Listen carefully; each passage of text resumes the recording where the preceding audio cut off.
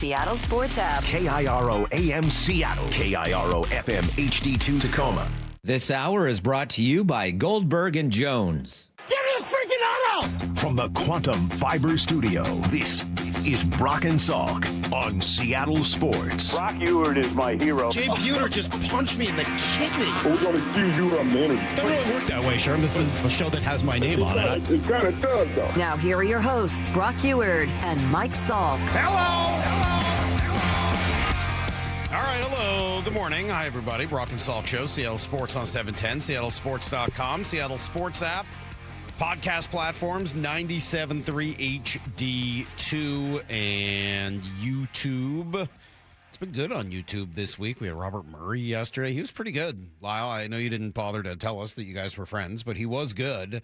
Really enjoyed him. Somebody that I would like to have back. Add him into our baseball rotation as somebody that can provide a little extra analysis, so that's good. If you missed any of Phillip Rivers, we're going to play that at 6:30. Man, it hurt me to really enjoy Phillip Rivers like that. I've never been a Phillip Rivers fan as a player, just kind of who he played for. I don't know. I just never liked him. He was pretty good. He was pretty likable even, and that was surprising. So he was great. There's a lot of really good Seahawks information since he played against them last year. He was funny. He was insightful. Stick around. You'll hear that coming up at 6:30. Told you that I want to start doing these late night Mariners texts. And I hit up Pittman yesterday, so we're going to have like a little open coming for it. I don't know if we'll do them every day because not every day is going to have late night Mariners text. But, when it seems relevant here, just after 6 o'clock to start the show, I thought it'd be fun to just read you guys more Mariners texts. They don't have to be unhinged, but some of them are. I like this. This is from the 425. And it's mostly that I like the 3 texts in a row. These are the last 3 texts from the 425. Man, it is so good to have baseball back. I'll say it again. CB Buckner is a disgrace to baseball. Get this idiot control freak out of the game. And then third, Salk's gray area strike zone take is one of his dumbest takes ever. Give it up, bro. I like that combination. CB Buckner, a disgrace to baseball? Yes. Yeah, he's bad. He's a really bad umpire. He really is. And he is an idiot control freak. I think that's the thing that's so frustrating. It's not so much that he's so bad. I mean, he is. But when you add the control freak idiocy to it, it really is disgraceful. I'm with you there, 425. You may not like my take on the gray area, but I'm with you on the CB Buckner thing. And then he got hit in the face. We were just talking about whether or not he was going to leave baseball, right? Because he keeps getting embarrassed. Gino showed him up, at least in his mind. And then the Reds. Was it the Brewers showed him up too by daring to challenge the fact that he was not even looking at first base when he called the guy out for missing the bag, even though he stepped not just on the base, directly in the middle of the base. It's impossible to know what he was even thinking in saying that he hadn't touched the bag other than that he wasn't watching. Just bizarre. That was weird. But my gray area strike zone take is great, so how dare you. I like this one. Where'd it go? 570. This one was at 2:43 a.m. I thought this lineup was supposed to be good. Cal stinks. Julio stinks. Naylor stinks. But let me guess, that's just baseball, right, Salk? Yeah, it's literally just baseball. That's the definition of it. I mean, kind of anyway. But yeah. Do you actually think Cal stinks? Do you actually think Julio stinks? Do you actually think Naylor stinks? If you do, all right. I mean, I guess we can have a talk, but at that point, it's really more, I feel like, counseling or perhaps a conversation about, I don't know, institutionalizing. But, those guys they're not bad. They're just not hitting. And they certainly did not hit in the first week of the season. I actually think the fact that they scored as many runs as they did without those guys hitting is probably a positive sign. They don't stink. It is just baseball. It does have ups and downs. But I could also understand if you came down from Mars and only watched 7 games, you would be like, wow, those 3 guys are not good. This person's texting from Pennsylvania, not Mars, so I have to assume there's a little bit more context in your life and that maybe you should know that they don't stink. It's just baseball, and it's kind of a long season. Now, this one's a little bit more measured. I like this. 4-2-5. Salk, the strikeouts from Cal and Julio have been brutal. Brendan Donovan, leadoff double, followed by 2 strikeouts on fastballs down the middle. Can we play some small ball? Easier said than done, but I would have gladly taken a Cal ground out to second to get Donovan to third, followed by a Julio sac fly. All this to say I'm concerned about the inability of our stars to, at the very least, put the ball in play in moments like these where we have runners in scoring position. It's early, but this matters. Lyle, should they be playing more small ball? With Cal and Julio? Yeah, should Cal and Julio be playing more small ball? No. Why not? No, they should not. Why shouldn't Cal and Julio play small ball? Well, because I can't even believe I have to spell this out. They're paid a lot of money to do damage, not to play small ball. Okay. How dare you? How dare you suggest that? How dare you? Yeah, you're going to have to miss me with that. Well, yeah, I mean, look, obviously you're right. And I guess what I would just say about that is, okay, so if Cal and Julio score 1 run in that game yesterday, is that the difference in the game there? Probably not, right? I mean, like, the reason the Yankees won that game is Paul Goldschmidt did damage. He had a 3-run home run. Got a couple guys on base and absolutely pummeled one. There's your home run, 3-run shot. Essentially, difference in the game. Ben Rice hit one later, but, yeah, that's the difference, 3-run shot. That's the big blow in the game. You're looking for that from Cal and from Julio. I'm not saying that there aren't moments where you do want to take a different approach. There are. But looking at it in general and saying, okay, we got a leadoff double, the thing to do here now is just find a way to get the guy in. I don't know that I look at that. Not from Cal and Julio. I want those guys. I understand there's risk factor associated, and it's not always going to work if you're swinging for the fences. But trust me, the benefit is pretty high. Yeah. I mean, Cal had a 2-run single to get him back in the game yesterday. I know that's not leaving the yard damage, but that's damage. Yeah. You're not bunting. You're not putting one on the ground to the right side to try to advance the runner. No, he's swinging away. Yeah, and down 4-0. It's exactly what he should be. Gosh, if he's playing small ball down 4-0 in the, 7th or 8th, God help us. You got a much bigger problem. It's just baseball does not apply to a team that was stuck in mediocrity for 20 years as a means to explain away a team missing the playoffs. Well, sometimes it does. Actually, sometimes it does. Because baseball has some ups and downs, and guys don't always do what you expect them to do. That's sort of how the game is. They're building something. And it sure looks to be built right now. You know, maybe a better response on that 206 to the it's just baseball thing is patience is the shortcut, and the Mariners seem to be developing their own plan. And that's really the thing I've come to focus on. And I think it took all of us, myself included, some time to really understand what this plan looked like. But the plan is for a sustainable winning product built on drafting, developing, trading, and retaining their own players. And I'm going to keep saying that. It's going to be a broken record. Just understand that. I'm going to say that throughout the year. But that's what they've done. And there are going to be frustrating moments because they don't go out and sign the world's biggest free agent every offseason because that's not their plan. That's not their philosophy. It's not their model. It's not. That model has some upside, but it's not their model because they're not going to spend like the Dodgers and they're not going to spend like the Yankees and Mets. They're going to spend somewhere similar to the Rangers, and the Rangers tried that model. It did work for a year, and then they had to blow it up again. And the Mariners don't want to do that. They want to be sustainably good year after year, and they want to continue to get better incrementally. And that's why they did a step back. That's why they did a rebuild. It took too long. I totally agree. It's frustrating at times. There were moments of absolute frustration. And I don't know that it's going to work this year. Nobody does. It's baseball means that you can draw something up on paper, but it doesn't mean those guys are going to hit their batting averages or home run totals or their projections year after year because it's played by real people, and there's a lot of luck in this game. There really is. There's a lot of timing. There's a lot of reasons why the game is played out over 162 because what you do in one moment in April or May or June is not necessarily the same as how you'll handle it in July, August, or September. Just the way the game is. But I do think they've got a good plan in place. Of course I do. I like the way I really do appreciate the attempt to try their own thing for a team that's going to be in the middle payroll-wise. And the signing of Emerson Hancock this week, or is Emerson Hancock, of Colt Emerson, is yet another, I think, feather in their cap in terms of them sticking with their model. But I get it. It's a week. They're 3-4. 425 says, how long before you get concerned? I'll be with Passan. I'll say probably May 1st, maybe June 1st, to be honest. 253.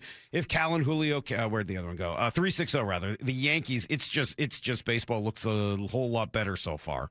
That's what's frustrating. Yeah, the Yankees definitely look better in the first 6 games of the year. There's no doubt. They're 6-0. I get it. They have absolutely looked better. And quite frankly, could have swept the Mariners. I guess they're, 5-1, excuse me. Yeah, that's true. They look better this weekend. We'll see what happens in another couple weeks, and another couple weeks after that, and another couple weeks after that. I do think the Yankees look good. It's funny. It's not really because of their hitting. It's because of their pitching. Pitching looks dynamic. We'll talk a little bit more about that later. All right, quick break. Come back with everything you need to know, including crazy story developing in L.A. Brock and Salk, Seattle Sports on 710. After coming up short in their last 2 games against the Yankees, Paul Goldschmidt, 3-run home run. The Yankees. the Mariners hit the road for the first time in the new season. Up first, the start of a 3-game series against the Angels in Anaheim. Tomorrow night, can Brian Wu pitch the Mariners to a win? First pitch at 6:38. Pre-game at 6. You only need one app to catch every pitch of every game, all for free. The Seattle Sports app. Home is more than a place to live. It's where the best of life unfolds, where possibility sparks, where community grows, where lives take shape. At the Master Builders Association of King and Snohomish Counties, that belief drives the work our builders, remodelers, and tradespeople do every day. Because when we build more homes, we're building so much more than housing. We're making room for what matters most. Learn more at roomforwhatmatters.com. By texting 64,000, you agree to receive recurring automated marketing messages from Real Success. Message and data rates may apply. No purchase required. Terms apply. Available at ourrealsuccess.com. Do you want to learn how to make money flipping houses and acquiring rental properties right here in Seattle without using your own money? You'll learn to flip houses and secure rental properties in your spare time to get on track towards real wealth building. We're offering a handful of motivated individuals the opportunity to attend our workshop right here in Seattle for free. That's right, we'll give you 2 free tickets when you text INVEST to 64,000. Seattle is the perfect market to flip houses and build rental income. Don't miss this opportunity. Come to a complimentary live 2-hour workshop next week right here in Seattle and learn how to start making money flipping homes and building long-term wealth with rental properties. To get 2 free tickets, text INVEST to 64,000. Text in the next 10 minutes and registrants will also receive a free copy of our Funding for Deals guide. Text INVEST to 64,000 for 2 complimentary tickets. Text INVEST to 64,000. When you're hiring, have you ever felt like you're missing out on meeting truly great candidates for your roles? It seems impossible to find them, but they have to be out there somewhere, right? Well, they're not hard to find when you know where to go, and that place is ZipRecruiter. And right now, you can try ZipRecruiter for free at ZipRecruiter.com/radio. ZipRecruiter helps 10 million people with their job search every day. And because these people are actively looking for jobs just like yours, it's easy to find the right person right away. In fact, 4 out of 5 employers who post on ZipRecruiter get a quality candidate within the first day. But if you're not using ZipRecruiter, you're missing out. So see what it's like when the impossible is easy. When you go to ZipRecruiter.com/radio right now to try ZipRecruiter for free.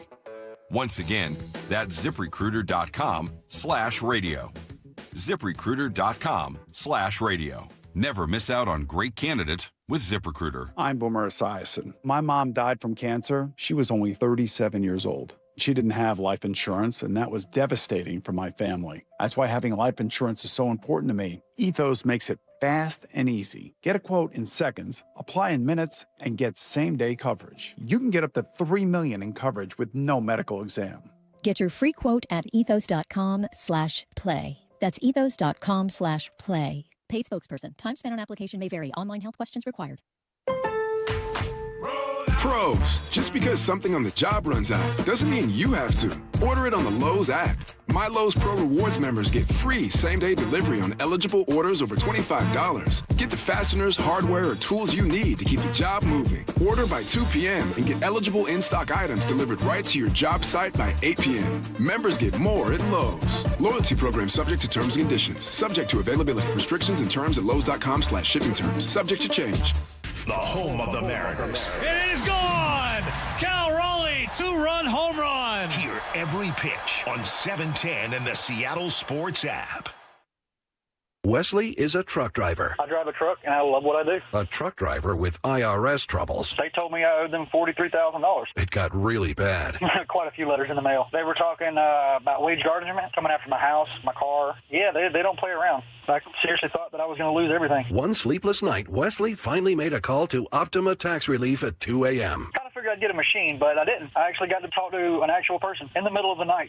He found just what he was looking for. Oh, they were great people. You need a team of people that know what they're doing. Optima Tax, they know what they're doing. Optima Tax Relief came through with flying colors. I saved an incredible amount of money. Happy don't even come close. I was absolutely overjoyed. Take Wesley's advice. If you're in any kind of trouble with the IRS, call Optima Tax Relief. Don't trust anybody else. Call Optima for a free consultation. Call 800-343-6460. 800-343-6460. 800-343-6460. Optima Tax Relief.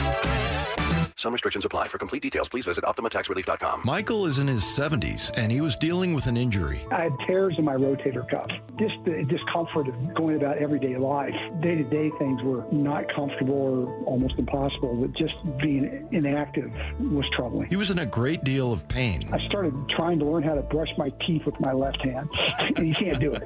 It was ridiculous. Searching for answers, Michael found Dr. Mark Wagner, MD, at Seattle Sports and Regenerative Medicine, where he underwent stem cell therapy. You know, I play basketball Monday, Wednesday, and Friday, and so I'm getting my shot back. It's not back to where it was, but hey, before I couldn't even do anything. So 100% improvement of what it was. Wow, that's great to hear. Would you recommend stem cell therapy to others? I can share without a doubt that it helped me, and I'm grateful for that. Whether it's a shoulder, hip, or knee, before you choose surgery, consider stem cell therapy with Dr. Mark Wagner, MD, at Seattle Sports and Regenerative Medicine. Schedule your consultation at drmarkwagnermd.com. This hour is brought to you by Goldberg and Jones. Need to know. 15 minutes past every hour with Brock and Salk. Presented by Marquee Data. Here's what you need to know. Up first. Yeah, ugly finish to the homestand. And the Mariners once again couldn't muster much offense against the Yankee starter this time. It was Cam Schlittler doing the honors. He shoved for 6 1/3 innings, did not give up a run. Just 2 hits, no walks, struck out 7. He was really, really good yesterday, and the Mariners couldn't do much with him. They did muster a couple runs late against a shaky pen, but it wasn't enough. They fall 5-3. Give Cal some credit. He drove in a couple runs here. And the right-handers 2-1 on the way to Cal. Swinging a line drive, right field line, fair ball in toward the corner. Canzone will score. Young rounding third will score. Judge up with the ball. The throw to second, cut off by Chisholm. Cal Raleigh with a 2-out, 2-run single. The Mariners finally get on the board here in the bottom of the 8th. It's now the Yankees 4 and the Mariners 2. Cal Raleigh comes through in the clutch. He did, but then they gave up a home run, and Canzone got one back in the bottom of the 9th. That's all they could do. George Kirby was pretty good. He went 6, but ended up allowing 4. The problem, the 3-run home run. The 1-1 from George. Swung on, hit high, deep, left field. Arozarena back. He's at the track looking up. It is gone. Yeah, Goldschmidt should have tried to go the other way and just hit a little single. He should have played small ball there. Then maybe the Mariners would have won, Lyle. What's Goldschmidt doing swinging for the fences? Take it the other way. Sad. Just hit a little ground ball to second and move the runners over. Anyway, they finished the homestand 3-4. Dan Wilson, yeah, he knows what he saw yesterday. Tough one today. I thought, a couple days in a row now, we faced some pretty good starters over there. A couple of good outings, with Fried yesterday, and then Schlittler today. I thought had good stuff again and made it tough on us offensively. Yeah, no kidding. They finished the homestand, I think I said 3-4. Day off tomorrow. They'll start their first road trip through Anaheim and Texas. Day off is today. Tomorrow they start their road trip. No chance for JP to get into another rehab game last night. Tacoma got rained out, so I got to imagine he's still going to need a few more before he can join the team on the road trip, if he's able to join them on this trip. Here's the second thing you need to know. Thank you to Seahawks.com for putting up some sound and video from Mike McDonald's breakfast press conference here at the owners' meetings with some of the reporters.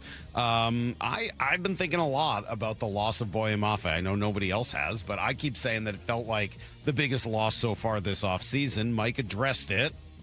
Like it had the right, like if there was a right opportunity, we probably would have done it. It's just like it had the right matchup, hasn't happened yet, So it's kind of one of those things don't press it, and maybe there'll be another either through the draft or maybe after the draft, free agency, or something through training camp. Or our guys, our guys rocking and rolling, they play great, and we'll roll with the guys we have. Yeah. So again, trying to project some comfort with what they've got at the edge position, while at the same time saying, yeah, we would like to do more. We would like to replace the production loss when Boye Mafe walked out the door. Good question as a follow-up. Could Riley Mills be a part of that? Yeah. Well, it depends on what's the sweet spot weight-wise, and just right now I think we're working through that on where we want him to be. But sometimes we do a bigger guy on the edge, and I think Riley could do that. Yeah. So again, probably more like what Red Bryant used to do on the edge. I know he's not quite the same size, but I like the idea. Don't want him to lose too much weight and, get too quick, because then he'll lose some of that size that has been pretty helpful for him. So good stuff for Mike. Here's the third thing you need to know. Yeah, time is going to tell if this is a real deal or whether it's just PR. But Puka Nacua apparently is checked into a rehab clinic in Malibu. I will admit, hearing in Malibu definitely puts a little doubt, or at least skepticism in there. I was telling you off the air, I feel like that's the first place my brain always goes to. It's especially because it usually is where the celebrities go right after something public happens.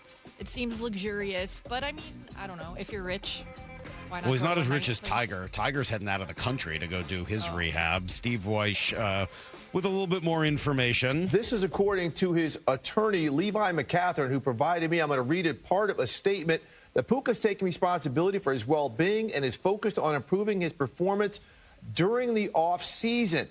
Puka voluntarily entered a private facility to focus on his health, personal growth, and overall development. He is committed to using this time constructively so that he can return to the best possible position, both personally and professionally. He will complete the program in time to fully participate in all of the Rams' OTAs. And Puka is deeply grateful for the support he's received from his family, friends, Coach Sean McVay, and teammates. His own health, huh? I don't know, More. I don't know that there's a way to know whether or not this is real or not, but improve his overall behavior in every aspect of life. Another thing I didn't like from his lawyer when he was talking to the California Post, and they asked if it had to do with this most recent lawsuit this woman filed against him, and he said, no, but the combination of stories y'all have run is certainly a contributing factor. It's the media's fault. Yeah, he had to check into rehab because the media wrote too many stories. Well, okay, then it's PR. If this is a response to the media, then it's PR. I would like to know what led to it. I would like to know what kind of rehab it is. I'd like to know how seriously he's taking it. I would also like to know if this was some sort of a requirement that the Rams gave him before paying him the big bucks. Hey, we'll pay you, but you better do this first. Kraken host the Mammoth tonight. 3 points out also. 7th worst record in the league. They're closer to the 5th worst than they are to the playoffs. So, yeah, they better win a few games here if they want to move forward. And breaking news a few minutes ago, Kirk Cousins is a Raider.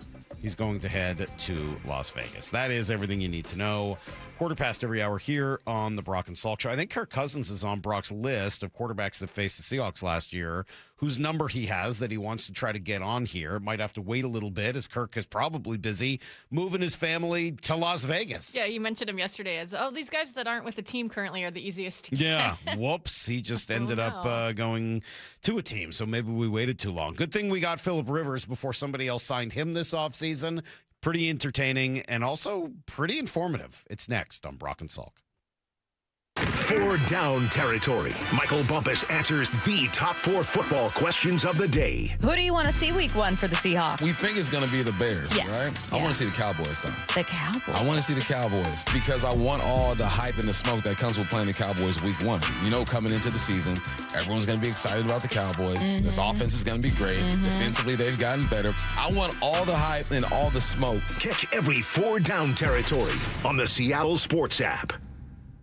Brock Salk here with my buddy Shannon O'Kelly from IRG Physical and Hand Therapy. Shannon, we met about a decade ago when you came into the studio, and at that point, IRG was humming, but you were not 40 locations strong all over the neighborhood. How have you done this, and why? Number one, Brock, great people. Our strength here at IRG is our people. Secondly, you know, we are a company that has a culture of giving back and taking care of our patients, taking care of our team, and thirdly, taking care of our community. We want to be your family physical therapist. More importantly, we want to be your family's neighborhood physical therapist. We want you to come in, have a great experience, and get better and get out there and be pain-free and function. Taking care of your friends. Taking care of your neighbors, taking care of your community, and taking care of Western Washington. With over 40 locations now, that's exactly what IRG Physical and Hand Therapy is doing. Find them in person, find them online at irgpt.com. That's irgpt.com. Make this spring even sweeter with healthy saltwater soaks in a hot spring spa. During Olympic Sweet Spring Savings Event, save up to $3,000 on the hot tub of your dreams. Ends April 14th. OlympicHotTub.com. Better you, better life. We've all been there, sleepless nights, wondering if your business's security service is really protecting what matters. At Bay Alarm, we can put your security insecurities to bed. Our advanced technology and personalized support ensure you can rest easy knowing we're here for you. BayAlarm.com. At Big Trees, you don't have to shop alone. Certified arborists are available to help you choose the right trees for your yard. Plus, each tree Big Trees installs offers a 1-year warranty and a free aftercare visit from our board-certified arborists. Come visit the nursery, no appointment necessary, and see our wide selection of species. You'll find the perfect fit for your landscape needs at Big Trees in Snohomish, or visit us online at bigtreesupply.com.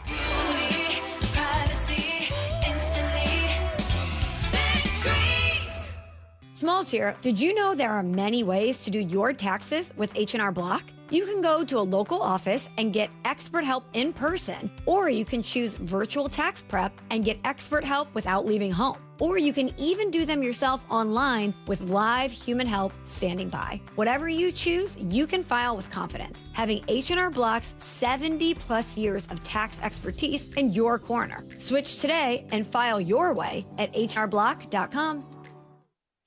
If you love to travel, Capital One has a rewards credit card that's perfect for you. With the Capital One Venture X card, you earn unlimited double miles on everything you buy. Plus, you get premium benefits at a collection of luxury hotels when you book on Capital One Travel. And with Venture X, you get access to over 1,000 airport lounges worldwide. Open up a world of travel possibilities with the Capital One Venture X card. What's in your wallet? Terms apply. Lounge access is subject to change. See CapitalOne.com for details. The Mariners are all about giving you more baseball for your buck. With Mariners Value Games, you can score seats for less than $12 on select dates all season long. Plus, be sure to check out the biggest ever value menu and beer lineup. Available every game and featuring 36 items. From ballpark classics like hot dogs, nachos, and refillable sodas to canned brews starting at just $5. Go to mariners.com/value to grab your value game tickets and check out the full slate of value options at T-Mobile Park. Heading outdoors or on the water this weekend? Check in with Joey and Nelly on the Outdoor Line from 6 to 8 a.m. every Saturday on Seattle Sports and the Seattle Sports app. We all hear the radio ads about the IRS. They tell you to be afraid, to be scared, and they try to frighten you into calling. I'm not here to do that. Tax Relief Advocates is different. TRA is here to tell you that if you owe money to the IRS, whether it's $5,000, $50,000, or $500,000, we have a solution. It doesn't matter if you're sitting in your car, at work, or with your kids. No matter where you are, call now. 800-575-8157. Don't lose hope. TRA can eliminate or reduce what you owe to the IRS. Generous programs are now available that can give you a fresh start. Our passion is taxes and helping individuals fix their IRS problems. We have over 1,000 5-star reviews on Google and an A+ with the Better Business Bureau. You don't need to be afraid of the IRS any longer. End your tax nightmare today by visiting us online at TRA.com or call 800-575-8157. That's 800-575-8157. Tax Relief Advocates, real solutions for real people. Hi, Sarah here with Safeway. We're proud to partner with Champions of Change co-founder Doug Baldwin to help nourish Washington students through the Nourishing Champions program. Thanks, Sarah. And here's the reality. Every day, students across our state are staying after school for extracurriculars on empty stomachs, and some of them don't know where their next meal will come from. Food insecurity is reaching crisis levels, and the impact on our youth will extend far beyond this moment. The good news is that there's an answer in the federally funded after-school meals programs. But right now, Washington schools' participation is very low, reaching only 2% of the students who qualify. That's where Nourishing Champions comes in. We're offering grants that not only fund food, but also resource and training support for the schools to offer an after-school meal program for years to come. Our goal is to reach 10,000 more students in the first year of these grants and then grow from there. School staff can learn more and apply today at championsofchangefoundation.org and navigating to the Nourishing Champions tab. That's championsofchangefoundation.org and click on the Nourishing Champions tab. Brock and Salk's Rewind is presented by Toyota of Kirkland and Toyota of Renton. From the Quantum Fiber Studio. This is Brock and Salk. Weekdays 6 to 10. On Seattle Sports and 97.3 FM HD2. No, this isn't an April Fool's joke. There are a lot of texts thinking this is just an April Fool's joke. That's not April Fool's. We actually have Phillip Rivers on the show. It's not messed up. We wouldn't do that to you guys. We don't do April Fool's jokes on this show. No, Phillip Rivers is with us right now. Good morning, Phillip. How are you? Hey, guys. Morning. No, that is really, was that a 206 to text? That had to be a 206 to text that in. That's just awful. Some of these folks out there, Phillip, they're just very cynical at times. They don't know that we bumped into each other, a week and a half ago or so through our sons and everything else. And then as I was driving through Alabama, through Florida on a wonderful vacation, I thought, you know what? I think it'd be kind of fun. As much as we talk about these Seahawks and analysts talk about it, how about some of these guys that actually played against them? So thank you for doing this, the first and hopefully a bunch of other fellas over the next few weeks and months leading up to the season that can speak to what you saw last year. And before we get to the football of it, Phillip, can you take us back to the first text, the first phone call, the first something that came from the 317 in Indy that said, hey, man, I got a thought for you? Yeah. No, I think it's a heck of an idea to get some of these guys that played against that heck of a Seahawks defense and obviously Super Bowl champs. So I think it's a heck of an idea. Hear from the guys that were in between the lines. But it was one of I have a great relationship with Shane Steichen. He coached me in San Diego, L.A. And kind of the offense we ran in my latter years were what I also ran in Indy with Frank Reich. I mean, obviously it all evolves and changes year to year, but.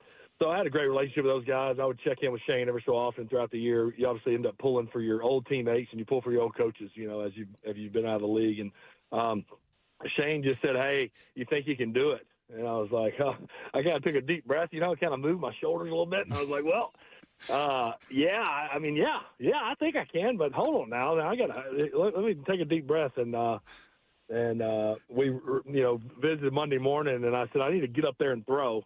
And let y'all see if you think I can do it. It's one thing for me to get just start having some, get the blood flowing a little bit and the competitiveness in me and go, yeah, I can do it. And I said, y'all just get me up there, and if y'all tell me no way, then I'll fly back home.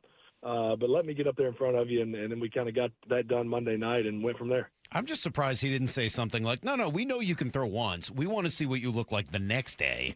Like, we know you can run around and for a day, sure. Run around. All right, well. Throw. Easy. All right, sorry about that. Yeah, but what does it look like after you take a couple hits? What was it like waking up that next Monday morning after the first game? Yeah, well, I'll be honest. It duly noted, and there's really nowhere to hide in a football uniform. I was a little heavier than I was, when I last walked off the field in Buffalo. However, I'd probably been about 3 months in to actually training pretty hard, not training to play football, but just physically resistant stuff, weight stuff. And so I actually felt strong and I felt good. Certainly wasn't training to move away from Leonard Williams and Chenna and those guys, but I felt strong physically. So I wasn't as much worried about taking a hit and those sorts of things as I was about having to, step over the pocket real fast or, move up in the pocket and all of a sudden pop a calf or something. I was more worried about that. But so I didn't feel awful. I was worried about feeling awful Monday morning. I didn't feel awful that Monday morning. And actually the first hit I took in the early in the game in Seattle actually was refreshing in a sense. It wasn't a bad hit, but it was one of those. I got knocked to the ground, and I was like, oh, all right. Yeah, I remember that. Yeah, heck yeah. It almost kind of locked me into the game. So, but it was a blast, to say the least, to be out there for those 3 weeks and be a part of it again for 4 weeks. And obviously disappointed we didn't win some ball games and get in the playoffs, but it was an absolute blast. It was kind of a bonus gift I got of football that I certainly thought was long gone. Phillip, I should probably ask this at the end of it, but the audience knows I'll at times ask offensive questions because it's just what left-handed middle child, third-string quarterbacks do. My buddy John Kitna got called back to the Cowboys. Not quite as old as you were and not a grandpa yet, but got called back, and he was like, oh, yeah, just give me my old pants and everything, and the pants didn't fit. He needed a bigger size and everything else. He was a little bigger. If you were to have stepped on a scale, it's at Lumen Field, heading out to that game, compared to what you were at the end, as you mentioned, the Buffalo Bills. What did you play at, 230? Were you a 235 guy at the end of your career? Yeah, I hovered between 28 and 34 probably, throughout the course of a whole season and certainly later in my career. If I got on the scale as I entered the stadium there, I was probably 244. So I was probably 10 pounds heavier. Yeah. And just not quite in the shape cardio wise. You start putting it in different places when you get in the 40s. Oh, yeah. So funny 50. You say that about your old pair of pants and everything. Yes. So yeah, I was like, all right, I got to bring in my old stuff. Should I bring my old shoulder pads? But I get in there with the equipment guys, and they said, hey, we got your same jersey from when you were here in 20, you want the same cut. I said, no, boys, we gotta let's go the relaxed let bit. a little out. Let's go with the relaxed. Yeah. Was that Frog? Is Frog still in the equipment room? Is Frog still there? Yeah, Frog. Frog is still running the show. Unbelievable. That whole. So for me, going back there, there was a sense of I've been here before. Obviously because I had been, but when you have the whole same equipment room staff, the whole training room staff. DT still with player, relations and the whole deal. And then, I had 14 teammates from that 2020 team. So it felt I'd been in the huddle with Quentin Nelson and Pittman and Jonathan Taylor and those and Mo Alley Cox. I'd been in there with them. So it felt like, oh yeah, it didn't feel like I was a guest quarterback. It felt like, yeah, I've been in it with these guys before.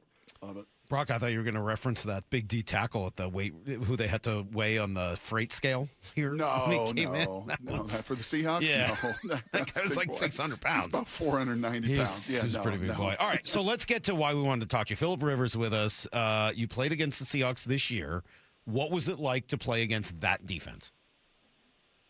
Well, obviously, it goes without saying. It's well noted, and I've seen the tape, and obviously the run they went on going into that game. That for me, and I watch every Sunday, and I didn't really get away from the game in the last 5 seasons, so I watched fairly closely. Not as I would if I was preparing, but I watched fairly closely. So I get in there that week, and it's like putting your eyes on this defense, and like now you're going to be under center. You're watching them a little different than you did when you're sitting on the couch at the house. But so. As that week, as you're preparing throughout that week and kind of getting yourself back wired with your own stuff, Brock, right? I mean, you're early in the week, you're worried about yourself and your own game plan. And there for me, it was a crash course of that, which I was familiar with, but still different when you actually have to do it. And then it's like, all right, man, I got, where's this stinking nickel? I got to make sure I know where 3 is that's in the game like a linebacker all the time. And then here's Witherspoon that obviously is a heck of a blitzer as well and a great DB. And then this defensive front and how do we want to handle Leonard Williams and what about Lawrence and Chenna and these guys rushing on the outside? So as you're going through the week, it really felt like the box was their strength. And you felt like 3 was kind of the star. I mean, he'd be the kind of the guy that I would star and say, look out, he'll wreck this game and he can play. He's as fast as anybody on the field, but he's also as physical as any linebacker and any guy in the box.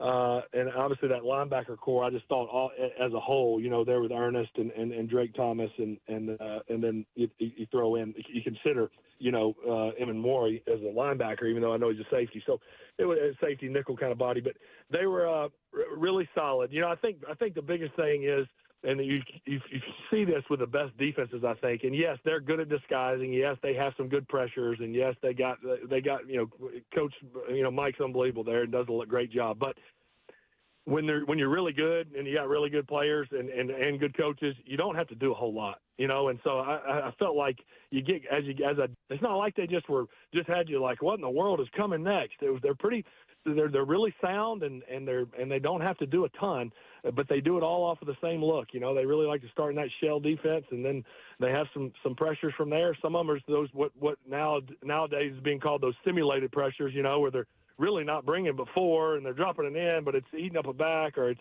they got some great disguise behind it, and so it was a challenge. Obviously, we hung in there to say the least, but you look up and you go, well, yeah, we threw for 130 yards and rushed for whatever. It wasn't like we lit them up by any means, but gave ourselves a chance. We needed one more score. We felt like if we could get one more touchdown, obviously we had the touchdown to Downs early in the game, but if we could have scored one more time with the way our defense was playing, we felt like we'd have won the game. And then really the last drive, if we could have got one more first down, we would have been kicking the walk-off as opposed to Myers kicking the walk-off, 40-something seconds later. Okay, so take me back to that touchdown. Salka, you got it. We'll play the highlight. This was the touchdown, and I'm curious from both a football and a human being element. Here's what it sounded like. Rivers from the shotgun on 3rd down and 3. A slot to the left side. Rivers wants to throw. Stops. Throws over the middle. Touchdown, Colts. Boy, does he make it look easy. And just running right away from Josh Jobe, who was in coverage that time. A 7-yard touchdown reception. And the Colts now stretch their lead to 12-3 to a stunned crowd here at Lumen Field. All right, Phillip, 2 things. Give me the football perspective of that play, how you kind of took apart the defense and won that one, and then the human being element as you're running off the field. And as you told me, some of your younger kids getting a chance to watch Dad do something that they didn't get to see because you were done playing by the time they were around. Give me both of those elements, if you wouldn't mind. Yeah, well, goosebumps as you play the replay. Obviously, you feel like you can go right back to it. We felt like they played some man covers down in the low red area, and so we thought there was a chance to get Downs running away as we did. We had a corner route there to Downs' side that were kind of peeking, and they ended up walking up and pressuring it there at the last second, and the offensive line did a great job of picking that up, and Downs was able to just escape quickly with the kind of get interference with the two receiver there and get across the field with some speed. So I wanted to get the ball in his hands as quick as I could and let him go score with it. It was a little bit on his back hip if I was really being critical of myself, but he thankfully was open enough. He was able to get in the end zone. And then, the human element was just, it was an emotional week. I can get emotional right now. It was an emotional week, but and then to be out there in warm-ups and just look around and go, whoa, these smokes! I'm standing here right now. It was surreal to just be back in on the field, and so for us to score there, it was kind of one of those deals. You weren't playing with a lot of pressure by any means. The expectations were low. I certainly didn't have them. They weren't low for myself, but I was like, what? Did anybody really think going to Seattle and winning? No. So let's go cut it loose. And if you throw 3 picks, people are going to say, yeah, I told you so. So it was one of those deals. I played free. I played conservative in the sense just because I wanted to play within myself and say, hey, let's not get carried away. I can't just throw it all over the place like I could. I've come off 4 days of practice in the last 5 years.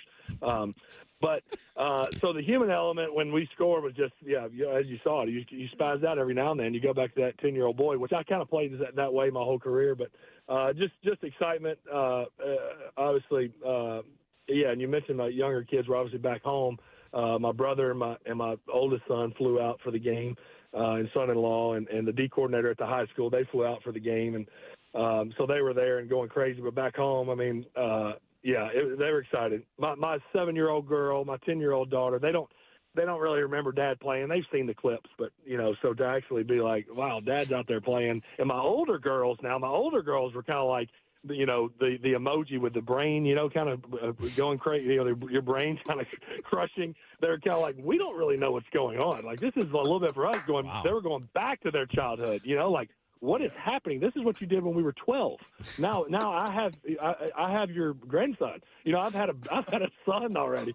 So anyway, lots of emotions. Is it like the Hewitt House where you show them film every Friday night to remind them what you once were? Whoa. Brock showing the UW film and back at Puyallup High School. Hey, so Phillip Rivers with us. You were one of the rare quarterbacks to have some success against the Legion of Boom. You beat them in 2014. For whatever reason, you see, again, I think in 2018, if I remember correctly, when they were still pretty darn good, you had some success against a really, really good defense. What was the difference playing that defense versus the Mike McDonald defense? How were they similar or different? Salk. Good question. Well, yeah, I think similar in this way.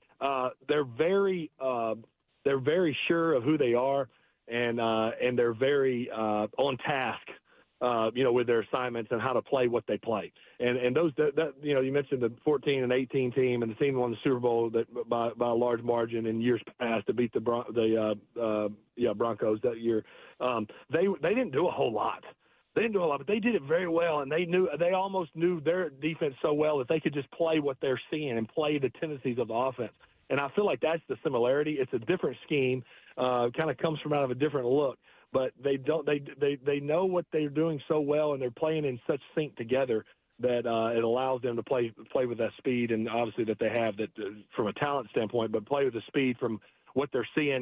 We kind of call that accelerated vision. They have that accelerated vision of what's coming. They almost feel a step ahead of you. So I would say that would be something that's similar. And then the speed, which every team's fast, but these guys can run now.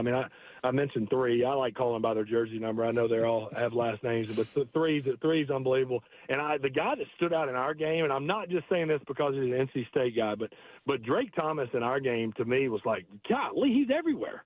He's everywhere, and it's like, and the list goes on with just how cohesive those guys play together. But it was a heck of a game. It was a heck of a game and a heck of a challenge. And obviously there's no consolation prize, and there's no trying to put a feather in my cap. But I will say with you guys as candid as I can, it didn't feel all bad to see the Seahawks win the Super Bowl and go, golly, we had them on the ropes.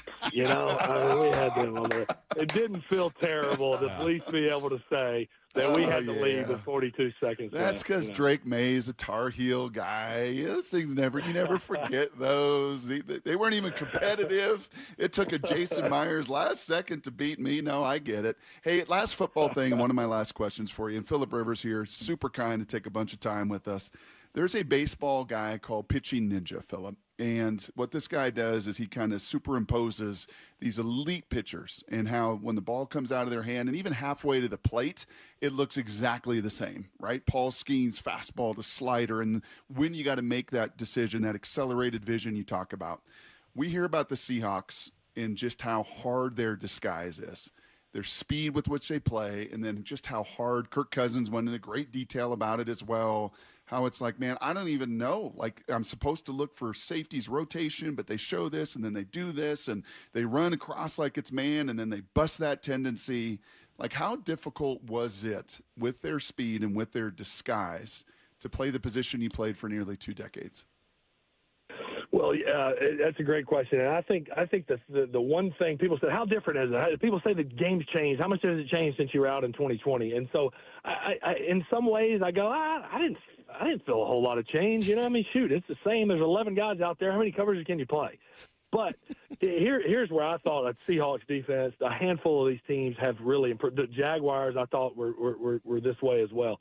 Is when there's one guy disguising, or there's a guy that's like, oh, he's jacking with you and all that, but the other guys aren't in sync, it's kind of like, hey, man, I know you're not coming because this dude over here already told me what the coverage was. You know what I mean? And so, yeah. But this Seahawks defense, the Jaguars, and I say the Jaguars, again, they were really good, but because I played them, I got to see them up close, in that week 17 game. But they were in sync and doing it together. And it's like, man, these guys are on it. Like, yeah, it did look like man, and everybody made it look like man, not just two guys, or these guys. Well, I thought it wasn't just Witherspoon giving the disguise. They were all giving it. So can you tell me, hold on, I don't mean to cut you off, but can you explain to somebody like me who's never played the game at any sort of a high level what that means and like how you like? Can you give me an example of looking at two or three different players and seeing them do different things? Yeah, well, I just picture a nickel over a number 2 receiver, right, over the slot receiver out there, and he's kind of doing his like starting to creep, like he's gonna blitz, and he's jacking with you, but yet the backside safety is already so hunkered in, and it's stone cold cover 2 over there, right, or the will linebacker is in the B gap when he should have been in the A gap. It's kind of like, hey, well, he's just jacking with me. I know he's jacking with me. But when it's kind of like, well, he's jacking with me, and that safety's starting to creep to the middle, and the backer's just like, man, maybe it is real. Maybe it is real. So it's those kind of things. And then like the Seahawks, you mentioned Kirk Cousins talking about man and zone. They did a great job of playing kind of what we call the no show man. Not the corners travel or the linebackers go with the running back. And so we had a few things we did in that game. One particular third down that we ended up hitting the bullet route to the tailback is we had a motion and formation in the boundary and all these things trying to get the tail of it being man. And I mean, nobody moved. Nobody moved. We motioned, we did this, we did that, and they were all just kind of standing there staring at me, kind of like, well, we're not telling you anything. Well, so something told me it was man. It was that feeling. It's that feeling and look, and I don't know, something about their demeanor told me it was man. So we left the man play on, and it was man, and we hit the pass to the tailback for first down. And I remember coming off the sideline, and this isn't me saying, oh, look what I did, but coming off the sideline and them asking me, and really the next morning, hey, how the heck did you know it was man? And I was like, just felt it. You just feel it. And I was wrong. There was times in those three games I played that I was certainly wrong in that feeling. But that's what they cause you to do. It's like, okay, here's your systematic way of knowing man or zone. And it's kind of like, well, none of those worked.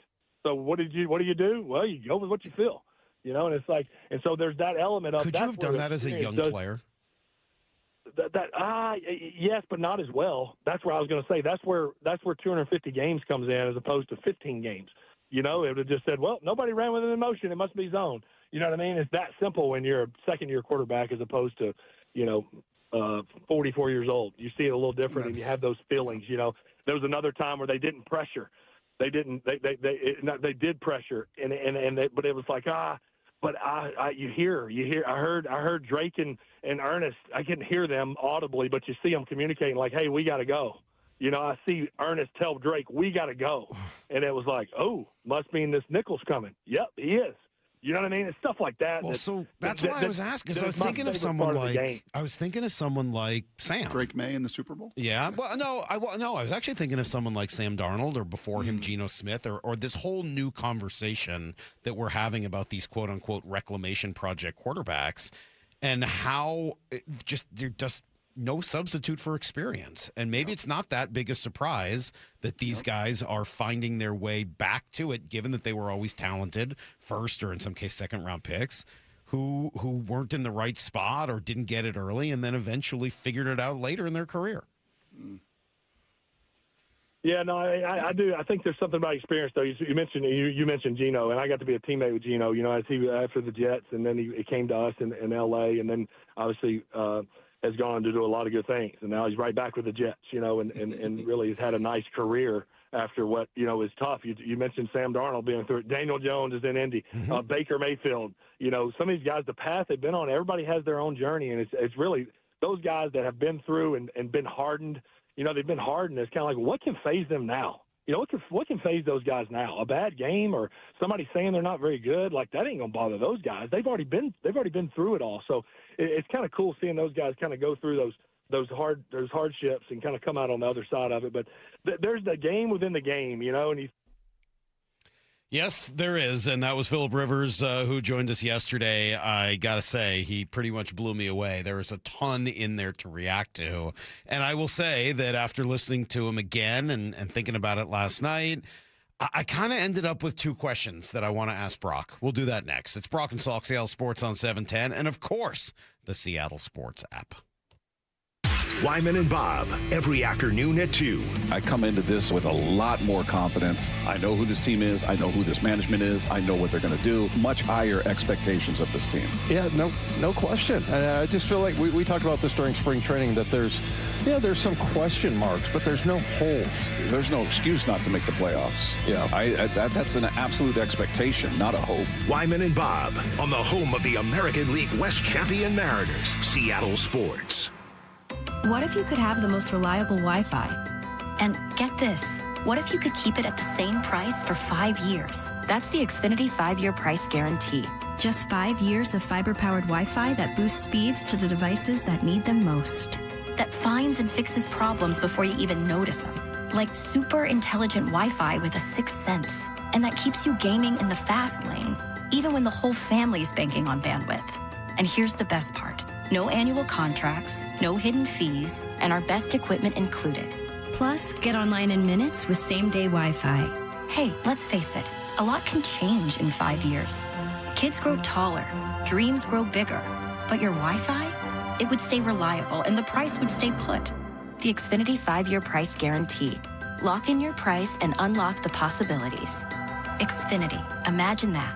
Select plans only. Restrictions apply. Powered by fiber. Connects to the premises by coaxial cable. Actual speeds vary. If you've been in a wreck or a fender bender, You have the right to take your vehicle to any repair facility, not just where your insurance company tells you to go. Accurate Auto Body has been family owned and operated since 1994, and they work for you, not your insurance company. With over 25 years of auto repair work, they'll exceed your expectations. we meet by accident, fixing every last bit. Accurate Auto Body. At Accurate Auto Body, all their work is performed by certified technicians, only using OEM parts to guarantee the safety of you and your family. For the best in auto body collision repair and customer service, give them a call at 425-883-2450 or AccurateAutoBodyWA.com. Your insurance company may not love them, but you will, because We meet by accident, fixing every last bit. Accurate Auto Body. Progressive's accident response can detect and send help when you need it most, after a major car accident. But other accidents, you're on your own. Like when you accidentally call your wife Mom. When you accidentally say Happy Holidays on someone's birthday. When you accidentally wave at someone you thought was waving at you. We can't help with those accidents, but Progressive's accident response provides peace of mind after major car accidents. Progressive Casualty Insurance Company and Affiliates. Limited availability in California. Driver is responsible for emergency and towing charges not covered by the policy. This is the story of the one. As a maintenance tech at a university, he knows ordering from multiple suppliers takes time away from keeping their arena up and running. That's why he counts on Grainger to get everything he needs, from lighting and HVAC parts to plumbing supplies, all in one place. And with fast, dependable delivery, he's stocked and ready for the next tip-off. Call 1-800-GRAINGER, click Grainger.com, or just stop by. Grainger, for the ones who get it done. Hey, it's John Curley with my friend Bob Stelton. Hey, Bob, you had a hip issue just like me. You went to see Dr. Mark Wagner at Seattle Sports Regenerative Medicine. What did he tell you? You got a torn labrum, you got a frayed ligament, you've got arthritis developing. He said, this isn't going to fix everything, but it will go a long way. I was walking around at about an 8 pain level. I couldn't walk that far before the pain would kick in, and it was impacting my workouts and just really impacting my day-to-day stuff beyond jiu-jitsu. So, just like me, Dr. Wagner does stem cell on your hip. How you feeling now? I feel like I've gotten back to being who I was prior to the injuries, which was somebody who's very active, loves being out there outside when the weather's great, being on the motorcycle, sparring in jiu-jitsu, working out. I can do all of those things now. So whether it's a shoulder, a hip, a wrist, knee, or elbow, before you choose surgery, see our friend, Dr. Wagner first. He'll tell you if stem cell is right for you. DrMarkWagnerMD.com. Make an appointment at DrMarkWagnerMD.com. We all hear the radio ads about the IRS. They tell you to be afraid, to be scared, and they try to frighten you into calling. I'm not here to do that. Tax Relief Advocates is different. TRA is here to tell you that if you owe money to the IRS, whether it's $5,000, $50,000, or $500,000, we have a solution. It doesn't matter if you're sitting in your car, at work, or with your kids. No matter where you are, call now. 800-575-6759. Don't lose hope. TRA can eliminate or reduce what you owe to the IRS. Generous programs are now available that can give you a fresh start. Our passion is taxes and helping individuals fix their IRS problems. We have over 1,000 5-star reviews on Google and an A+ with the Better Business Bureau. You don't need to be afraid of the IRS any longer. End your tax nightmare today by visiting us online at TRA.com or call 800-575-6759. That's 800-575-6759. Tax Relief Advocates. Real solutions for real people. This is Seattle Sports. Streaming through the Seattle Sports app. KIRO AM Seattle. KIRO FM HD2 Tacoma. Home of the Seahawks, Mariners, and everything Seattle sports. This hour of the Brock and Salk Show is powered by Star Rentals, preferred supplier to the West's best contractors. Get me a freaking auto! From the Quantum Fiber Studio, this is Brock and Salk on Seattle Sports. I don't read the internet, guys. Take the bull by the hands. And Brooke, you are. And Brooke, you are. Now here are your hosts, Brock Heward and Mike Salk. Morning, buddy. Good morning, Michael. Excited to talk to Daniel Jeremiah this morning at 8:30. Excited about Here's the Thing. An hour from now, as the Seattle Sports app will take center stage. We will do a lot of baseball talk, and I'll hold some of that till 7:30. I'm just thinking, and we just re-listened to the Phillip Rivers interview, and thank you again for making that happen. We may need to figure out what goes on next with Kirk Cousins because he just signed a deal this morning to go to Vegas. That was surprising. Kirk. I know, but I did learn it. I did really enjoy Phillip yesterday, and I learned a lot in listening to him. I felt we talked about some of it yesterday, right? We talked about kind of using the full defense and how if everybody is in sync, you can confuse the quarterback that way. I thought that was very cool. Here's a little bit of that from Phillip. Here's where I thought a Seahawks defense, a handful of these teams have really improved. The Jaguars, I thought were this way as well. Is when there's one guy disguising or there's a guy that's like, oh, he's jacking with you and all that, but the other guys aren't in sync, it's kind of like, hey, man, I know you're not coming because this dude over here already told me what the coverage was. You know what I mean? And so, but this Seahawks defense, the Jaguars, and I say the Jaguars, again, they were really good, but because I played them, I got to see them up close, in that week 17 game. But they were in sync and doing it together, and it's like, man, these guys are on it. Like, yeah, it did look like man, and everybody made it look like man, not just two guys. Or these guys, I thought it wasn't just Witherspoon giving the disguise. They were all giving it. Yeah, that was interesting, Brock. That was not something that we've ever really talked about before. No, and I've been watching Chase Daniel, the old quarterback, doing a good job and trying to grow his media profile. And he's tweeting out different just kind of football 101s and talking about coverage and how to really understand coverage, you got to understand the safeties and their rotations. And he's doing a really good job at kind of the basic level for football fans, if you kind of want to dig a little bit deeper. And you hear people say, wow, like everybody runs the same coverages. Everybody runs the same plays. There's nothing new under the sun. And even Phillip sort of said that yesterday. To a degree. Right? He said, like, hey, there's only so many coverages. That's right. There's only so many ways that these 11 chess pieces, but it's how those 11 chess pieces disguise. It is how they work together. It is how when an offense shifts and moves, and I'll share some of this in Blue 88 because I had such a fun football conversation with my football coach here at Valor, the head football coach, Mike. I said, man, you got to go listen to this. It was so good as he was talking about formation in the boundary, and then we're going to motion, and all of these tells that you're supposed to get. Right? When you do these things, Salk, this move is supposed to come.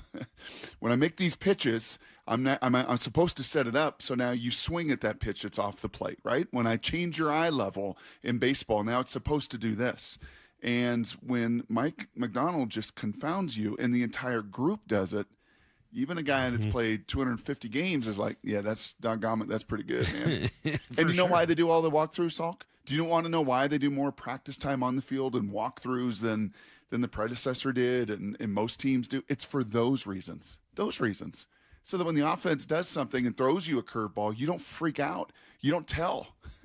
When you get 2 aces or 3 aces in your poker hand, you don't just all of a sudden give that opponent a tell. Like, no, we're good. We're good. We're unfazed. And again, as I said to you yesterday, to do that really in year 1 with a bunch of pieces, year 2 for maybe the majority, you could call it, why he loves Julian Love the way that he does is because that guy is the master manipulator in disguise around the back. Makes sense. So that was one of the big takeaways. We talked a little bit about that yesterday. It was very clear in listening to him how much respect he had instantly for Nick Emmanwori.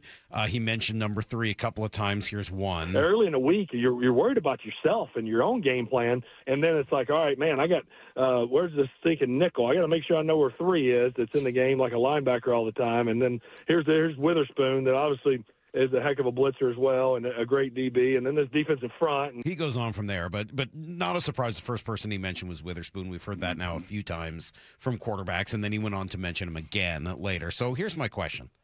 How dependent is this thing on Nick Emmanwori?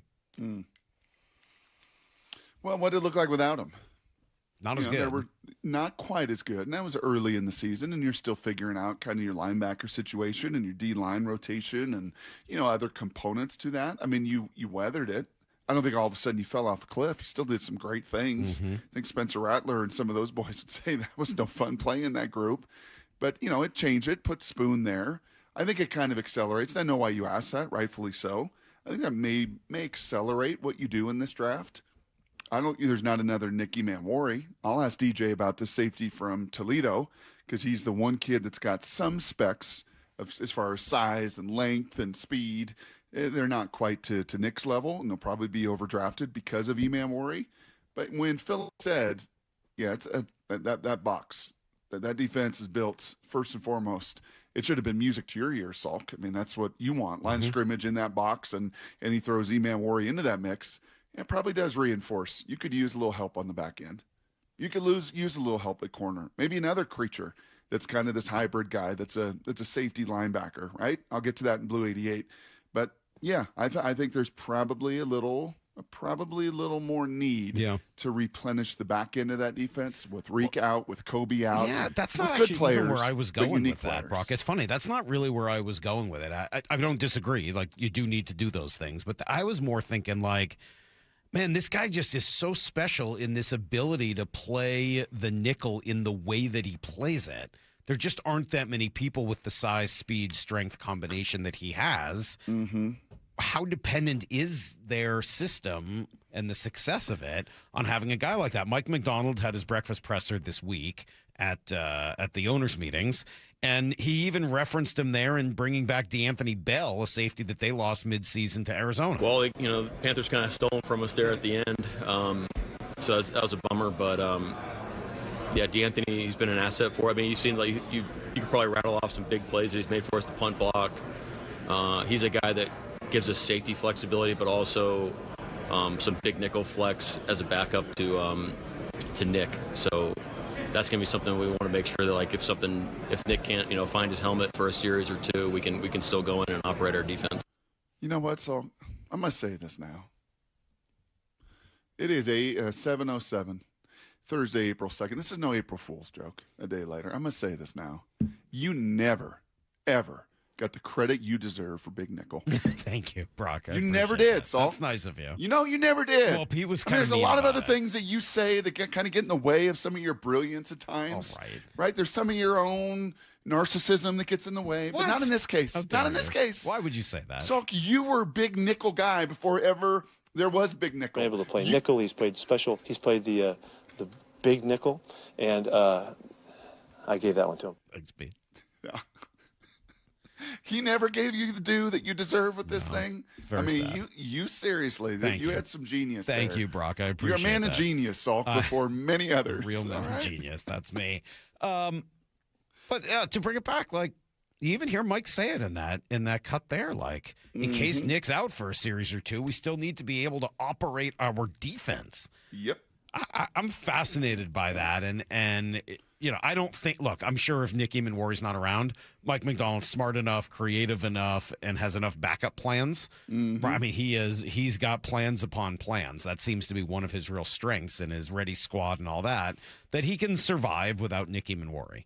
But it is interesting to me anyway, and noteworthy that without him, this defense does not necessarily function the same way. Yeah, you can ask the folks in Baltimore, what was life like at the end of the year when Kyle Hamilton? What was life like in Week 17 in a win-or-go-home game? They win that game. Mm-hmm. And they probably beat Pittsburgh if he doesn't get knocked out of that game, and then that whole group got picked apart. So, no, those unique players with unique traits, there's a reason they get drafted where they do, why they went up and got Nick Emmanwori, that thank goodness he was still available there in the early 30s to make that happen. And yeah, kind of, again, excites me. Why did I have a rookie on my list of Hard Knocks guys? Why do I think there can be an impact rookie, Salk? Because I think this group has a real eye for exactly what they're looking for. You're going to have to ask DJ about that. Daniel Jeremiah going to join us at 8:30. I am curious whether or not that's possible again this year to find a rookie that is going to contribute and be a starter and have a major role. And even if they do, is it going to be as big as Nick Emmanwori's? I mean, you're talking about this guy being the center point of the defense. That's pretty crazy. All right. Coming up here in 20 minutes, we'll talk some Mariners. Their first homestand is in the books. What did we learn? Some good, some bad. We'll do that right after Need to Know next. 4 Down Territory. Michael Bumpus answers the top 4 football questions of the day. Who do you want to see week 1 for the Seahawks? We think it's going to be the Bears, Yes. right? I want to see the Cowboys, though. The Cowboys? I want to see the Cowboys because I want all the hype and the smoke that comes with playing the Cowboys week 1. You know, coming into the season, everyone's going to be excited about the Cowboys. Mm-hmm. This offense is going to be great. Defensively, they've gotten better. I want all the hype and all the smoke. Catch every 4 Down Territory on the Seattle Sports app. Hey, Brock Ewart here for my friends at People Come First, or PCF Construction Group. Spring, well, it's the perfect time to start planning your dream deck. And right now, PCF is making it easier than ever to get you started with 50% off your custom professional design and architectural drawing package. What does it mean? Well, it means you can save over $9,000 on your project. And with 12 months of no interest, no payment financing, you can design your deck now and pay later.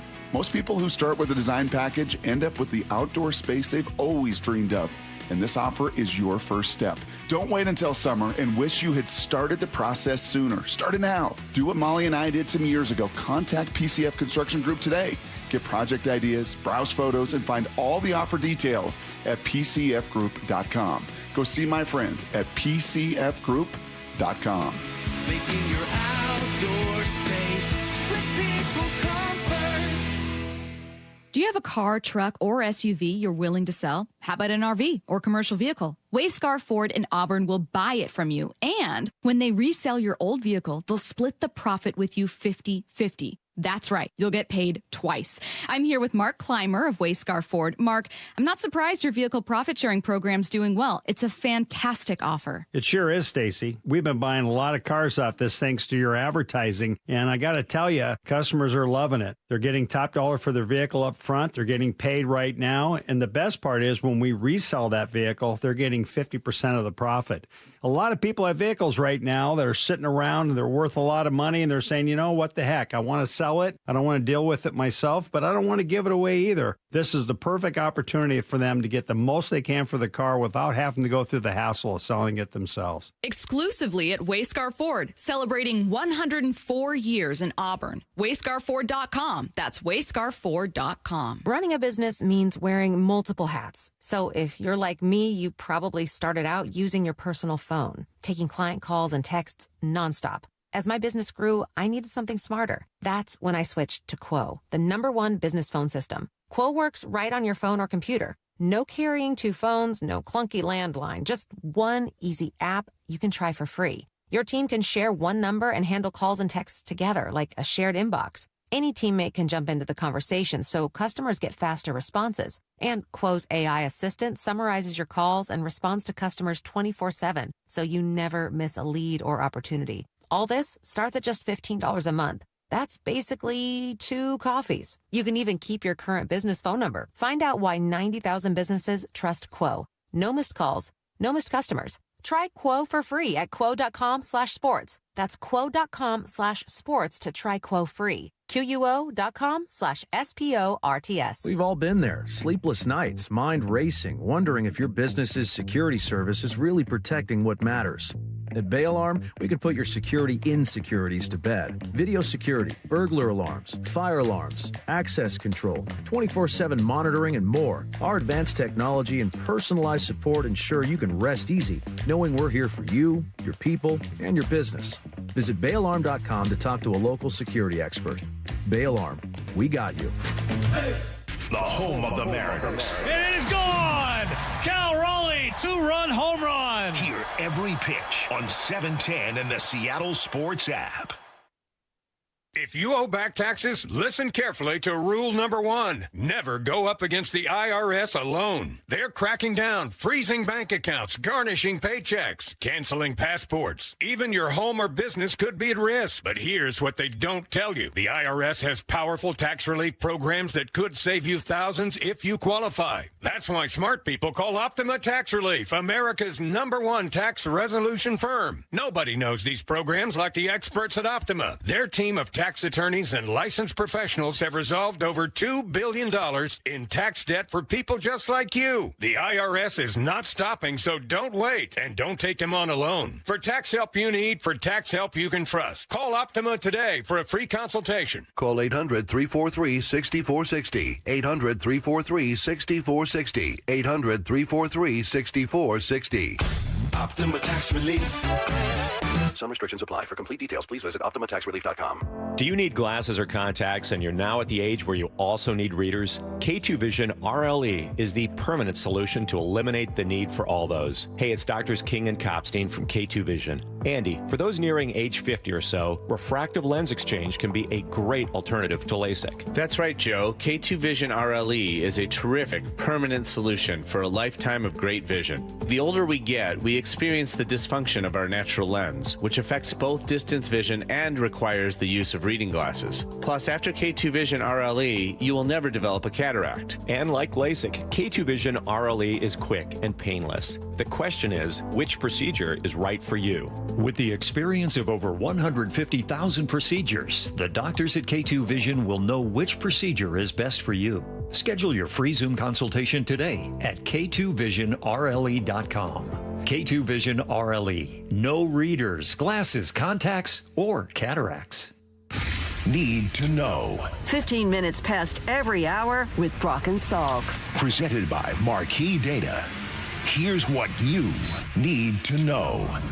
Up first. Yeah, ugly finish to the homestand as the Mariners just again couldn't muster much offense against the Yankee starter. This time, Cam Schlittler doing the honors, Brock. He was very good. 6 1/3 innings.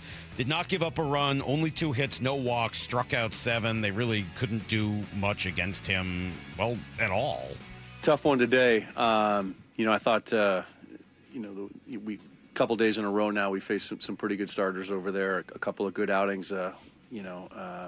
With Fried yesterday, and then Schlittler today, I thought had good stuff again and made it tough on us offensively. He certainly did. And they got to him, or once he was out, they got to the bullpen a little bit. Cal had a 2-run single. Canzone battled in the 9th. The stretch and the 1-1 pitch. Swinging a line drive to right field down the line, a base hit. Randy rounding third, heading home. He will score. Judge up with the ball to throw into second. Holy smokes, Dom Canzone with a base hit. The Mariners still have a pulse. Here in the bottom of the 9th, it's now the Yankees 5 and the Mariners 3. Unfortunately, that's how it would end. George Kirby was good, other than the 3-run shot that he allowed. He gives up 4 runs. It's the 2 walks that killed him. Yeah, can't do that. I mean, even if you give up a solo shot there, right? And he's not a guy that ever used to walk people. So, but we've kind of wanted him to walk a few more people. Yeah. Right? So that you're not always living in the zone. True. Here was Kirby afterwards. Yeah, it just stinks. I felt really good that whole game. And, just kind of 2 walks there in the 6th, and then the homer really stinks. So, just got to recommit, find a way to just get back in the zone, and just keep battling. I do wonder, Salk, for as much as we talk, rightfully so, about how hard it is to hit. And certainly Julio and Josh and Cal are not off to the start that any of us wanted, and certainly that they wanted, we don't flip it around and talk about how great it is to pitch. And I do wonder, the Max Frieds and this guy yesterday, and even certainly some of the Cleveland starters, like, man, those Mariners pitchers are really good. It's not to diminish them, but it's like having an elite defense as a quarterback. Like, yeah, Sam Darnold won it, but it's really nice to have that defense. And I think old Schlittler and Max Fried are like, if I got to pitch in that place, yeah, no kidding, all the time, and not in the bandbox in New York that I do, especially in March, I bet my numbers yeah, would be, I wouldn't mind pitching here in March. Into yeah, April, that would May, be okay. And maybe even in June. That doesn't sound too bad. Dan focused on some of the positive afterwards. Yeah, I really am proud of the way the guys came back tonight. It's offensively, what they were able to do to the bullpen there, put up some really good at-bats late in the ball game. And, I thought gave us a chance to win and pushed it to late. So really good job by our guys fighting back. And it's good to see, Cal pick up a double there with in a big situation to get us, a couple steps closer. And I think it was just although we lost the ball game, a good way to end it for us and give us a little bit of momentum as we head out onto the road. Text machine, not surprisingly, Brock, a little frustrated today after the homestand, and I think I understand why. I was kind of giving some people grief earlier, but look, I think the goal and the thought process was we wouldn't be hearing those kinds of comments as often this year, right? The hey, we the kind of, well, we battled back. Unfortunately, it didn't go our way. Like, I think, the hope was that just wasn't going to be a big part of the season. We're only a week in, obviously, but I understand there's some frustration. No chance for JP to get into another rehab game. Last night, Tacoma got rained out, so he should be back in there tonight. Here's the second thing you need to know. We got a little bit more from Mike McDonald, Brock, from the breakfast press conference that he did with reporters at the owners' meetings. He was asked about where they're at edge-wise after losing Boye Mafe. Probably if there was a right opportunity, we probably would have done it. It's just like it had the right matchup hasn't happened yet, so it's kind of one of those things don't press it, and maybe there'll be another either through the draft or maybe after the draft, free agency, or something through training camp, or our guys rocking and rolling, they play great, and we'll roll with the guys we have. What's that old saying, Salk? Patience is the shortcut. I think we've seen that with our clubs in town quite a bit. I think we've seen that with the Seahawks at times. And just kind of wait it out. First wave, we're not going to overspend. Second wave, okay, some of these veteran players think that they still have more value than what we believe, and we'll let the draft happen and transpire. And I'm sure the Clowneys and the Von Millers will look at that and see and hope that maybe the Seahawks, if they want to end up here, don't end up taking a guy in the first or second or third round. So you just kind of you're in a position of power. Well, I agree with that, Brock. I also think I'm a little relieved to hear him say it. I feel like I have been the only person in Seattle concerned at all about Boye Mafe leaving. Everyone else is like, whatever. And that's fine. Maybe he didn't need $20 million a year. I'm not sitting here saying they screwed up by letting him go. But he was a pretty valuable piece and having those waves of pass rushers is a pretty big deal. Who would he have been the equivalent of in that 12, 13, 14 run? Bruce Irvin? Yeah, I think that's probably right. As a pass rusher, yeah. Bruce was a little more of a stud, set the edge, Sam, stop the run. Yeah, they're not exactly rugged. the same player, but as far as a rotational piece, when he came in and pass rushed, along with Bennett and along with Averill, that'd probably be the DeMarcus Lawrence. Yeah, that's probably right. All right, thanks. Appreciate it. Nailed that one. He also you're just a man of genius this morning. He also was asked about Riley Mills. Could he be a part of the situation on the edge? Yeah. Well, it depends on what's the sweet spot weight-wise, and just right now, I think we're working through that on where we want him to be. But sometimes we do a bigger guy on the edge, and I think Riley could do that. Yeah, he's not a speed. No, he's not that. He's not a nickel edge. Could he be? If you have to go back to could 2013 he play some base again, stuff? Could he be some Red Bryant? That's right. Can he play some of that edge when he needs to get big? He could do that. Here's the third thing you need to know. Are we buying this, or is this just PR from Puka Nacua? So he is apparently checked into a rehab clinic in Malibu. His lawyer, his name is Levi McCathern. Here's a little bit of Steve Weish, who received a statement from his lawyer. This is according to his attorney, Levi McCathern, who provided me, I'm going to read it, part of a statement that Puka's taking responsibility for his well-being and is focused on improving his performance during the off-season. His own well-being, Brock, not the well-being of people around him. Puka voluntarily entered a private facility to focus on his health, personal growth, and overall development. He is committed to using this time constructively so that he can return to the best possible position, both personally and professionally. He will complete the program in time to fully participate in all of the Rams' OTAs. And Puka is deeply grateful for the support he's received from his family, friends, Coach Sean McVay, and teammates. All right, so a couple things here. One, do you buy that this is a real thing or is this a PR thing? No, I buy that he was out of control. And the videos show that, and the pictures show that, and the words show that, and the immaturity, right? It was spinning out of control, totally out of control. So I buy that whether it was his agent, whether it was his brothers, he lost his dad as a teenager. From what I understand, that was really impactful in their family, and brothers have had a hard time as well, kind of spinning out of control. So I believe that somebody has gotten the organization, just like, dude, you go down this road, the next move you may make, the next video you may make, the next incident that may happen, you may be done. Or maybe they said, hey, we're not signing you to a big contract unless you do something like this. But I think 253 has the right question here. I'm sorry, but can you go to rehab for being a jerk? That's kind of what this feels like. He's not saying it's drugs. He's not saying it's alcohol. He's essentially saying, I need to be better as a person because right now I'm a jerk. So he's going to rehab for it. It is bizarre. We'll see if it works out. Kraken hosts the Mammoth tonight. 3 points out, but also 7th worst record in the league, Brock, closer to 5th than the playoffs. So we'll see. They got 9 to play. That's everything you need to know. Quarter past every hour here on the Brock and Salk Show. Let's talk some baseball. We haven't had much of a chance to do so yet. Mariners go 3-4, not the homestand they were looking for, and yet ESPN still has them at number 3 in the power rankings. So what'd we learn? I got a few things next on Brock and Salk. Wyman and Bob, every afternoon at 2. I come into this with a lot more confidence. I know who this team is. I know who this management is. I know what they're going to do. Much higher expectations of this team. Yeah, no question. And I just feel like we talked about this during spring training, that there's some question marks, but there's no holes. There's no excuse not to make the playoffs. Yeah, that's an absolute expectation, not a hope. Wyman and Bob on the home of the American League West champion Mariners, Seattle Sports.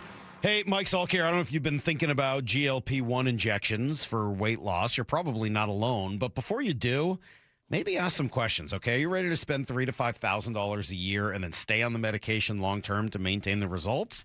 Yeah, that's a lot. A lot of these prescription weight loss injections require weekly shots. And then when you stop the medication, the weight regain is pretty common. People don't realize that research shows a huge portion of the weight loss can actually come from muscle. You don't want to lose muscle. And that'll even slow your metabolism, make it even harder to keep the weight off. So at Eastside Weight Loss Clinic, take a much different approach. It's a doctor-developed program. It helps men and women lose 20, 30 pounds or more in just 60 days without injections, without synthetic hormones, without any long-term dependence. It's all real food. You buy it all at the grocery store, and it resets your metabolism, controls hunger, cravings, all of it naturally, and helps your body burn fat, not muscle. You can go to the clinic in Kirkland, which is easy, or you can also do it from home. They've got great remote options. Schedule that phone call to get started by going to eastsideweightlossclinic.com. Safe, affordable alternative to weight loss. It's eastsideweightlossclinic.com. Dr. Ryan Coogan, D.C. Results may vary.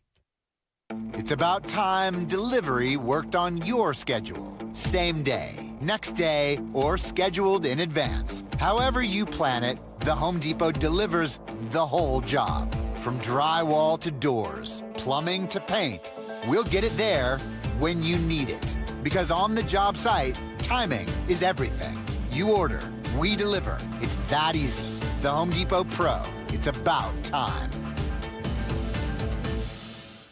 Harry Douglas here. Let me ask you something. What if you can enjoy the taste of a cocktail, the warmth of a spirit, and still stay fully in control? That's RK Zero Proof, a pioneer in the alcohol-free spirits category. RK delivers bold flavor and a real warming sensation with zero alcohol, zero sugar, zero carbs, and 0 calories. Perfect for nights out, social gatherings, or anytime you want the experience of a drink without sacrificing tomorrow. Check it out at rkbeverages.com. That's ARKAY beverages.com. RK, all the flavor, none of the alcohol. From whiplash to herniated discs, there are a few car accident injuries we've all heard of. J.P. Pendergast with Pendergast Law explains that even the most common injuries differ from one another. Pre-existing conditions, health history, beginning of treatment. There are hundreds of factors that make every person and every injury unique. While these variables aid medical treatment, the strongest case recoveries must also take them into account. Can you explain a little bit more? Our team at Pendergast Law is obsessed with turning over every stone to differentiate each case. This requires thorough investigation, diligent listening, and relentless research. We never pursue cases with a one-size-fits-all approach.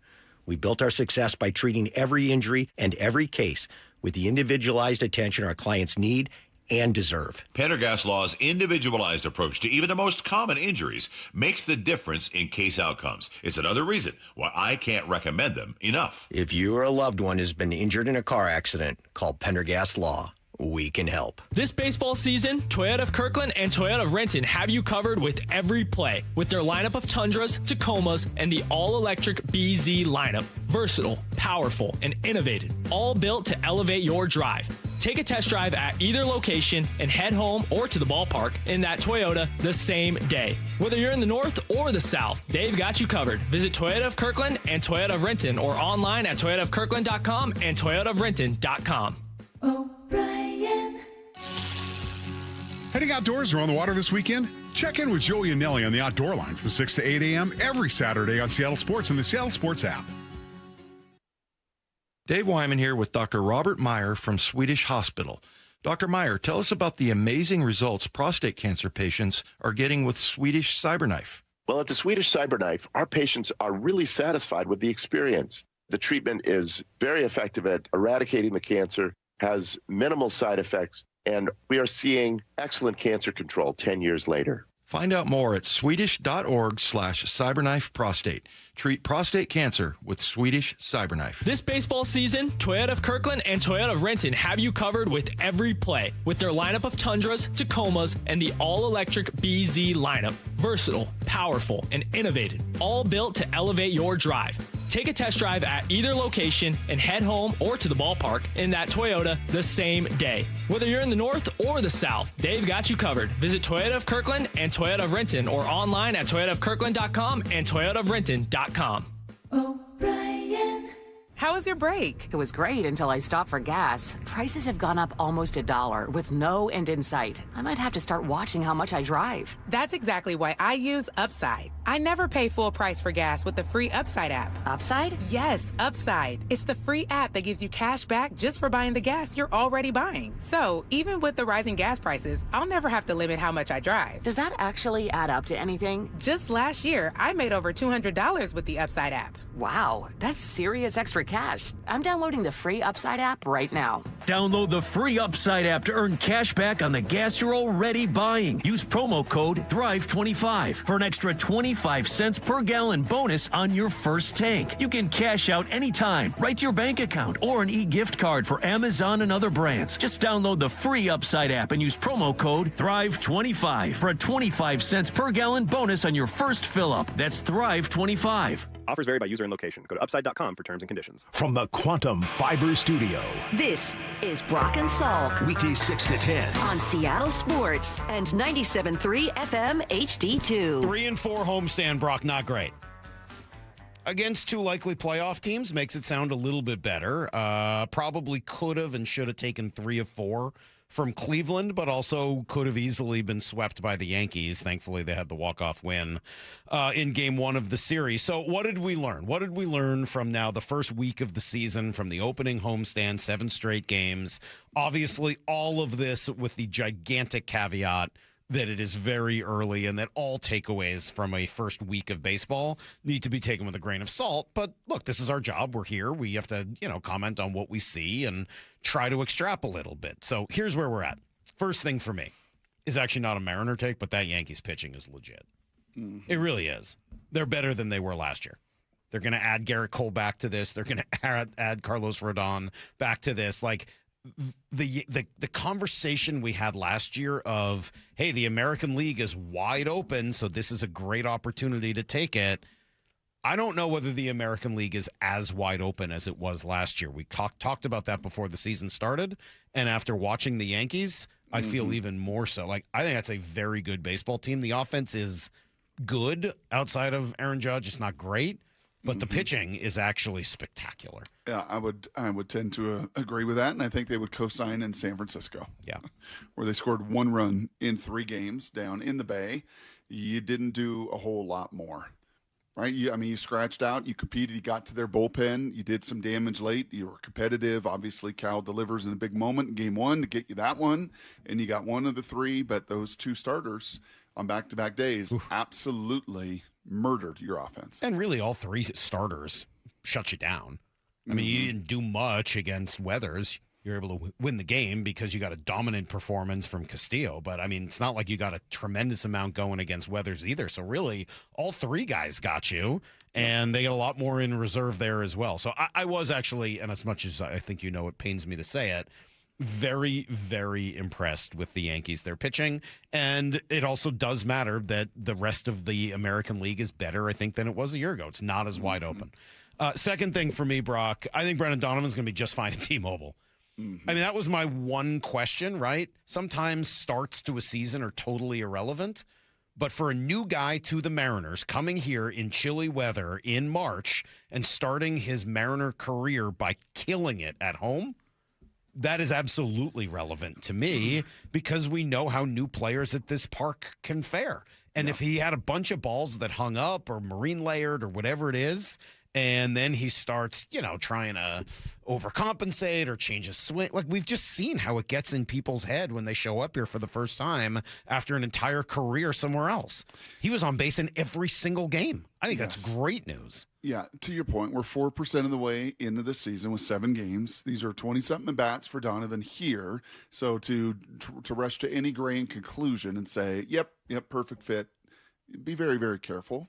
But you said this about Max Fried after that start. If you were to pick the perfect kryptonite to the Mariners offense and the kind of pitcher and the kind of stuff and left-handed, you'd look a lot like Max Fried. Yes. I think if you were to pick the kind of just approach and style and swing and spray and everything else to counteract the challenges of T-Mobile in April and May, he'd look a lot like Brendan Donovan. Except, I mean, look, I agree. Obviously, it's worked out really well. So the answer to your question is probably. But we do hear sometimes that the line drives hang up.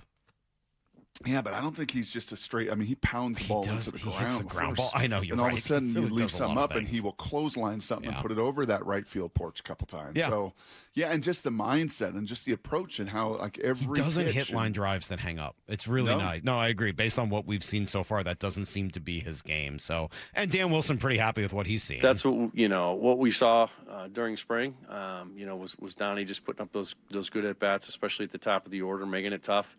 When he's getting on, leadoff double today to kind of set the tone for us. We just weren't able to back it up too much, but he's a tone setter. He's a guy that's going to get you on base, and if he doesn't get you on base, he's going to put up a tough at bat. And that's what you want at the top of the order, and all our guys are going to do that. They're going to put that tough at bat on you, so it's one guy after another. But Donnie, I think, is starting to feel comfortable out there at the top. Well, that was clear. Now, there are going to be some questions about his defense, certainly at third base. Sleepers. I think we're all going to have a few. Does he have all 3 errors? I think they have 3 errors, and he has all of them, right? 4? Cal has 1, right, for the bad throw the other day. Right. So right. I know Cal has 1. But, that he just doesn't look comfortable. No, he doesn't look comfortable there. And that is definitely going to be on the watch list. Their defense, because of it, has been a little bit of a challenge. And Randy's had a tough start, I think, defensively and left. And, I think there are a couple of things to watch there. Overall, big picture takeaway. I feel pretty good about their ability to score runs. I really do. I know that it didn't look that way necessarily during the 7-game series, but you did face tough pitching. You did it in awfully cold weather, and you essentially scored runs without your 3 biggest stars doing anything. I mean, like, those 3 guys all had a lousy week, and your offense was still good enough to survive. And by the way, those 3 stars, I know there's a lot of negativity around it today, and you can certainly point to all the bad numbers that the three of them had for the week. But it was just a week, and those three guys do have a track record that tells me they're going to be okay. This group is, and again, 7 games, but this is what we do. We've got to look at homestands and road trips, and maybe not game by game, but we can kind of evaluate homestand by homestand and road trip by road trip a little bit as you kind of pile these games together. This group is still going to be very much home run dependent, I think, offensively. For all the Donovan is, and that Cole Young, who had arguably the best set right there, those two hitting leadoff at ninth, kind of set the whole table and got you 3 wins along with some, excellent starting pitching. This is going to be a group that's home run dependent. And when they don't hit any, these 3 games against the Yankees, it's going to be hard to win a series. And I know that's baseball in general and at large, but I think for this crew with Josh and Cal and Julio and the guys in the middle there that we talk about, they got to do damage. Got to do some damage. And we just didn't get any of that yesterday Paul Goldschmidt did, and you didn't. And that ended up kind of being the difference in the game. We had a texter saying he was really mad that Cal and Julio weren't playing small ball after a Donovan double. And it's like, well, I don't want them playing small ball. I might want Leo Rivas doing some of that at the bottom of the lineup because I don't think he's going to hit that many home runs.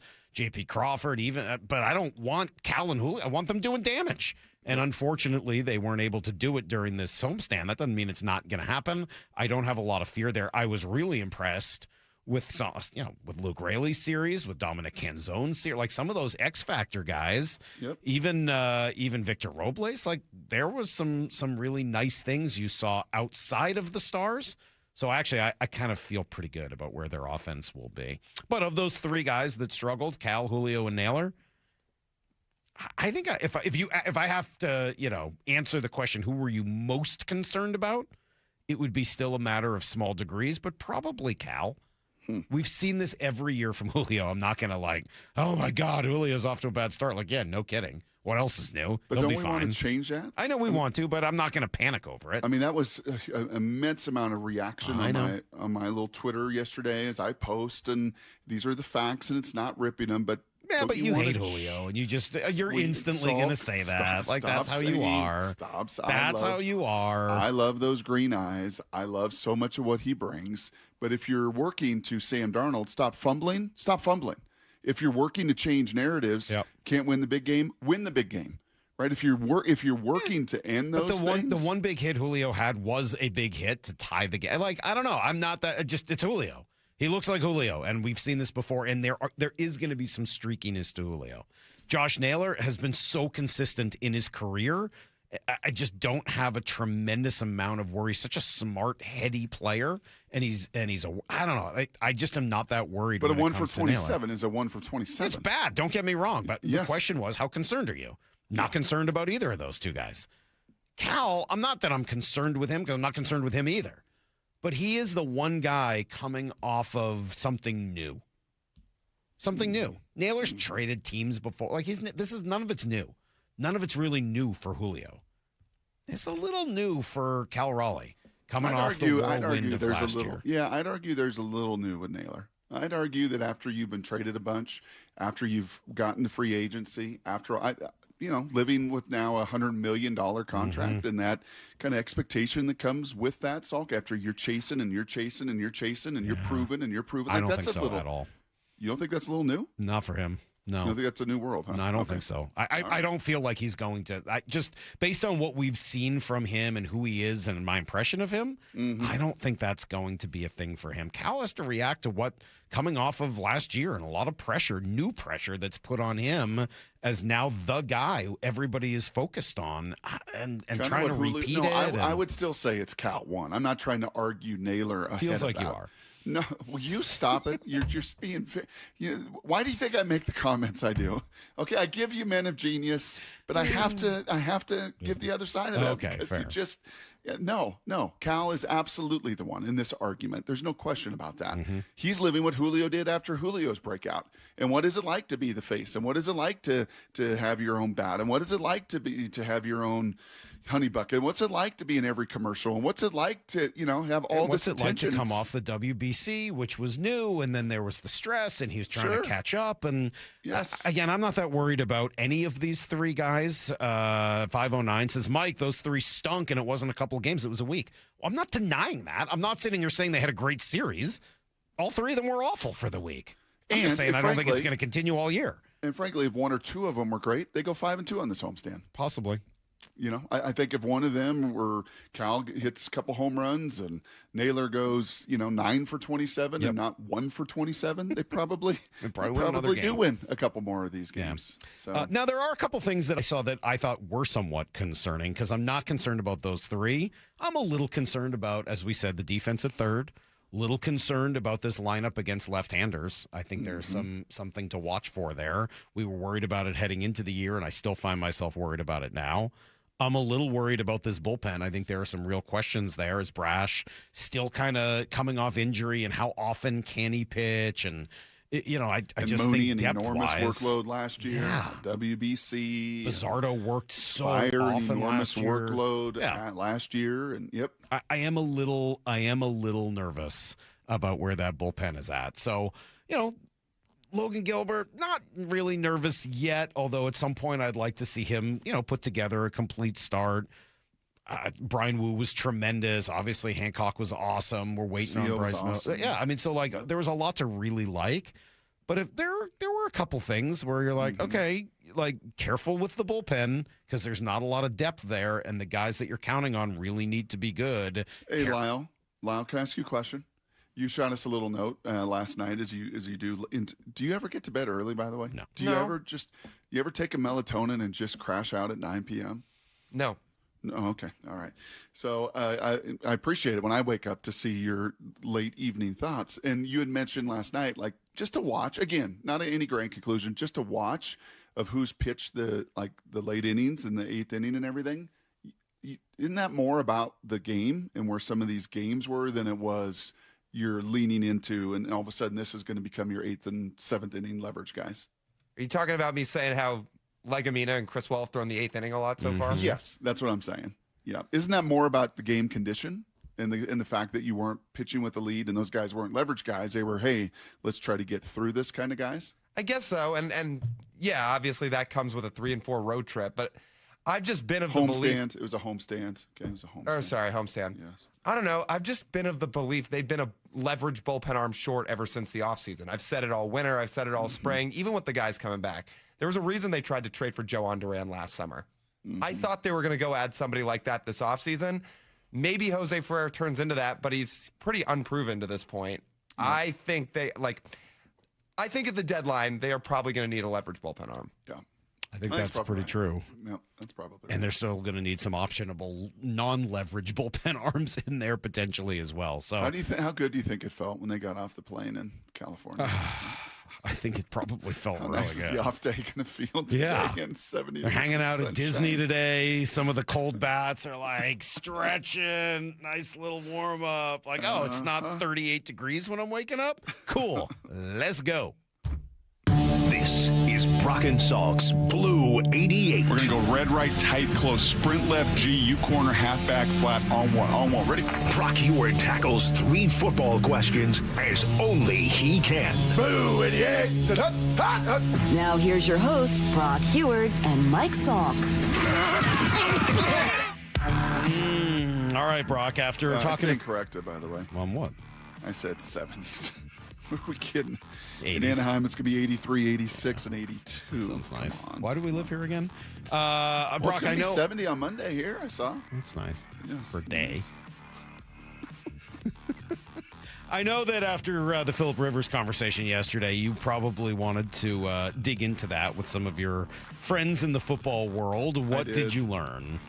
I did. So this whole McVay, McDonald, this whole comp, then we're still getting it, and we'll get it in the next year. And now with McVay, doing what he's doing and continuing to not let some things rest, I think you're going to hear more of that link. We talked through some of that the other day. But yes, I was verbally processing with 2 football guys yesterday and trying to think what really is the most direct comparison between these guys. Because it's kind of hard. One's offense, one's defense. But you know what they are? They're the tip of the spear of evolution in the NFL. They are the two that when people on offense turn to innovation, where do I want to look and who do I want to study? I want to study what Sean's doing. When people on defense want to turn and want to look and they want to study, they're going to study the scheme of what Mike Macdonald is doing. For sure. So I think they're both tip of the spear in that way. And right along with that, okay, that's the obvious. Take it next level. So what are they doing? Well, what did Sean do earlier, 3, 4, 5 years ago when I was calling NFL games? You know what it was then, Saul? Condensed formations. Mm-hmm. It's shrinking the field. And we're going to get all these condensed formations. What did he do and what did he evolve next? We're going to get to a lot of 13. And we're going to get into these personnel groupings. And we're going to really, he is constantly moving and evolving and never sitting still. What is Mike Macdonald doing on the defensive side? You know what? I'm not just going to do these simulated pressures. I'm not just going to do some of these different looks. I'm not going to disguise. I'm going to take Nick Emmanwori and really make a legitimate big nickel that even if Phillip Rivers says, sheesh, that was a problem. What's the next evolution with that? Could it be adding more Nick Emmanworis? Become even more positionless at that second and third level? Right? If teams are going to combat and more offenses are going to look for tight ends, and this is a deep tight end draft, and you're going to see 12 and 13, how am I going to counter to that? Am I going to keep Ernest Jones on the field and let them pick me apart in 12 as the Rams did in the title game? Or am I going to try to find another Nick Emmanwori that can really run and cover? What is the next evolution? Those two guys are on the very, very front end of it. All right, question number 2. You buy any of that? So you're nodding along a little bit? I am buying a lot. What? Well, I think what I was thinking was, it was actually making me think about Moneyball. Like, everyone thinks Moneyball's about on-base percentage, but Moneyball is about finding the thing that is going to give you an edge. Yep. And I think I hear you say the same thing. Everyone thinks Sean McVay was about condensed formations or about 13 personnel, but he's not. That's what's next? It's What's about next? Making the change to stay ahead of the curve. And yep. That's actually what I was thinking about. I thought it was a pretty interesting point by you. Question number 2, Brock. You'll love this one, man. Leadership? Yep. All right, what are we learning about leadership? You'll love this. You think all the time when I ask you, Salky, and when Jane and I are talking about you behind your back, good. Hey, this has nothing to do with vanity, okay? I don't care about how you look or whether you're fitting into your clothes. I care about your well-being because you think, Brock's got all these new exercises and Brock just does his workout routines and Brock and G-Tech. It's not about vanity completely. It's about feeling good. And I've been digging into this awesome leadership podcast.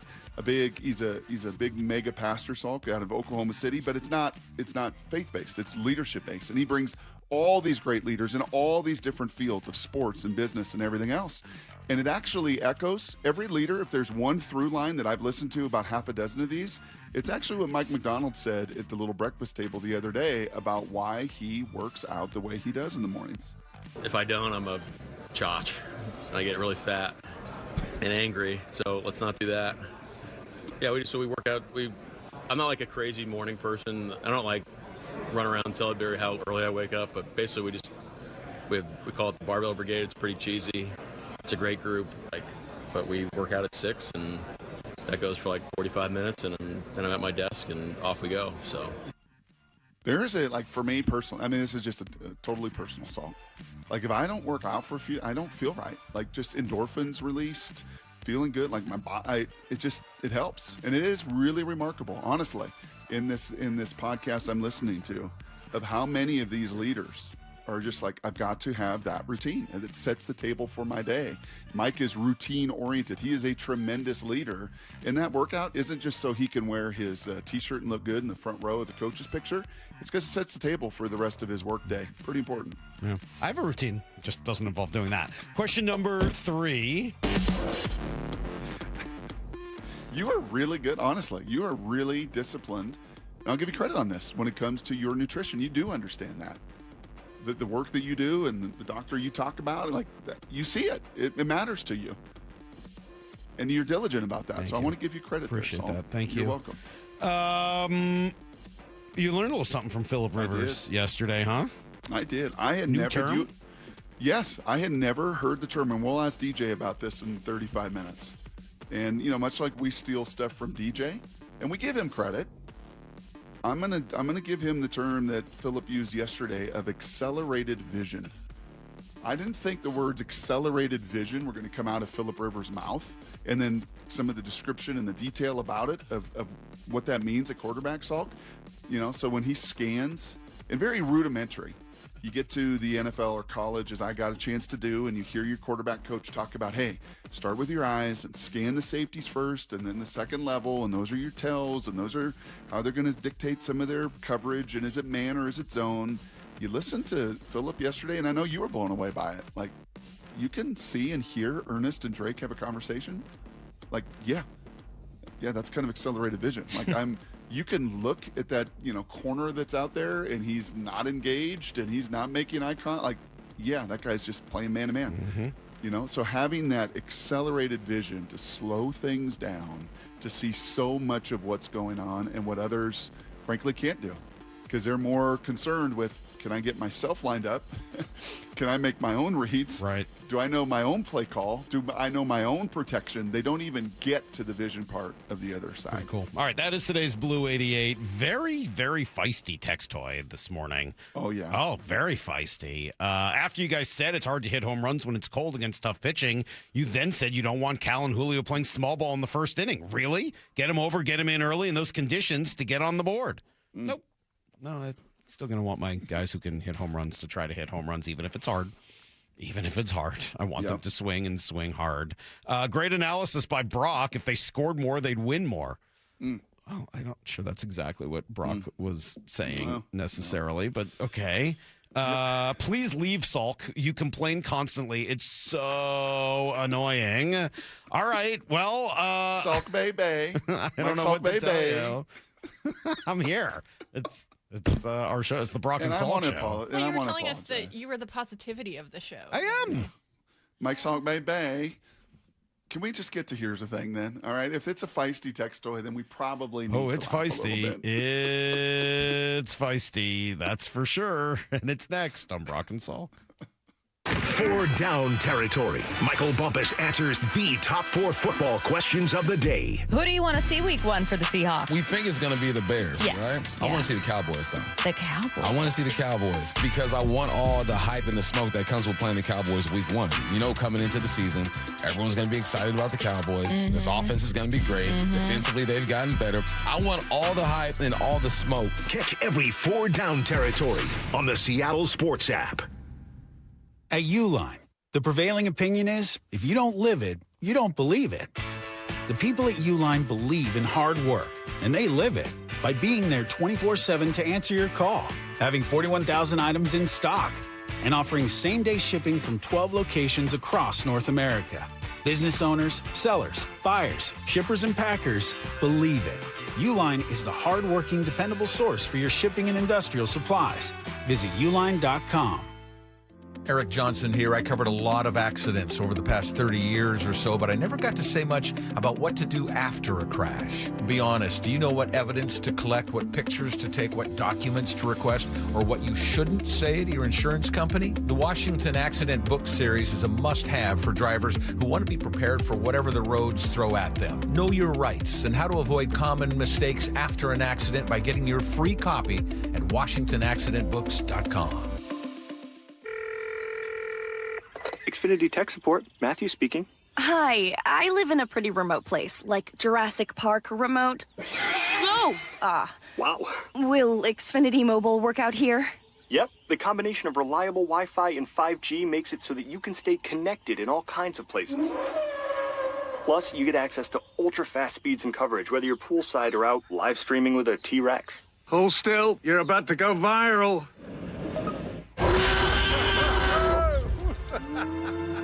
Welcome to a new era of Wi-Fi boosted mobile. Cut your mobile bill in half with 2 lines of unlimited. Learn more at xfinitymobile.com. Xfinity. Imagine that. Watch Jurassic Park with Xfinity. Restrictions apply. Xfinity Internet required. Savings comparison based on promotional rate for 2 lines of Xfinity Mobile Unlimited versus 2 lines of T-Mobile Experience More, Verizon Unlimited Plus, and AT&T Starter as of February 10th, 2026. Taxes, fees, extra. Hi, Sarah here with Safeway. We're proud to partner with Champions of Change co-founder Doug Baldwin to help nourish Washington students through the Nourishing Champions program. Thanks, Sarah. And here's the reality. Every day, students across our state are staying after school for extracurriculars on empty stomachs, and some of them don't know where their next meal will come from. Food insecurity is reaching crisis levels, and the impact on our youth will extend far beyond this moment. The good news is that there's an answer in the federally funded after-school meals programs. But right now, Washington schools' participation is very low, reaching only 2% of the students who qualify. That's where Nourishing Champions comes in. We're offering grants that not only fund food, but also resource and training support for the schools to offer an after-school meal program for years to come. Our goal is to reach 10,000 more students in the first year of these grants and then grow from there. School staff can learn more and apply today at championsofchangefoundation.org and navigating to the Nourishing Champions tab. That's championsofchangefoundation.org and click on the Nourishing Champions tab. Finding great candidates to hire can be like, well, trying to find a needle in a haystack. Sure, you can post your job to some job board, but then all you can do is hope the right person comes along, which is why you should try ZipRecruiter for free at ZipRecruiter.com/radio. ZipRecruiter doesn't depend on candidates finding you. It finds them for you. Its powerful technology identifies people with the right experience and actively invites them to apply to your job. You get qualified candidates fast. So while other companies might deliver a lot of hay, ZipRecruiter finds you what you're looking for. The needle in the haystack. See why 4 out of 5 employers who post a job on ZipRecruiter get a quality candidate within the first day. ZipRecruiter, the smartest way to hire. And right now, you can try ZipRecruiter for free. That's right, free at ZipRecruiter.com/radio. That's ZipRecruiter.com/radio. ZipRecruiter.com/radio. ZipRecruiter. By texting 64,000, you agree to receive recurring automated marketing messages from IQBar. Message and data rates may apply. No purchase required. Terms apply. Available at eatiqbar.com/policy/terms of service. I've got good news and bad news. Here's the bad news. Most protein bars are packed with sugar and unpronounceable ingredients. The good news? There's a better option. I'm Will, and I created IQBar plant protein bars to empower doers like you with clean, delicious, low-sugar brain and body fuel. IQ bars are packed with 12 grams of protein, brain nutrients like magnesium and lion's mane, and zero weird stuff. And right now, you can get 20% off all IQ Bar products, plus free shipping. Try our delicious IQ Bar sampler pack with 7 plant protein bars, 4 hydration mixes, and 4 enhanced coffee sticks. Clean ingredients, amazing taste, and you'll love how you feel. Refuel smarter, hydrate harder, caffeinate larger with IQ Bar. Now you can get 20% off all IQ Bar products plus free shipping when you text radio to 64,000. Text radio to 64,000 to get your 20% off. That's radio to 64,000. Let's go! This is Seattle Sports. Streaming through the Seattle Sports app. KIRO AM Seattle. KIRO FM HD2 Tacoma. Home of the Seahawks, Mariners, and everything Seattle sports. Give me a freaking auto! From the Quantum Fiber Studio, this is Brock and Salk on Seattle Sports. Brock Heward and Marcus. Sorry about just Mike. Heward, not exactly Joe Cap there in the pocket. Now here are your hosts, Brock Heward and Mike Salk. Man, so much feist out there today. I think the Mariners started 0-7, not 3-4. But I also understand a little of it. Like, I get it. I get the feistiness. Like, this was not supposed to go like this. Like, we're not supposed to have these moral victory conversations this year. The expectations are incredibly high. Bob Stelton said the expectation is you make the playoffs. There is no other acceptable result to Bob Stelton. I've heard the promo a bunch of times. So, yeah, hearing some of the, we kind of came back. I get why there's some frustration about that this morning as well. All right, Brock, every day we look for these great messages that people have left us for Here's the Thing. We play them all on Thursdays. They all come through the Seattle Sports app. And let's see what we've got today. Brock Heward doesn't just hate one kid. I am so disappointed in Michael Salk. You don't know what you're talking about. You're mindless. Love you, bye. It's time for Brock and Salk's Here's the Thing. Okay, here's the thing. All right, let's see what we got today. We'll start with Ethan. Salk said he got a strawberry something from Dairy Queen. It's strawberry. Salk grew up and he loved Burry Bonds. He loved Burry Sanders. It's Barry. Well, those people's name are Barry. I got on to you about this once with, you said raspberry too. Yeah, I was like, what raspberry, strawberry. Because I don't think that's a Boston thing, because I don't remember my cousins or anyone out there. Burry? Well, his name is Barry with an A. You're talking about strawberries, if you want to say it that way, with an E. Those are two different things. Uh-huh. You think it's like Berry, Bonds? One is Barry. Okay. The other is Berry. Huh? But you say Burry. You say Burry. That is an East Coast accent thing. Yeah, you say it B-U-R-Y. That's an East Coast thing, I know, Barry. Because I think there's a difference between fairy and ferry. I think it'd be less noticeable if you said straw and then Barry Bonds than saying Burry. Well, whatever. Burry. Screw all of you. You really say I Burry? say it. Do you really? Yeah, you say blueberry? Strawberry? Strawberry. Cranberry? Cranberry. Yeah, I just say strawberry different, I think. And raspberry. And raspberry. Yeah. Those I go quick. But Strawberry and blueberry, raspberry, huh? Strawberry. Yes. I don't know. Who cares? All right. Why? Who cares? I know he was kind of Fuck, angry. words matter. Who cares? Mozart. Thing. I guess deuces are wild for that opening series. 2 wins, 2 losses, and 2 fettuccine bombs by my guy Dommy Cans. Ciao. Thanks, Sam. Dommy Cans. So Charlie Furbush and Mike Lefko on Friday, when they were in for you guys, were trying to come up with nicknames for him. They were talking about Bomb Can Zone or Bombinic Can Zone. Or Shannon told them they were bad. I agree with her. But other people are looking for nicknames as well. Here's Eric. Here's the thing. I'm pushing for Brendan Donovan to be known as the missing link. There's a couple reasons why I think this is such a good nickname. Number one, paleontologists have theorized a missing fossil that links apes to humans. And while I'm not calling Brendan Donovan a mix between apes and humans, he is pretty hairy. Number two, Brendan Donovan is clearly that missing link in the Mariners starting lineup. Thank you. I think you might have overthought that one. I don't think you can call him the missing link. No, I don't think so. I like that there's so much rationale behind it, though. But I don't think you can call him the missing link. Mm-mm. Here's Adam. Here's the thing. Brock, exactly how long did it take to go from crying over the beautiful story of Gary Woodland's comeback victory after defeating brain cancer to begin judging how good his teeth looked? That's a good question. Exactly 3 seconds. As I was crying at him, big tears.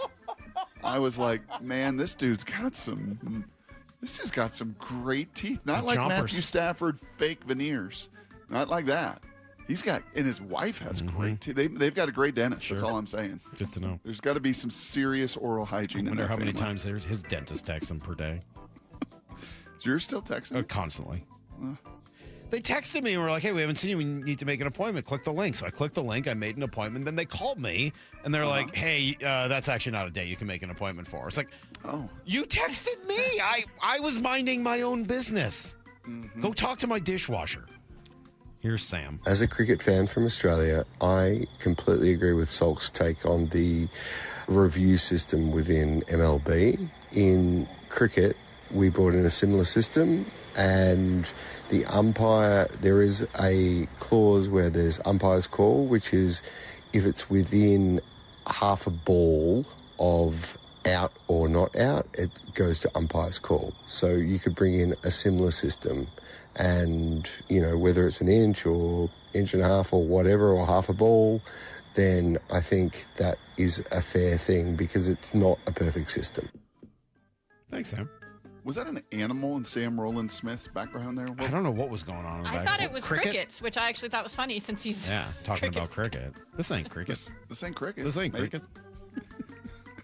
Did you know that? Did you know cricket had those No, rules? I don't know anything about cricket. Could you Other watch cricket and understand the game at all? Years and years ago, I was on vacation, and my dad and I went to watch cricket at like a pickup cricket game.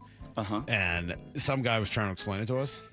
No chance. It was the most complex, confusing thing. Anyone it was like theoretical calculus. It was so hard to understand. Yeah, my dad's best friend is Australian.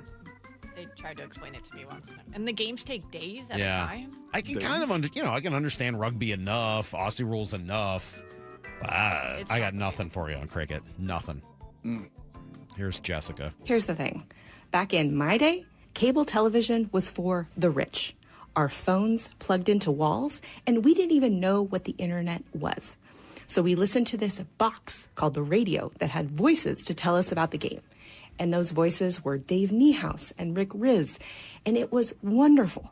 And so now you're telling me that I can pay $100 to get around 150 games on a personal computer that I hold in my hand and I can take with me anywhere I want. And that if I want to listen to the other 12 games, I can listen for free, no blackouts, on the very radio I'm listening to right now, or the Seattle Sports app. And people are complaining about this? Honestly, kids these days. Not only that, but those other 12 games you can also watch on various other platforms. They're just the national games. Two other things I need to add here. I just want to say my shot at Matthew Stafford's veneers, uncalled for. Yeah, it was mean. I have no issue with veneers. Okay. If you go that route, I've got 0.00 issue with that. Okay. Secondly, Jessica, kind of reminds me. This is a bold statement, but because Taylor Sheridan's made some great series, Yellowstone kind of the start of it and all. Molly and I tuned into Madison last night. Madison has gotten reviews like this is Taylor Sheridan's best. You got to watch Salt. It's really good. Wow. And you and your girlies will love it. Wow. It's only 6 episodes. Michelle Pfeiffer's unbelievable. Kurt Russell's unbelievable. Michelle Pfeiffer. And Kurt Russell. I mean, you got to. Did you ever see the movies? Did you ever watch Hell or High Water? Kurt Russell? Yes. Taylor Sheridan. Oh, Kurt Russell is not in that. No. Jeff Bridges is in that. You ever see Hell or High Water? Yes. With Jeff Bridges? Yes. That was Taylor Sheridan. Oh, my God. I think so. So good. I'm with you, Jessica. I think people are being a little whiny about this. Not going to lie. These are all the same people who kept saying, cut the cord, Salk. Why don't you cut the cord? You're so old school. Cut the cord. Why don't you cut the cord? It's cheaper. It's better. Everything's better when you cut the cord. Well, what do you think happens when you cut the cord? Everything goes to streaming platforms. That baby comes out. You cut that in. Did you? No. C-section. Yeah, C-section. We don't have to deal with that. Okay. Brent's going to finish this up. Here's the thing. Salk and I went to the UFC fights on Saturday at Climate Pledge, and it was a great time. Good batch of fights. Our fighters from the Northwest represented well. Washingtonian Michael Chisea got a storybook ending to his long career in his retirement fight. My gal, Alexa Grasso, got a huge statement win with one of the scariest knockouts I've ever seen. Overall, great night. But I want to apologize to everyone for Salk's behavior. He kept asking people if they wanted to wrestle. He was shouting crude things at Bruce Buffer. And the worst part was he took his shirt off to reveal he had shaved his chest, so it said, "Just bleed" in hair, which was both disgusting and embarrassing. And no, Salk, I still do not want you to put me in a rear naked choke. Whoa. That was a really weird way to end. Doesn't sound like you, Salk. Sounds like Brent might be having a hallucinogenic experience because none of that happened. All right. Well, that's how you can leave us messages. Maybe even better. That was not the best batch we've had. No. So you guys can do better. Leave us messages. We'll get to them next week. I know. No. That's on me. He is asking that people send in questions for him joining us at 8:30 tomorrow. Tomorrow? No. What do you mean no? Oh. You don't want that? Oh, questions on the text story? Yeah, on this. Yeah. Not the app. Through the app. Not the app. Yeah. So if you have questions or anything you want G to talk about tomorrow at 8:30, go to the Seattle Sports app and leave us a message there, and we will play the best for G if they come in for tomorrow. All right. Let's see. We'll give you everything you need to know, and then Daniel Jeremiah is going to join us in 20 minutes. We're talking draft, which is now just like 4 weeks away. Crazy. 3? That can't be true. 3 weeks away? Oh, my gosh. It's Brock and Salk, Seattle Sports on 710. After coming up short in their last 2 games against the Yankees. Paul Goldschmidt, 3-run home run. The Yankees. The Mariners hit the road for the first time in the new season. Up first, the start of a 3-game series against the Angels in Anaheim. Tomorrow night, can Brian Wu pitch the Mariners to a win? First pitch at 6:38. Pre-game at 6. You only need one app to catch every pitch of every game, all for free. The Seattle Sports app. I know. Cold, marine layer, everything else, but it's going to warm up over this weekend. Maybe even push 70 come Monday. And if spring is all about getting ready for summer, then maybe you got a room sitting empty. Maybe it's a space in the garage about making it your home gym. Brock Hewitt here, and working out in your own home gym. I've told you guys this for years and years. It's the best. And you can allow Top Fitness to create your own home gym. Give them your room dimensions, and they'll do a complete fitness room design. No secret why everybody, from personal trainers to pro athletes, love their stuff. They represent the best brands in fitness. Brands like Woodinville's own Precor, Inspire Fitness, along with many others. They also have everything from flooring to weights to go make your home gym a reality. And right now, get spring's special financing. I'm talking 0% interest for 12 months. Plus, mention me and receive a $150 credit towards any purchase over $1,000. Spring's here, so get into Top Fitness with locations in Tukwila, Linwood, and Bellevue, or visit topfitness.com for more info. That's Top Fitness, your best place for home fitness equipment.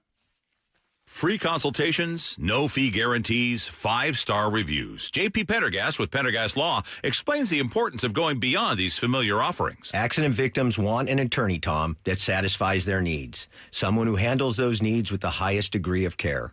Pendergast Law offers the no-fee guarantees and free consultations, but these only scratch the surface. Okay, explain more. We make sure that every member of our team is genuinely passionate about helping others. Customer service and communication are our top priority. It's how we take care of our clients so they always feel one step ahead of the insurance companies. Our strong reputation for high standards provides comfort and confidence when it's needed most. Pendergast Law offers the free consultations, the no-fee guarantees, and, of course, they are 5-star rated. But what really makes them different is their genuine passion for helping others. I can't recommend them enough. If you or a loved one has been injured in a car accident, call Pendergast Law. We can help. That's PendergastLaw.com. Visit America's Car Museum now, where history roars to life. If you loved Ford versus Ferrari, see Shelby Cobras and GT40s in the birth of the American supercar. Cruise-ins, drive-ins, race simulators, fun for all ages. Plan today at americascarmuseum.org. Stacy here. Sell your car to Wayscar Ford, and when they resell it, they share half their profit with you. That's right. Sell your car to Wayscar Ford, Isuzu, and Auburn. They'll pay you today for your car, and once they resell it, they'll share half their profit with you. WayscarFord.com. Running a business means wearing multiple hats. So if you're like me, you probably started out using your personal phone, taking client calls and texts nonstop. As my business grew, I needed something smarter. That's when I switched to Quo, the #1 business phone system. Quo works right on your phone or computer. No carrying 2 phones, no clunky landline, just one easy app you can try for free. Your team can share one number and handle calls and texts together like a shared inbox. Any teammate can jump into the conversation, so customers get faster responses. And Quo's AI assistant summarizes your calls and responds to customers 24/7, so you never miss a lead or opportunity. All this starts at just $15 a month. That's basically 2 coffees. You can even keep your current business phone number. Find out why 90,000 businesses trust Quo. No missed calls, no missed customers. Try Quo for free at quo.com/sports. That's quo.com/sports to try Quo free. QUO.com/SPORTS. The home of the Mariners. It is gone! Cal Raleigh, 2-run home run. Hear every pitch on 710 and the Seattle Sports app. It's tax time, y'all. If you want to file free, this next one's for you. Now taxes is so free.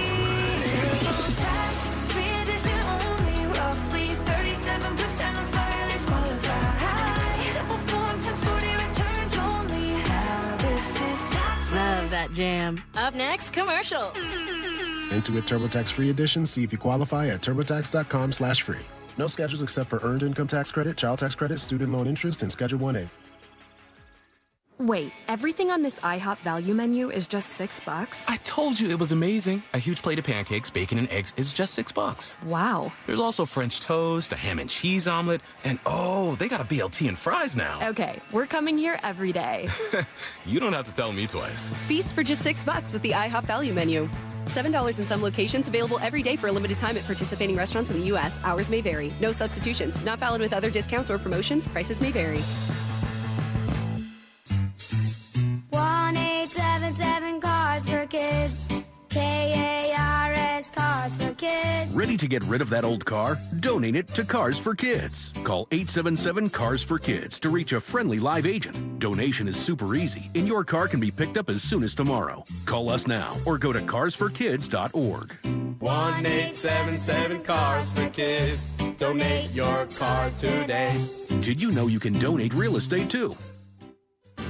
Spring is a perfect time to make improvements that protect and add value to your home. Hi, Justin Shirley, CEO of State Roofing and Exteriors. For decades, homeowners across the Pacific Northwest have trusted our team for roofing, siding, windows, and custom decking. This spring, save up to $3,000, or qualified homeowners can take advantage of 0 down, 0 payments, and 0 interest up to 24 months. Call 866-ROOF-ROOF or visit stateroofing.com today to schedule your free estimate. Need to know. 15 minutes past every hour with Brock and Salk. Presented by Marquee Data. Here's what you need to know. Up first. Yeah, it would have been nice to get that rubber match yesterday and at least leave town, Brock, 4-3 with a winning record. Unfortunately, the Bats just not able to do anything against Cam Schlittler. Really the third straight game against the Yankees where the Bats were held down by the starter. He goes, 6 1/3, gave up just 2 hits, no walks, struck out 7. They were not able to do much of anything, and the pitching was really good. We faced some really tough pitching, and no question about it.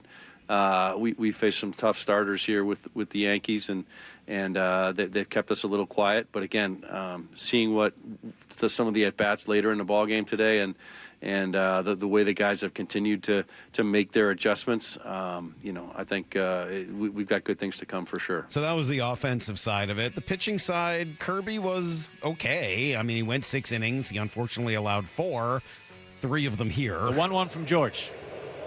Swung on, hit high, deep, left field. Arozarena back. He's at the track looking up. It is gone. Into the Mariners bullpen. Paul Goldschmidt. 3-run home run. And with one swing, the Yankees now lead 4-0. Yeah, that walks and home runs strategy still works. Yeah. Still works.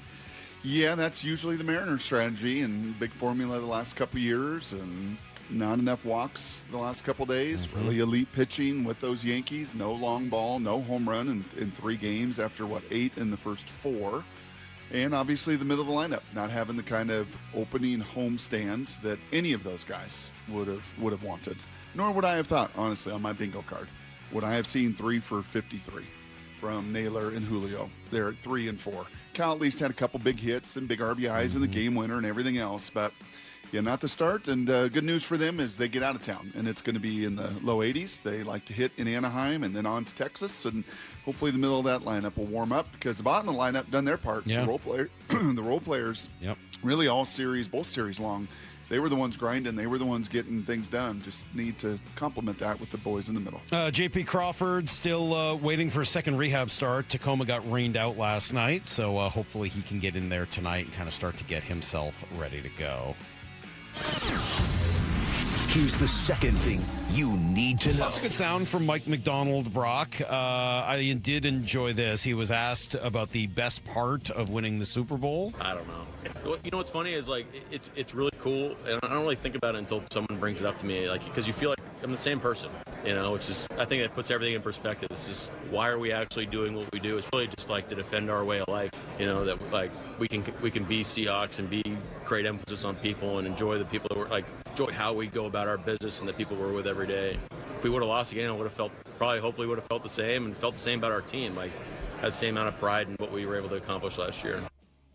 Defend our way of life. Mm-hmm. Pay off all these convictions that we have. There's really no sweeter feeling. He doesn't need to go golf. He doesn't need to rub shoulders with anybody. He doesn't need to day drink. It's just not going to fill his tank. But for him to, and he talked a lot to us about that, it's kind of the faith that the guys had to have in him, the faith that they had to have in the convictions for one another and the way they were going to go about it. And then to see that pay off and be at the very top and be in the middle of the picture. Yeah, I think he'd like to run. I think he'd like to do that again. It's funny. He ended up focusing on what it was to be a Seahawk and a lot of the strategy that they use. But when I first heard just the phrase "defend our way of life," I actually was wondering if he was going to say, if he essentially meant it as, Well, all of the work that I do, like all of the hours and hours and hours that all of us spend, sacrificing time away from our families and all, like, it all paid off because we did the thing that we were setting out to do. We achieved the goal. So he didn't mean it that way, but I wonder if he could have, because I would think that would have a pretty big role in it as well. I did like this sound, too, on adding an edge. Hey, would you add an edge now that Boye Mafe's out? Probably if there was a right opportunity, we probably would have done it. I think it's just like it had the right matchup hasn't happened yet, so it's kind of one of those things like don't press it, and maybe there'll be another either through the draft or maybe after the draft free agency or something through training camp or our guys rocking and rolling, they play great, and we'll roll with the guys we have. Market conditions, not right. First wave, not going to happen. Second wave, it's not really happened. Draft, could have happened. The right value at the right round, at the right pick and everything else, it may. After the draft, some of these veterans that don't end up anywhere. Well, we're going to talk to Daniel Jeremiah here in about 10 minutes, and we can ask him if there are some edge rushers that would fit for them in the draft. Here's the third thing you need to know. The Puka Nacua thing, Brock, it's not that I don't want to give him credit. It just doesn't quite feel right. So he's checked into this rehab clinic in Malibu. It does feel, I don't know, the fact that it's a rehab clinic in Malibu feels just a little PR-ish. I don't want to say fake. That's not fair. But it does feel like what you see celebrities do when, they get in a little bit of trouble and, just check into one of these fancy Malibu rehab centers. And I hope that, for his sake and the sake of the people around him, it's not just PR. We heard this from Les Snead last week. Well, definitely, I know this. Yeah. Puka's a young man becoming. Yeah. So, it's our job to help him develop, not only on the field, the off. That's going to be on us, and he's getting there. And, what he's done on the field speaks for itself. He's definitely somebody that we want to be a part of, right? This our ecosystem, our team for a long time. You think that is, and what he's done off the field also speaks for itself. And he's spiraling out of control. Mm-hmm. So I hope, whether it's PR, whatever it is, I hope he gets his life under control, because it was spiraling very badly. Yeah. All right. That's everything you need to know. Kraken will play tonight against the Mammoth. They are back home. Are we getting near must-win territory for the... It's not quite, thankfully. Everybody else keeps losing. But it's getting close, yes. It's not quite there. 9 games to go? It's getting to be pretty close. All right. Daniel Jeremiah is going to join us it's generally going to be Wednesdays again, but every week leading up to the draft, and then for a couple of weeks afterwards to break down everything that's happened. The Seahawks have 4 picks. What are they going to do with them? Well, we'll ask DJ those questions and more next on Brock and Salk. He built the Seahawks into the 2025 Super Bowl champions. They are bringing the Lombardi back to the Northwest. And every Thursday afternoon at 4, he's on Seattle Sports. We have higher expectations for ourselves. It's the John Schneider Show, presented by Silver City Brewery. 2025 NFL Executive of the Year, John Schneider. I think it's the ultimate organizational award. Every Thursday at 4, exclusively on the home of your Super Bowl champion Seahawks, Seattle Sports. Hey, Mike Salk here for my friends at Snoqualmie Casino and Hotel. We're getting close to Mother's Day, just a little over a month away. So let's make plans. Celebrate Mom with the big Mother's Day weekend giveaway. You could win one of 100 designer handbags filled up with prizes on Saturday the 9th and Sunday, May 10th. Don't forget to book a stay for the night at the new hotel. It's beautiful. Elevate your next getaway. Combine that effortless style and the utmost in relaxation. Go to snocasino.com for more. It is Seattle's closest Snoqualmie Casino and Hotel. There's nothing better than having a big fish on your line. Make this the year you take that unforgettable fishing trip to Queen Charlotte Lodge. Time is running out for summer bookings. Experience a luxury resort and amazing fishing with your buddies, family, father, or son. King salmon runs, halibut, and lingcod are always plentiful. Book your stay at fishqcl.com and use code ESPN. Experience fishing first class. Experience fishqcl.com. Deep to right field. Going. Goodbye, baseball. At T-Mobile Park, you've always got the best seat in the house. But for a view that's a real home run, check out right field. Make that the dump yard. Sure, it's a great spot to see our fearless outfielders fly, dive, and slide. Wow! Victor Robles makes the catch! But you might get to flash some leather, too, because the forecast in the dump yard always calls for rain. Raining big dumper home runs, that is. Number 60, the magical tour of Cal Raleigh just continues. Mariners baseball. Trident's up. Mark your calendars, Mariners fans. This season is jam-packed with epic events. Be here for Ichiro Replica Statue Night, April 10th, presented by BDA. Humpy Shoulder Plush Night, April 11th, thanks to Microsoft. And Randy Johnson Number Retirement Night, May 2nd, presented by T-Mobile. Get your tickets at mariners.com. What if you could have the most reliable Wi-Fi? And get this, what if you could keep it at the same price for 5 years? That's the Xfinity 5-year price guarantee. Just 5 years of fiber-powered Wi-Fi that boosts speeds to the devices that need them most. That finds and fixes problems before you even notice them. Like super intelligent Wi-Fi with a sixth sense. And that keeps you gaming in the fast lane, even when the whole family's banking on bandwidth. And here's the best part. No annual contracts, no hidden fees, and our best equipment included. Plus, get online in minutes with same-day Wi-Fi. Hey, let's face it, a lot can change in 5 years. Kids grow taller, dreams grow bigger, but your Wi-Fi, it would stay reliable and the price would stay put.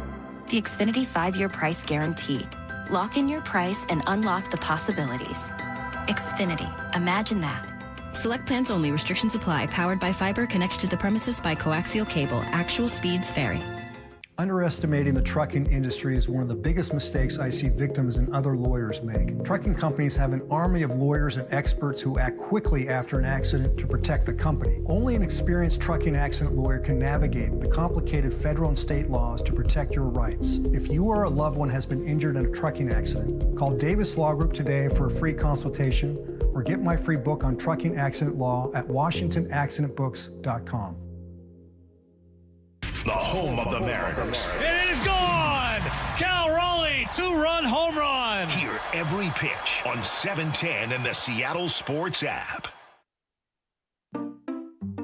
We just want to have enough money for retirement. And travel to visit our grandchildren. I understand. That's why at Fisher Investments, we start by getting to know each other, so I can learn about your family, lifestyle, goals, and needs, allowing us to tailor your portfolio. What about commission-based products? We don't sell those. We're a fiduciary, obligated to act in your best interest. So how do your management fees work? We have a simple management fee based on the value of your portfolio, so we do better when you do better. We appreciate that kind of transparency.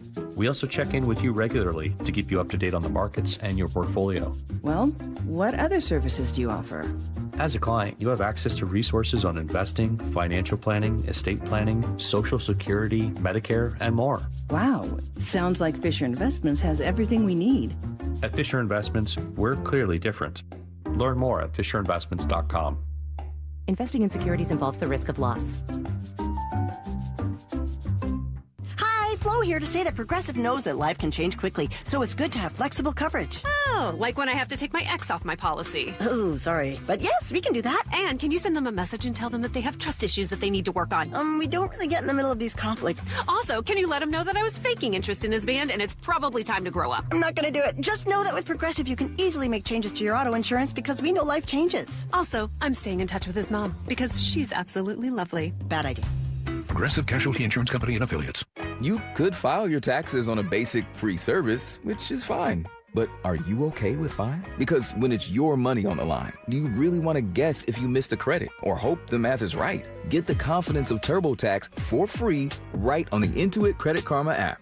Free Fed and free state for simple 1040s only. Around 37% of filers qualify. See details at turbotax.com/free. No schedules except for EITC, CTC, student loan interest, and Schedule 1A. From the Quantum Fiber Studio. This is Brock and Salk. Weekdays 6 to 10. On Seattle Sports and 97.3 FM HD2. You think Lyle played this because you came in singing Led Zeppelin this morning? Absolutely not. Me neither.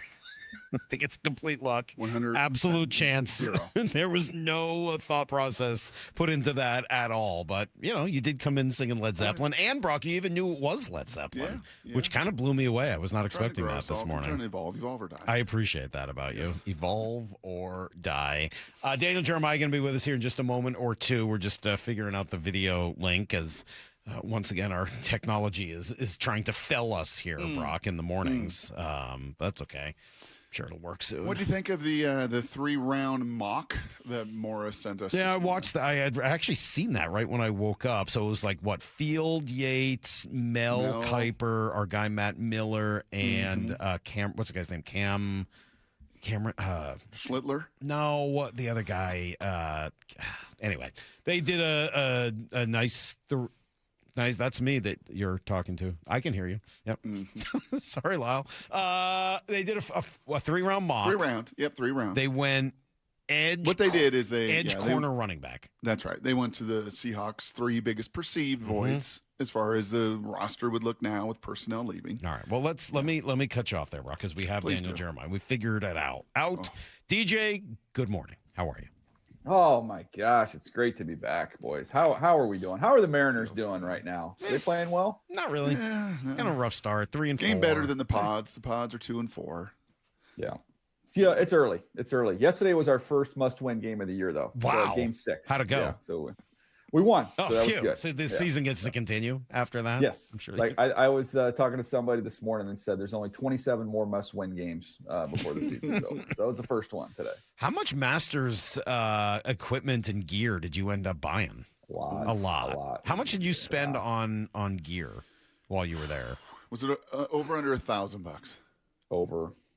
You spent more than $1,000 just on clothing there and gear? Yeah, it was not well received when I got home.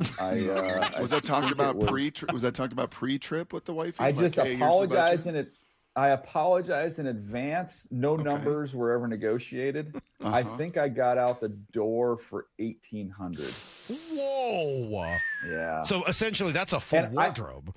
And the funny thing was, the guys I was with were all buying so much stuff for so many people, and I was pretty much buying for myself. That was a tough part. Is it like the sandwiches and concessions where it's pretty cheap? No. Or is it not? Yeah. Or do they make their money on the gear because it's not? It was like fair price. It was a fair price. I mean, you can have different levels, however nice you want to be. I mean, it was very cold the day I played. So I convinced myself I needed this super heavy sweater thing that I'll never wear in San Diego ever again. I don't know. And it was my most expensive item. That was not, I got caught up. Just think about when you're checking out at the grocery store and that like the candy or the chapstick or whatever, how many times have you made that purchase? Except in this case, it was maybe a $400 sweater. Watch this segue. You know who doesn't get caught up in market conditions? The Seahawks, DJ. Yes. Everybody else spends. Everybody else gets all emotional, and the Seahawks, they just stand pat, right? They don't get affected by the waves of free agency. They don't get affected by the noise, right? Isn't that the story of the last month and a half since we talked to you last? Yeah, they have conviction and belief in their process, and there's proof in the pudding coming off of a Super Bowl. But they didn't overpay. They got the deals done that they felt were proper deals and fair deals, and didn't stretch it. And now they'll rely on their talent acquisition as we go into the draft, which John's been exceptional at. So it's easier to be confident when you've got the trophy, and it's a pretty good indication your process works. Did any of the guys that walked out the door concern you?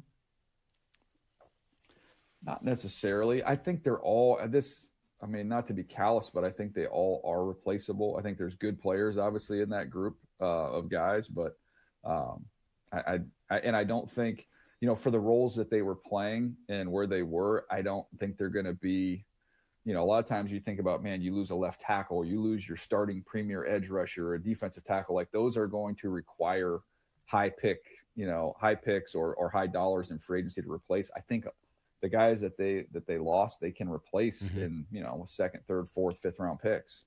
You get that sense when you were at the combine?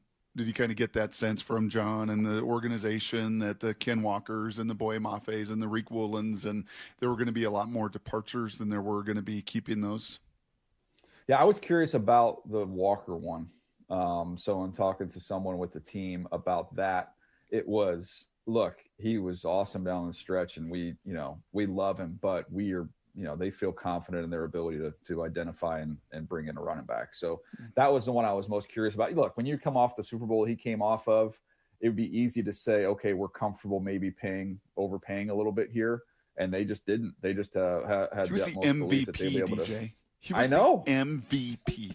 But they didn't bet. That's why I posed the question, because that was the one where it's like, well, of all of them, that one would probably be the easiest sell to pay a little bit above what you'd like to pay. And they didn't do it. For me, the one is Boye Mafe, and I feel like I'm the only one certainly in this room who's talked about it at all. Brock or Brady Henderson, they just keep being like, yeah, it's fine. And I'm sure they're right. Like, it's not like I think it's panic, forget the next season because Boye Mafe is gone. But, having 4 guys coming off the edge like that sure seemed to be a pretty important part of their success. I'm not just saying. Tee it up this way. Then how many Boye Mafes are there in this upcoming That's exactly draft? where I was going to go with it. The funny thing is, I looked this up before we started today, and that was the one question, and I knew that Salk would ask it, so I already had it queued up and ready to go because I was trying to find those types of guys. Mason Thomas is in the back end of my top 50. He's the absolute home run pick who would fit. He was the mock that ESPN put out today, the 3-round mock. I think it was Field Yates who did the Seahawks pick, and he had. Is that what he had? Yeah, that's what he had at number 32. Oh, there you go. So that's a good one. So who is he? Why is he Give me a a little home more. run? Who is he? Why is he a home run? Sure, I'll pull up my notes on him here. Our Mason Thomas, like, to me, like he plays. He's got an extremely explosive get off. He plays with big energy. He's got active hands. He's not the biggest guy in the world. He's 241 pounds, but I thought he played bigger than that, played violent. There's a touch of tightness in there. But to me, it's just the effort and the energy and the juice that he brings off the edge. He's the perfect, to me, on a great team. I saw it, on a team that obviously didn't end up being great, but the Chargers had Owe, who went out and got $25 million as their third rusher. Like that, to me, as the number 2 rusher on a team, he's good. He's a good player. Maybe you wanted a little more, but when he's your number 3 rusher and he's part of that rotation, you're keeping him fresh and he's just throwing fastballs the whole time. I'm an Mason Thomas fan. I did say that his name, by the way, Brock, is it's an author's name. So, I mean, if he hasn't written a book yet. F. Scott Fitzgerald or Mason Thomas. Yeah, I get that. Salky loves that. Yeah. You have others on that list. Let me give you a little. You also got G. Gordon Liddy, so that cuts both ways. Let me give you a little Seahawk perspective on this that John shared, I think, a month and a half ago or so. And he's got a show every Thursday. It's awesome with our afternoon guys. And he talked about one of the adjustments they made was actually like tightening up their board. That it felt like things maybe got away when it was like, oh, we got to fill in, we got to do that. And then the board got too big, and they've narrowed the scope a little bit. So if I narrow the scope of these edge guys, you're going to continue to rattle off. And I say to you, DJ, put it through the filter of the most rugged. Because I don't think Boye Mafe is a Seahawk, because that was the one area I think he was limited compared to his peers in that room. Give me the most rugged edge fit then. Yeah, the most rugged edge fit, I would give you 2 guys, and I'm looking at 64 for that spot there. I would say Derek Moore from Michigan and Gabe Akis from Illinois. And Gabe Akis probably the most, if you're just going purely rugged, I would probably list him just above Derek Moore. But they're my 11th and 12th guys. They're both just outside my top 50. I think pick 64 is kind of the range for those guys. I would also throw a guy like Max Llewellyn, who don't get carried away with the slower 40 time out of Iowa. His 10 was fine. He had 6 sacks. He plays a real rugged brand of football, incredible effort, chase. He's got some power and uses length. So Max Llewellyn would be another guy I would throw into that mix. What does rugged mean to you? Rugged, I think of violent. I think of someone who there's a different way that you can get off of a block. In other words, like you can slip blocks, you can try and get through them. And then there's guys who will kind of stack blocks and hang on blocks. Then they're the rugged guys who are going to latch you, grab you by the chest. And there's just a violent tug and pull and throw, and they just refuse to be blocked. Like that to me is a rugged player. They don't stay blocked. Derek Hall fit that bill? Derek Hall, speed to power. I would say at the point of attack, I'd have to go back and pay more attention to him as a pure point of attack player, but he was a speed to power guy coming out of college. Mm-hmm. Hey, we learned a couple things, DJ, in our time away these couple months. We've had some sound. We had sound yesterday that made all of us just perk our ears and like, that's DJ. And of all people, it was Phillip Rivers. Do you know what you and Phillip have in? No, I don't. You both love numbers. So we had him on and asked him, and he was like, "Oh, that number 3 for the Seahawks." And then he kept going. You better, yeah. you got to edit that though, Brock, because he didn't say number. He just said 3. 3. Yeah. They don't say number. They just say, well, 3 did this, 18 did that. Right. Like, there's That's they don't say number. You and Phillip Rivers, huh? Well, it's because, he spent that time around me at the end of his career. That must have been it. That's true. Yeah, yes, that must have been it. He was one, like, I would love it if you go into the meal room on a road trip and he happened to be in there by himself, which was rare because everybody kind of always wanted to gravitate towards him.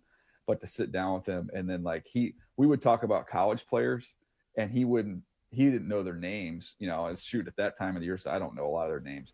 But he would be like, the little guy. Have you watched the little guy, that little quarterback? He can't play. He's little. That's what he said about Russell Wilson? Weird. God, all the way back then. That's crazy. So how bad is this draft? We keep hearing from everybody it's awful. How bad is it? I'm stoked for next year's draft. But it's an intriguing draft. This is the way I sell it. And I said that's not a good sign, by the way. If you're having to say this is the way I sell it, no, that's not a good sign. Hey, I work at NFL starters. Network, and we're still going to do a draft show, so let me sell it. No, there's starters over stars. So there's a good number of starters here in this draft. There's a lot of prospects that have some holes, so they're not getting perfect players, but you are going to be able to get a lot of starters. And I think especially day 2, second and third round, interior offensive linemen.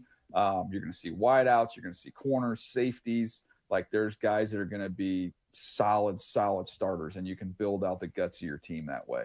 I would rather be picking, 25 than maybe 7 in this draft. Like, as compared to other drafts. And next year, I think we have more of that star power, but you can get a handful of really solid contributing players in this draft. Okay, so let me hit you then with the Seahawks' probably 4 biggest needs.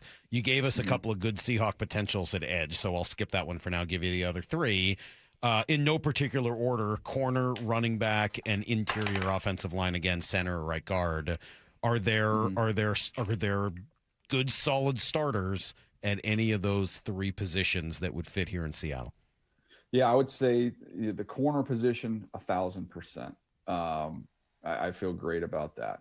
The interior offensive lineman, no doubt. If where they're picking 64, 96, either one of those spots, they can get a player that'll be a starting caliber player with one of those 2 picks.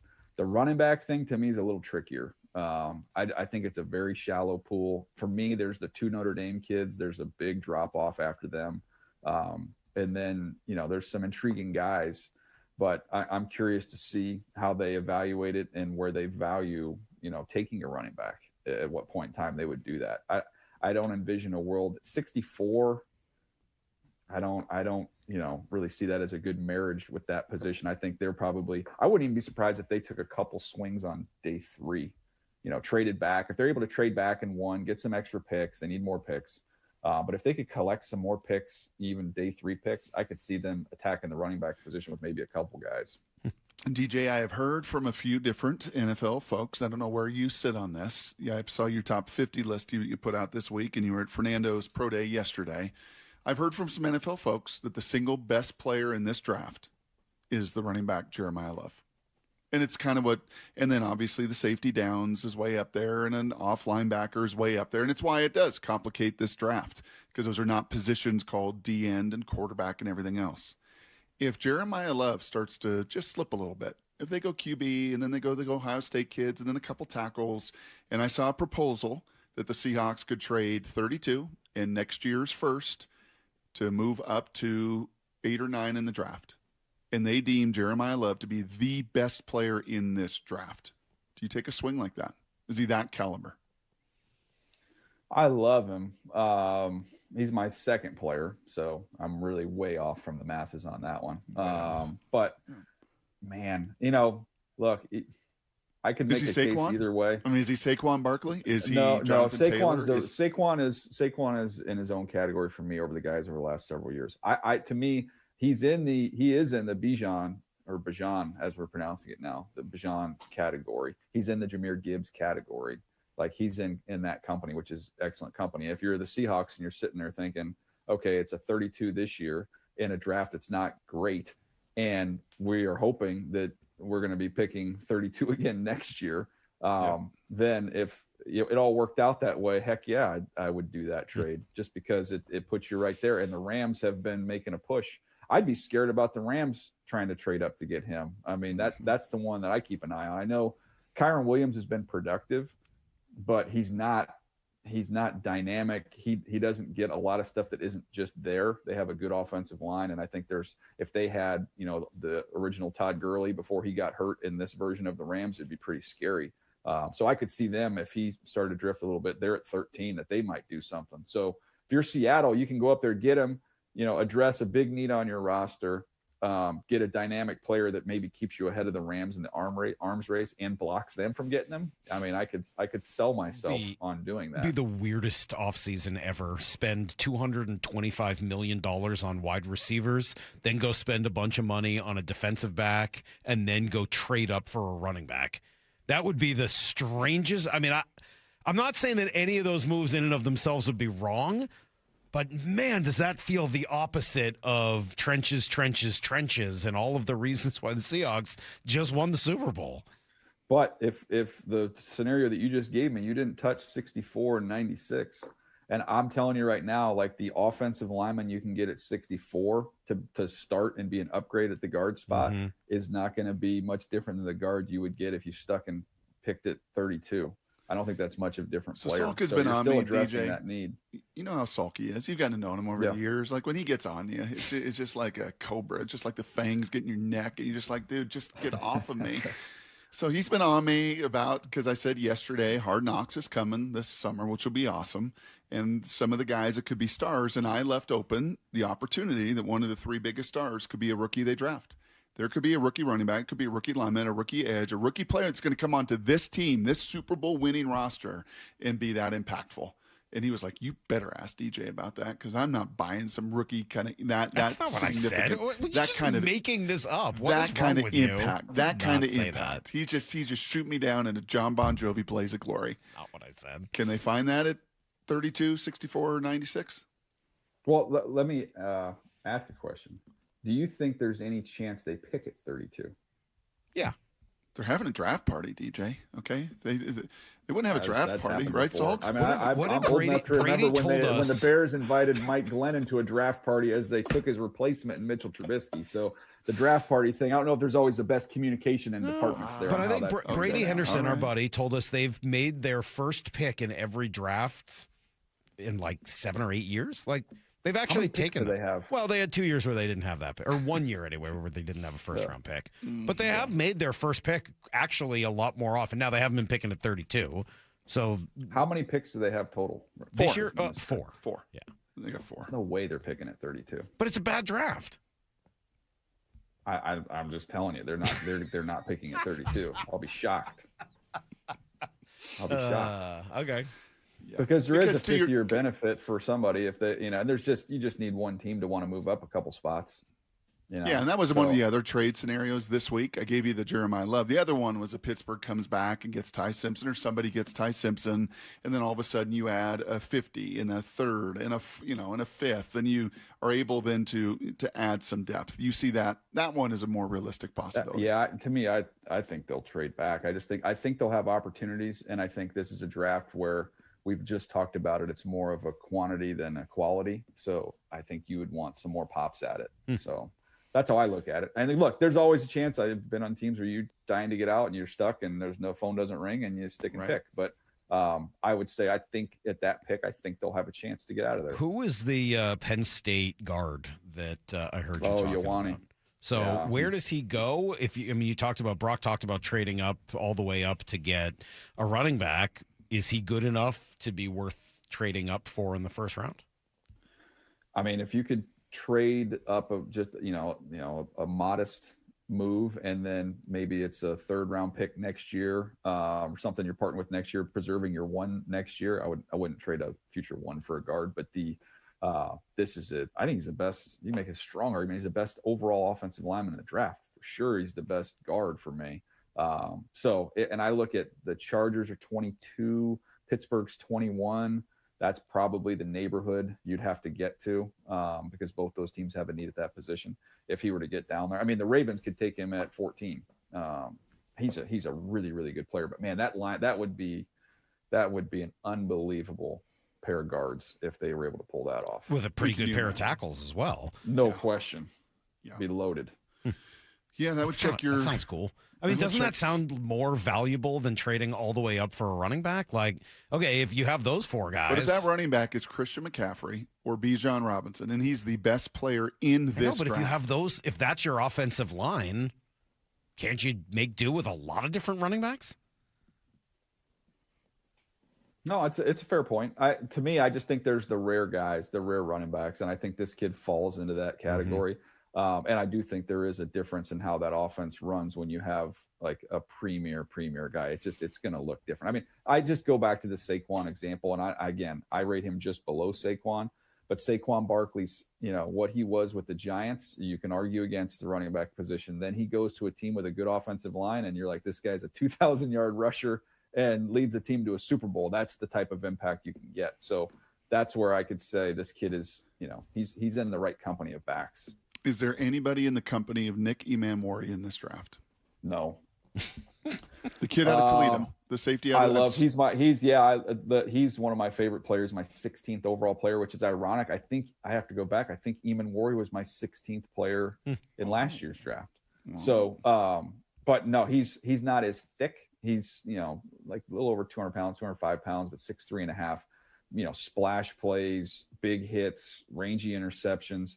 He's a little bit, I like him a little bit more away from the ball, whereas Nick was dynamic, as he got closer to the line of scrimmage. But he's a really good player. He's my second safety. I have him just behind Downs. And how are we feeling 3 weeks out? Are you ready? Like if you had to do the draft tomorrow, you ready? Yeah, no, I'm ready. I've got some non-combine guys I got to scoot through and clean up. We call this time of the year the chasing ghosts period, where hey, did you hear this kid ran? He's never played, but he ran 4.35 at the pro day, and his uncle played. Right. So maybe you can that's the path. On the other side of that, what'd you see from Mendoza yesterday? It was good. I mean, I call those a proof of life pro days. Just hold up the newspaper, make sure that you're alive. You're going to be the first overall pick. But he's big. I mean, that was the first thing I noticed. Is 238 pounds. And did you see his lower? Like his kind of Andrew Luck-esque. He's got an Andrew Luck body.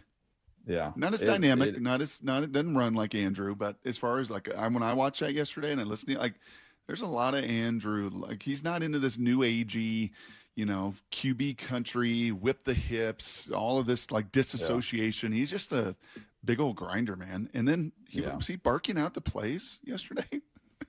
Oh yeah. And he was calling out the players and who the ball was going to and all that stuff.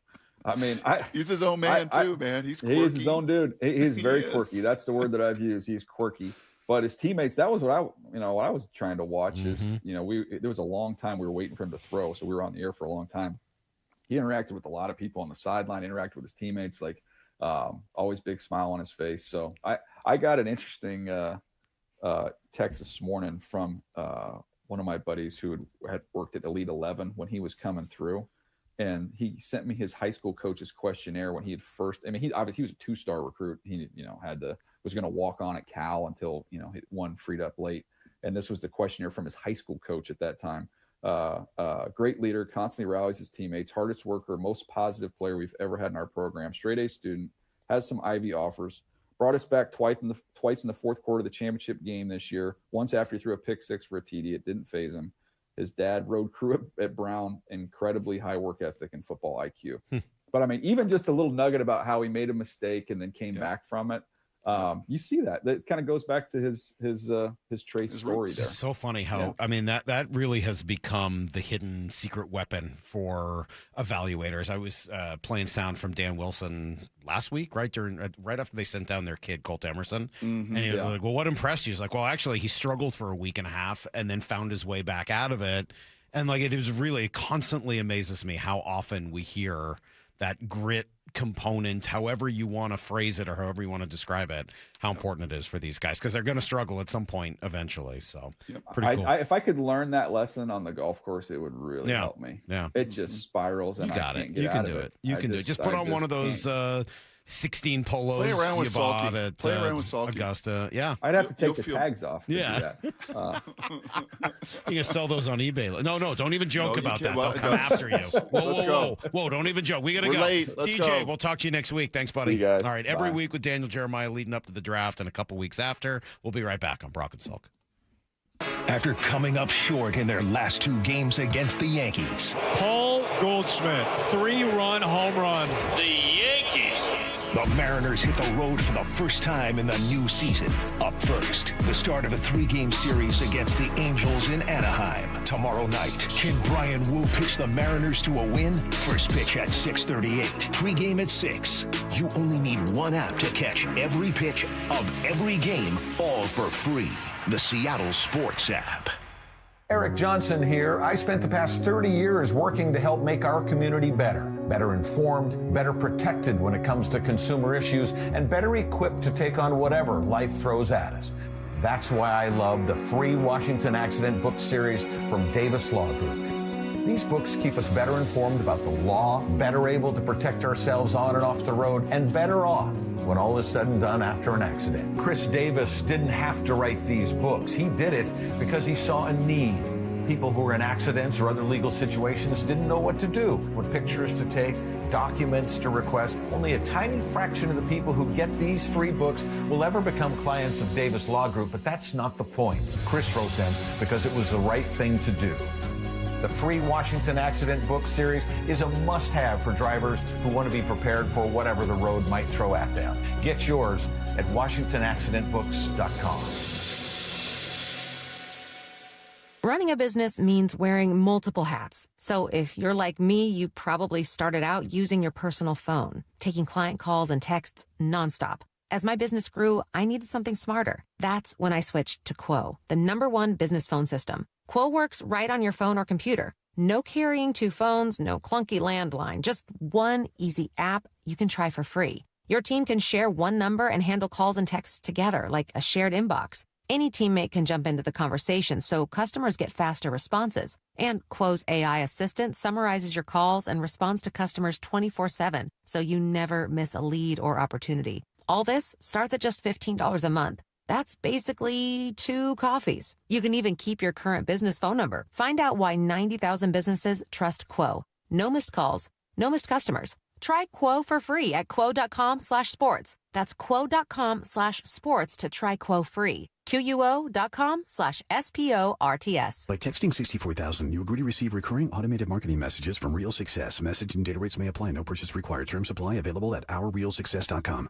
Do you want to learn how to make money flipping houses and acquiring rental properties right here in Seattle without using your own money? You'll learn to flip houses and secure rental properties in your spare time to get on track towards real wealth building. We're offering a handful of motivated individuals the opportunity to attend our workshop right here in Seattle for free. That's right, we'll give you 2 free tickets when you text INVEST to 64,000. Seattle is the perfect market to flip houses and build rental income. Don't miss this opportunity. Come to a complimentary live 2-hour workshop next week right here in Seattle and learn how to start making money flipping homes and building long-term wealth with rental properties. To get 2 free tickets, text INVEST to 64,000. Text in the next 10 minutes and registrants will also receive a free copy of our Funding for Deals guide. Text INVEST to 64,000 for 2 complimentary tickets. Text INVEST to 64,000. Xfinity Tech Support, Matthew speaking. Hi, I live in a pretty remote place, like Jurassic Park remote. Oh! Wow. Will Xfinity Mobile work out here? Yep, the combination of reliable Wi-Fi and 5G makes it so that you can stay connected in all kinds of places. Plus, you get access to ultra-fast speeds and coverage, whether you're poolside or out live streaming with a T-Rex. Hold still, you're about to go viral.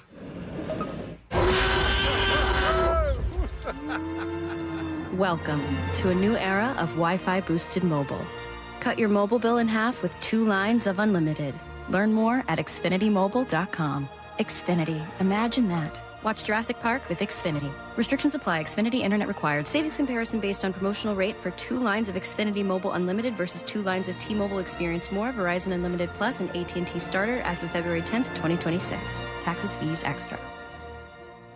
Hey, it's Bob Stelton here, and I can see clearly now. It's amazing. Let me tell you about one of the best decisions I've ever made in my life. That's when I went to K2 Vision for Refractive Lens Exchange, or RLE. Dr. Kopstein started K2 Vision with Dr. King from King LASIK, the most experienced LASIK surgeon in the Northwest. King LASIK plus K2 Vision equals freedom vision for every stage of life. No glasses, contacts, readers, or cataracts. So if you're somebody that struggles with distance vision and now you always need a pair of reading glasses, K2 Vision RLE could be your perfect permanent solution to spending your good active years not needing reading glasses. And here's the capper. You're never going to develop a cataract. I'm somebody that needed readers in every room of the house. I needed to see the scoreboard out at ball games. I just couldn't see clearly. That has all changed thanks to RLE. Whether it's LASIK, EVO ICL, or RLE, trust the most experienced team of doctors to point you in the right direction. Schedule your free Zoom consultation today at K2VisionRLE.com. That's K2VisionRLE.com. Let's go! This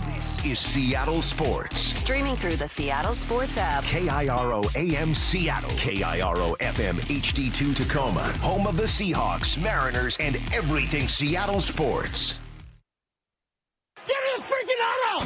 From the Quantum Fiber Studio, this is Brock and Salk on Seattle Sports. Brock Ewert is my hero. Jay Buhner just punched me in the kidney. We're going to accuse you of manager. Doesn't really work that way, Sherm. This is a show that has my name on it. It kind of does, though. Now here are your hosts, Brock Ewert and Mike Salk. Hello! Man, you talked about discipline earlier, Brock. Last night, I brought Cecily and her friend out to a hockey tryout out in Snoqualmie. We're driving home, and I owed Cecily Dairy Queen because of some timing things from last week. Strawberry. Well, she would never touch that because she hates anything fruit related. So I had owed her some Dairy Queen. So made a plan that on the way home I would get her Dairy Queen, and I figured her friend would like that as well. So she and Asha stopped at DQ on the way home, nice. And I sat there.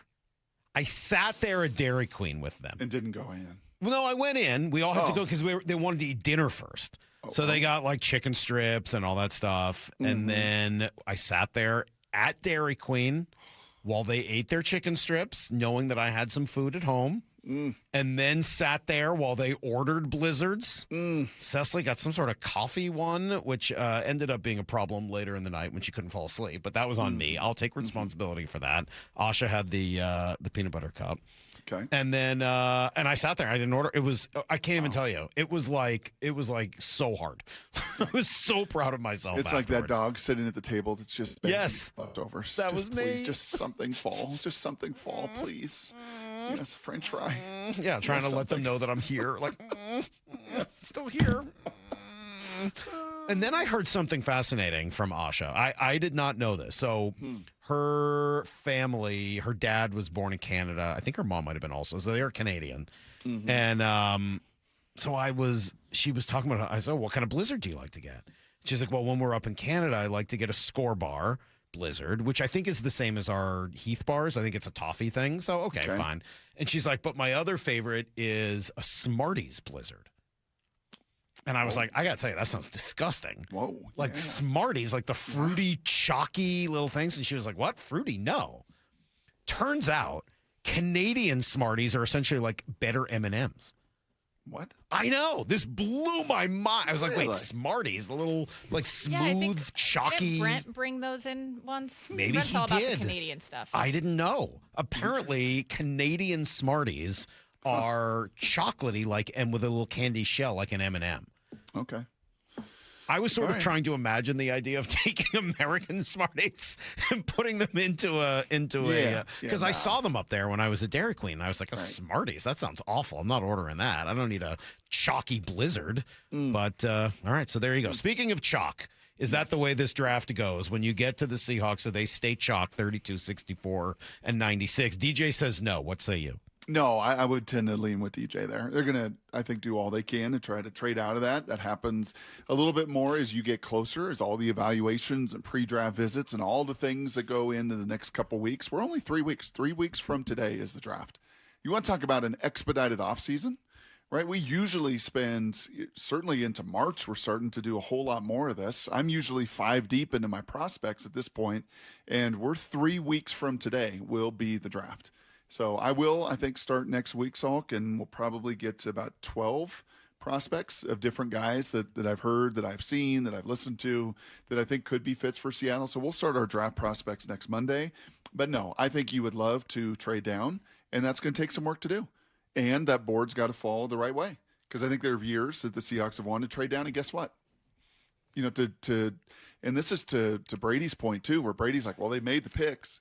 And I think a number of those years, yeah, it was like, well there was it was Jordan Brooks was the one year that I was trying to think. I couldn't remember who it was. It was last week, I think, when you were out, and I was trying to remember the year they wanted to trade out, but then the Packers ended up trading for Jordan Love kind of right before, and they were hoping they were going to be able to make that deal, and they couldn't because they got jumped, and so they ended up. I think that was the Jordan Brooks year. I think you're right. And it was right.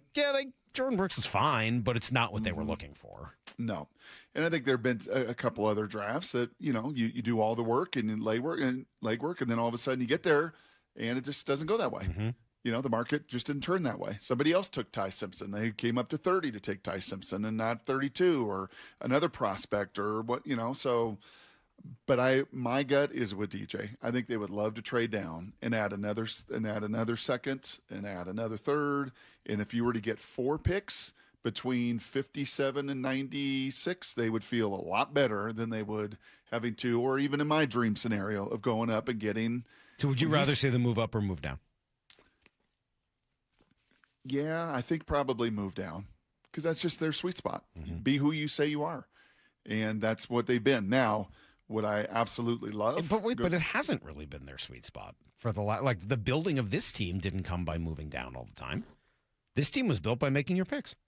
And actually, in one case with Emmanwori, who we just were talking about, might be the most important guy in the team in trading up. So are you sure? Yeah, I think when you're talking pick 5, Devin Witherspoon, and you're talking some of the places they have picked, yeah, you go get blue chips.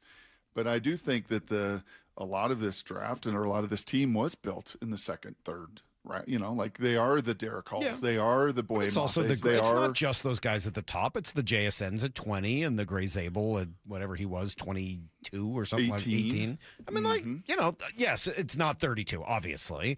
But it's also, not second, third, fourth round and just trading back all the time. No, it's not big volume. We've seen a little of both. I'm not saying they shouldn't trade back or that there isn't a lot of value in doing so. Sometimes that works, and sometimes that's when you end up with, what's the guy's name from Michigan State who taxes his taxes? Malik McDowell. Yeah, sometimes it works, sometimes it doesn't. There's both things. No, it's kind of draft year dependent and what picks you actually make. Yeah, I don't know, man. I think Jeremiah Love is going to be very, very intriguing to watch in this draft, because he is number 2 with DJ. He's number 1 on a lot of other people's boards. He's that kind of talent. And if I were to tell you that you're getting Christian McCaffrey or Bijan Robinson, Salk, and you're getting that for your 32 pick and a late 20-something or 30 next year, that's very, very, very intriguing to me. Devin Witherspoon was their number 1 guy. Byron Murphy was their number 1 defender. I know. I get the number, and I give Brian Fleury, who comes from San Francisco. Nervous, Brock, trading out of next year's draft, which is supposed to be so good. Well, you have 11 other picks in next year's I know, but draft. that's your first-round pick in that draft. That's the one with the most value. It's worth 5 of those other picks combined. I don't know, man. That would make me very nervous. I in general don't like trading next year's picks. I would like to keep next year's picks. Because unless it's next year's third and you can go up and get the guard. Yeah. But in general, especially next year's first, I really don't like to trade it. I'd rather trade this year's second. I just don't like trading next year's first-round pick. I'm the risk taker in our relationship. I get it. Yeah, and I'm the guy who next year is like, hey, I want to trade this pick for Jadeveon Clowney or for this year, Myles Garrett or whatever. I like those first-round picks. I think it's valuable to have them for next year. Just me. Okay. That's why we have the relationship we do. Is it? So, yes. And how did I misrepresent how did I misrepresent you? That's not what I said. It's basically what you said. Not basically what I said. What did you say then? What did you say? What was this about? What was this all about? Oh, What was this about? Misrepresenting what someone said in an argument was invented by Mike Salk. This is going to be great as we get near 50. You won't even remember what was said. What was the conversation about that I said you missed? This is when I said that a rookie could be the Hard Knocks guy. He could come in and be an impact player. Right. And I presented in that way, and you were like, that is not what I said. Well, what did you say then? No, that's what you said. You said the rookie was going to be... and you poo-pooed that. And no, I didn't poo-poo it. I said it's always hard for me to say that to count on a rookie. Right. That's all. Okay. I said it's hard for me to count on a rookie. Maybe I said it with more spice, color, and flavor, but it's not my fault. You're bland, boring, and white bread, man. Like, I just said it was spice and flavor. But that's all I said. So it was hard for me. Toast? Did you just call me basic? More just milk and toast, I would say. We'll be right back with everything you need to know next. After coming up short in their last 2 games against the Yankees. Paul Goldschmidt, 3-run home run. The Yankees. The Mariners hit the road for the first time in the new season. Up first, the start of a 3-game series against the Angels in Anaheim. Tomorrow night, can Brian Wu pitch the Mariners to a win? First pitch at 6:38. Pre-game at 6. You only need one app to catch every pitch of every game, all for free. The Seattle Sports app. Friends at People Come First, or PCF Construction Group. Spring and summer, it's right around the corner. So if you haven't called PCF about getting started on your new deck, well, right now is the time. With a patio cover, heater, and fireplace from PCF, you can enjoy your outdoor deck or patio all year long. And right now, you can get up to $6,000 off your entire project, plus no payments and no interest until 2027. Save an additional $1,500 when you bundle your deck and patio cover. Some restrictions do apply, but do what we did. Contact PCF for all the details and start planning and designing your dream deck now so you're ready to build by the spring. Planning and permits, they can take a little time, so please don't wait. Get started today. Get project ideas, browse photos, and find all the offer details at PCFgroup.com. That's PCFgroup.com. Making your outdoor space with People Come First. Hi, Sarah here with Safeway. We're proud to partner with Champions of Change co-founder Doug Baldwin to help nourish Washington students through the Nourishing Champions program. Thanks, Sarah. And here's the reality. Every day, students across our state are staying after school for extracurriculars on empty stomachs, and some of them don't know where their next meal will come from. Food insecurity is reaching crisis levels, and the impact on our youth will extend far beyond this moment. The good news is that there's an answer in the federally funded after-school meals programs. But right now, Washington schools' participation is very low, reaching only 2% of the students who qualify. That's where Nourishing Champions comes in. We're offering grants that not only fund food, but also resource and training support for the schools to offer an after-school meal program for years to come. Our goal is to reach 10,000 more students in the first year of these grants and then grow from there. School staff can learn more and apply today at championsofchangefoundation.org and navigating to the Nourishing Champions tab. That's championsofchangefoundation.org and click on the Nourishing Champions tab. What is that sound? Ugh, that sounds like a plumbing sound. Luckily, there's a company that fixes all the plumbing sounds across Puget Sound. That's All Sound Plumbing. Puget Sound's plumbing experts. Have a sound? Visit allsoundplumbing.com. Visit America's Car Museum now, where history roars to life. If you loved Ford versus Ferrari, see Shelby Cobras and GT40s in the birth of the American supercar. Cruise-ins, drive-ins, race simulators, fun for all ages. Plan today at americascarmuseum.org. When you're hiring, have you ever felt like you're missing out on meeting truly great candidates for your roles? It seems impossible to find them, but they have to be out there somewhere, right? Well, they're not hard to find when you know where to go, and that place is ZipRecruiter. And right now, you can try ZipRecruiter for free at ZipRecruiter.com/radio. ZipRecruiter helps 10 million people with their job search every day. And because these people are actively looking for jobs just like yours, it's easy to find the right person right away. In fact, 4 out of 5 employers who post on ZipRecruiter get a quality candidate within the first day. But if you're not using ZipRecruiter, you're missing out. So see what it's like when the impossible is easy. When you go to ZipRecruiter.com/radio right now to try ZipRecruiter for free. Once again, that's ZipRecruiter.com/radio. ZipRecruiter.com/radio. Never miss out on great candidates with ZipRecruiter. The home of the Mariners. It is gone! Cal Raleigh a two-run home run. Hear every pitch on 710 and the Seattle Sports app.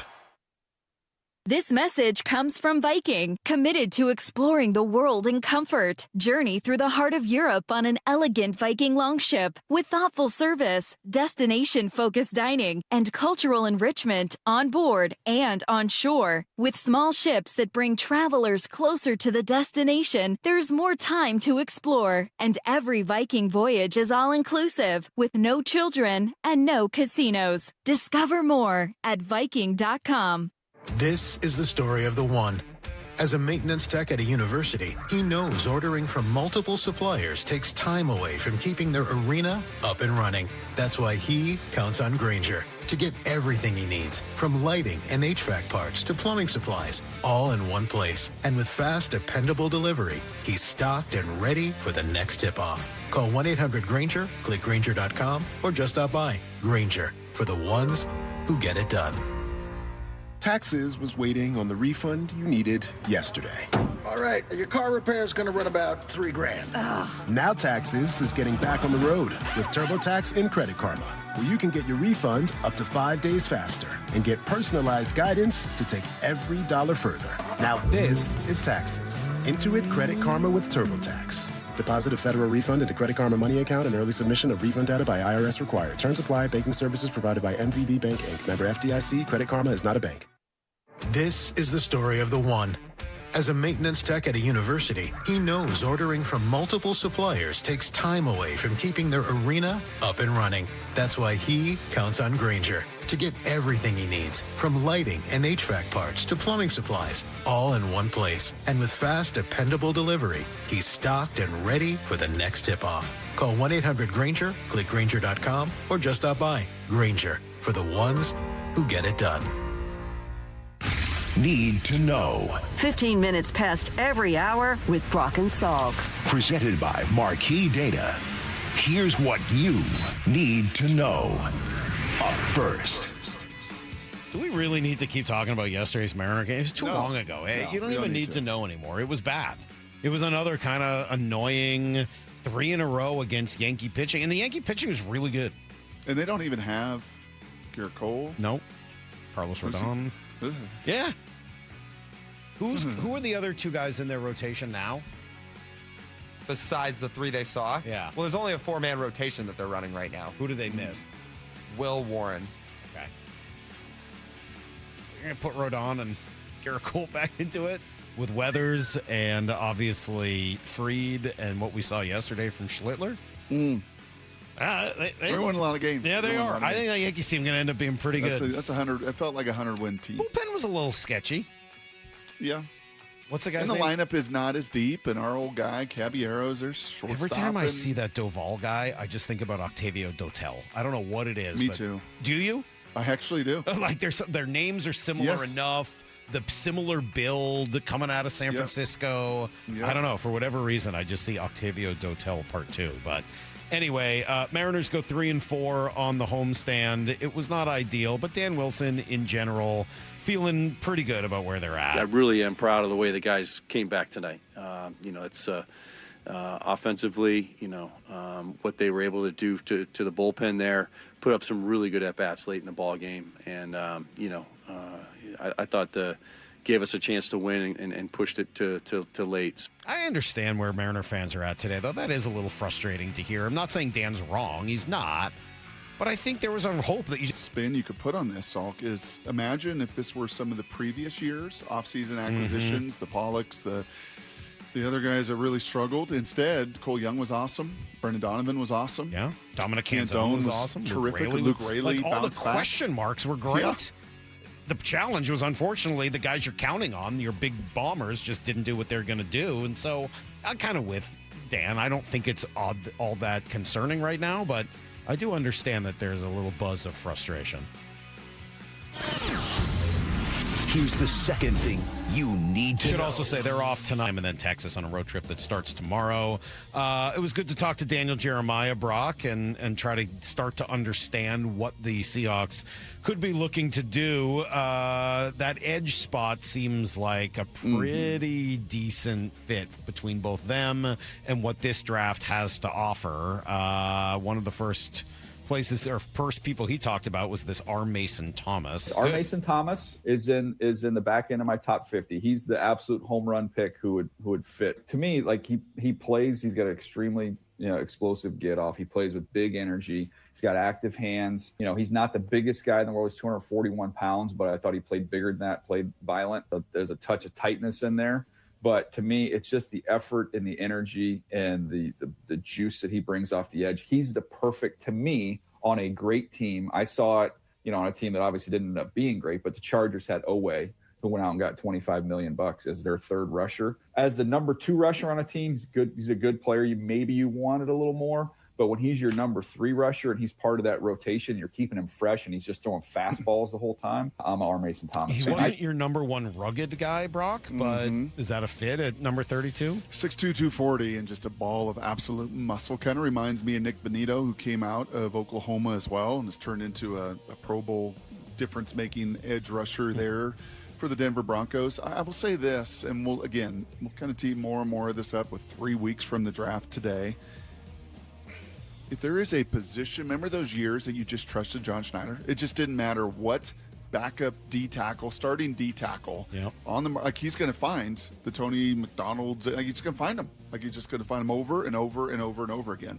If there is an area of absolute strength of Mike McDonald going to Baltimore, going to Michigan, coming to Seattle, where you would say, man, I really trust his eye, his projection, exactly what he wants. Edge has to be there, right? I mean, it has to be right near the top of the list because everybody that's played for him, college, professionally, has very much had the golden touch. And for the record, Quentin McDonald, Tony McDaniel, and my memory is just fine.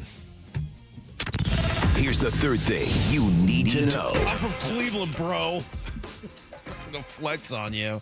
Puka Nacua is in Malibu. In fact, he's at a rehab facility there. Apparently, that's their plan. To get Puka cleaned up, but they don't really say what he's there for. Drugs, alcohol? No. We've seen him plenty drunk. I know, but the texter, I thought I had it right, but it sounds like he's just going there to work on being a jerk. Okay. I'm just working on getting better, trying to be a little bit. Here, listen to, here we go. Here's Steve Weish with the statement from the lawyer. This is according to his attorney, Levi McCatherine, who provided me. I'm going to read it, part of a statement that Puka's taking responsibility for his well-being and is focused on improving his performance during the off-season. Puka voluntarily entered a private facility to focus on his health, personal growth, and overall development. What is that? Overall development? His health. His personal well-being? His well-being. I don't know, man. I get uncomfortable with if he's trying to get help, so I have a hard time. I get the cynicism. It doesn't feel like it. Brock, it doesn't feel like he's trying to get help. How can you sit in this seat and say that? Like, how do you know that? How do you feel that? I guess I just feel like if I were trying to get help, I wouldn't be in Malibu doing it. That is where celebrities go to pretend to get help and make it a PR thing. But Tiger leaves the country to get help, and he gets ripped for doing that, too. Like, I don't know. I didn't rip Tiger. I understand that, but I'm not ripping Tiger. I am going to rip the people that go to these, ridiculous Malibu clinics and say what it is then. Like, why? Because he's got an alcohol problem. It's sunny in Malibu, Salk? Well, not just that. Like, that's what celebrities do. Yeah, it's an alcohol problem. You've seen it multiple times in videos. You've seen him totally spiraling out of control, doing really stupid stuff. It's funny. Really I don't necessarily. I feel less comfortable saying he has an alcohol problem. Okay. I don't know whether he has an alcohol problem. I know he said done some really obnoxious things because I've seen it. How about under influence issues then? He seems to have some issues. That's for sure. Sure, they'll get fixed in Malibu. That is everything you need to know. Quarter past every hour. You try to flex your D tackle knowledge. Is that what you tried to do? I did, yeah. Well, just a little Quentin McDonald, Tony McDaniel, since you combine them into one person. I thought I would just show off that the memory's still working just fine. Of course, you got Alan Branch, Brock. I don't think you want to forget about Big Alan Branch. Or the guy who, Ataba Rubin, who would always get all the water. Big water guy. Always at the water. Yeah, dude, don't worry about me and Jordan Hill, the guy who gave us the worst interview in the history of radio. Worst interview in the history. That guy made, who was it? Worse than Vita Vea? Yes. Wow. James Carpenter? Worst interview we've ever had, I think, is Jordan. Because he had been there because of the context. Like, those guys are bad, don't get me wrong. But Jordan Hill was literally there when the guy from Australia nearly died, and they rushed him to the hospital. Jesse something. YOLO. What was that guy's name? Big Jesse Williams. Thank you. YOLO. And like he was he nearly died. They were roommates. We talked to Jordan Hill. We're like, what was that like? Like, what was that night like? Salk, and play the four interviews? Do you remember what he said?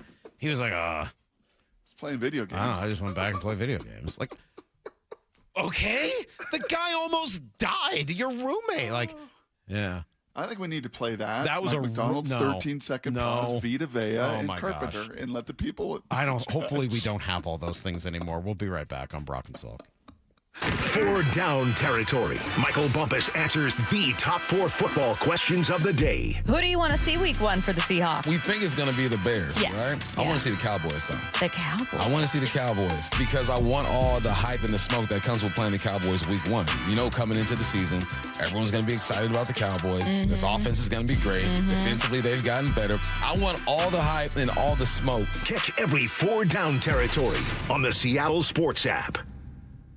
Highlights don't win games. The full box score does. I'm Brock Heward, and most business leaders aren't short on data. They're short on clarity. Numbers are scattered across ERP, CRMs, and spreadsheets, making decisions reactive instead of confident. And that's not how great businesses are built. Marquee IQ brings all your data together into one clear view, even if it lives in disconnected systems or offline, so you can see what's really happening and act faster. Stop running your business on highlights. Get the full picture. Visit datathatwins.com to see what Marquee IQ can do. This baseball season, Toyota of Kirkland and Toyota of Renton have you covered with every play. With their lineup of Tundras, Tacomas, and the all-electric BZ lineup. Versatile, powerful, and innovative. All built to elevate your drive. Take a test drive at either location and head home or to the ballpark in that Toyota the same day. Whether you're in the north or the south, they've got you covered. Visit Toyota of Kirkland and Toyota of Renton or online at toyotaofkirkland.com and toyotaofrenton.com. O'Brien. The sun is shining. It's a beautiful day for baseball. At T-Mobile Park, you've always got the best seat in the house. Case in point, your ticket might be for the view level, but it's more like Skyline City. Up here, it's hard to say what'll take your breath away first. The gorgeous Seattle sunsets or the spectacular views of every incredible play.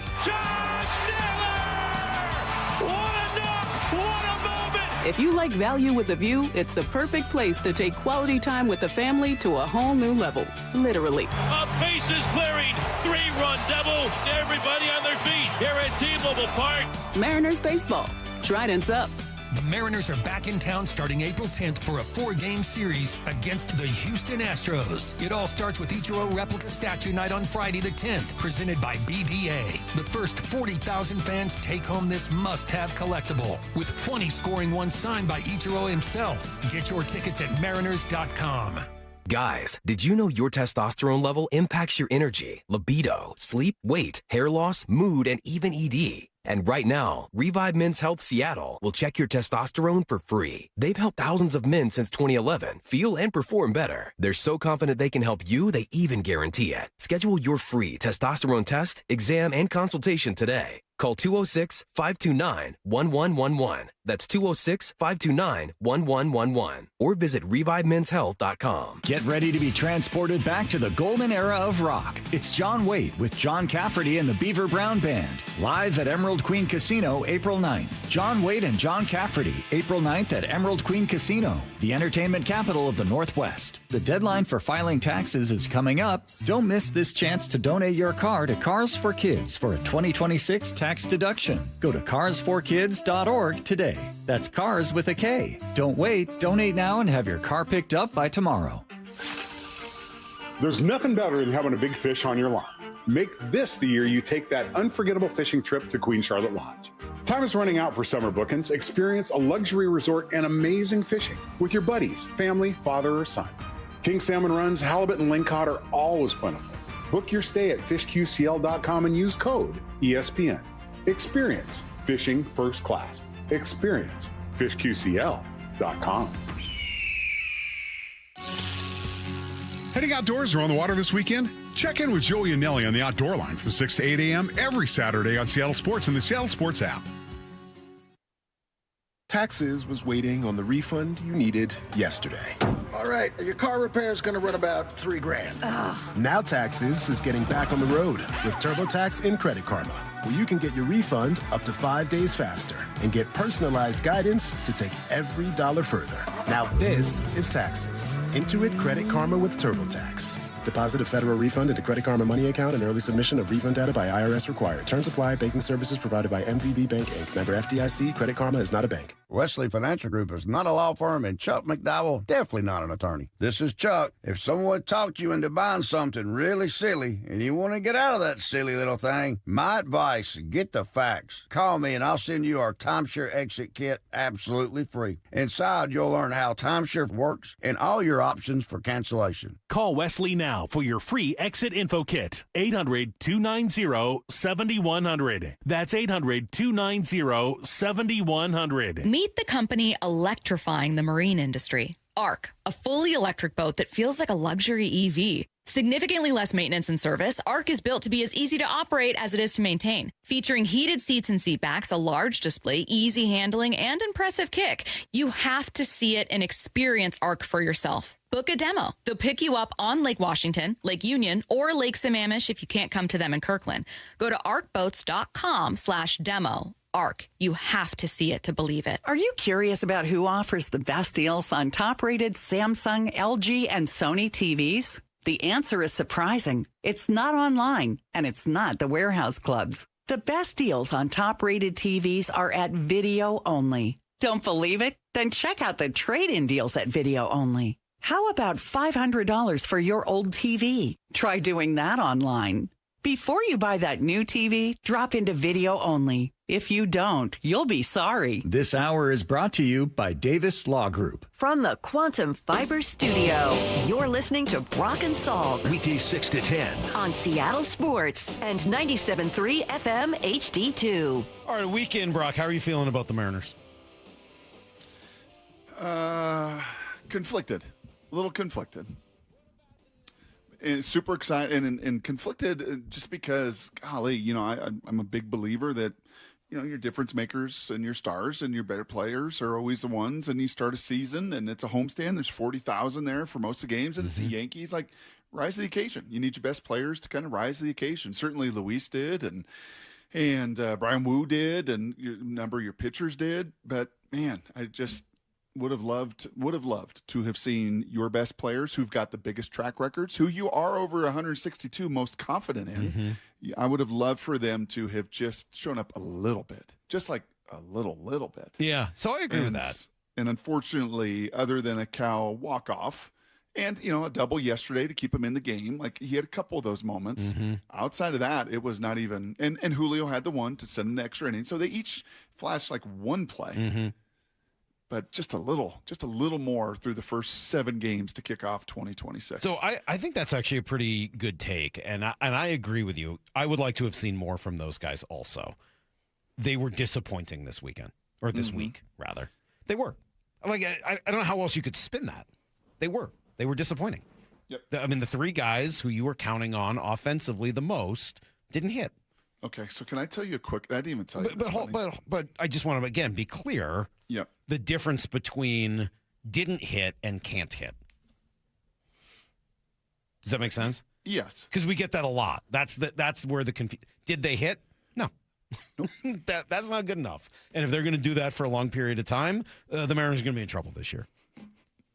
So my wife. I just don't think they're going to do that for a long period of time. So let me quick little story here. Yeah. Maybe not even that quick. Maybe it's going to be a minute, but we got some opportunity to do it. And I think you'll get a chuckle out of this, and I don't think you'll put two and two together of who this was because I want to keep it anonymous. But it was a long-time baseball player, and Molly was chatting with his wife yesterday, and we were just chatting about different circumstances in youth sports and all the college sports even, and da-da-da-da. And she shared a story about her husband and one organization he was in at one point. They were in the clubhouse, and they loved playing cards. And this group loved each other. Okay. And even to the point where the skipper would be like, boys, let's go.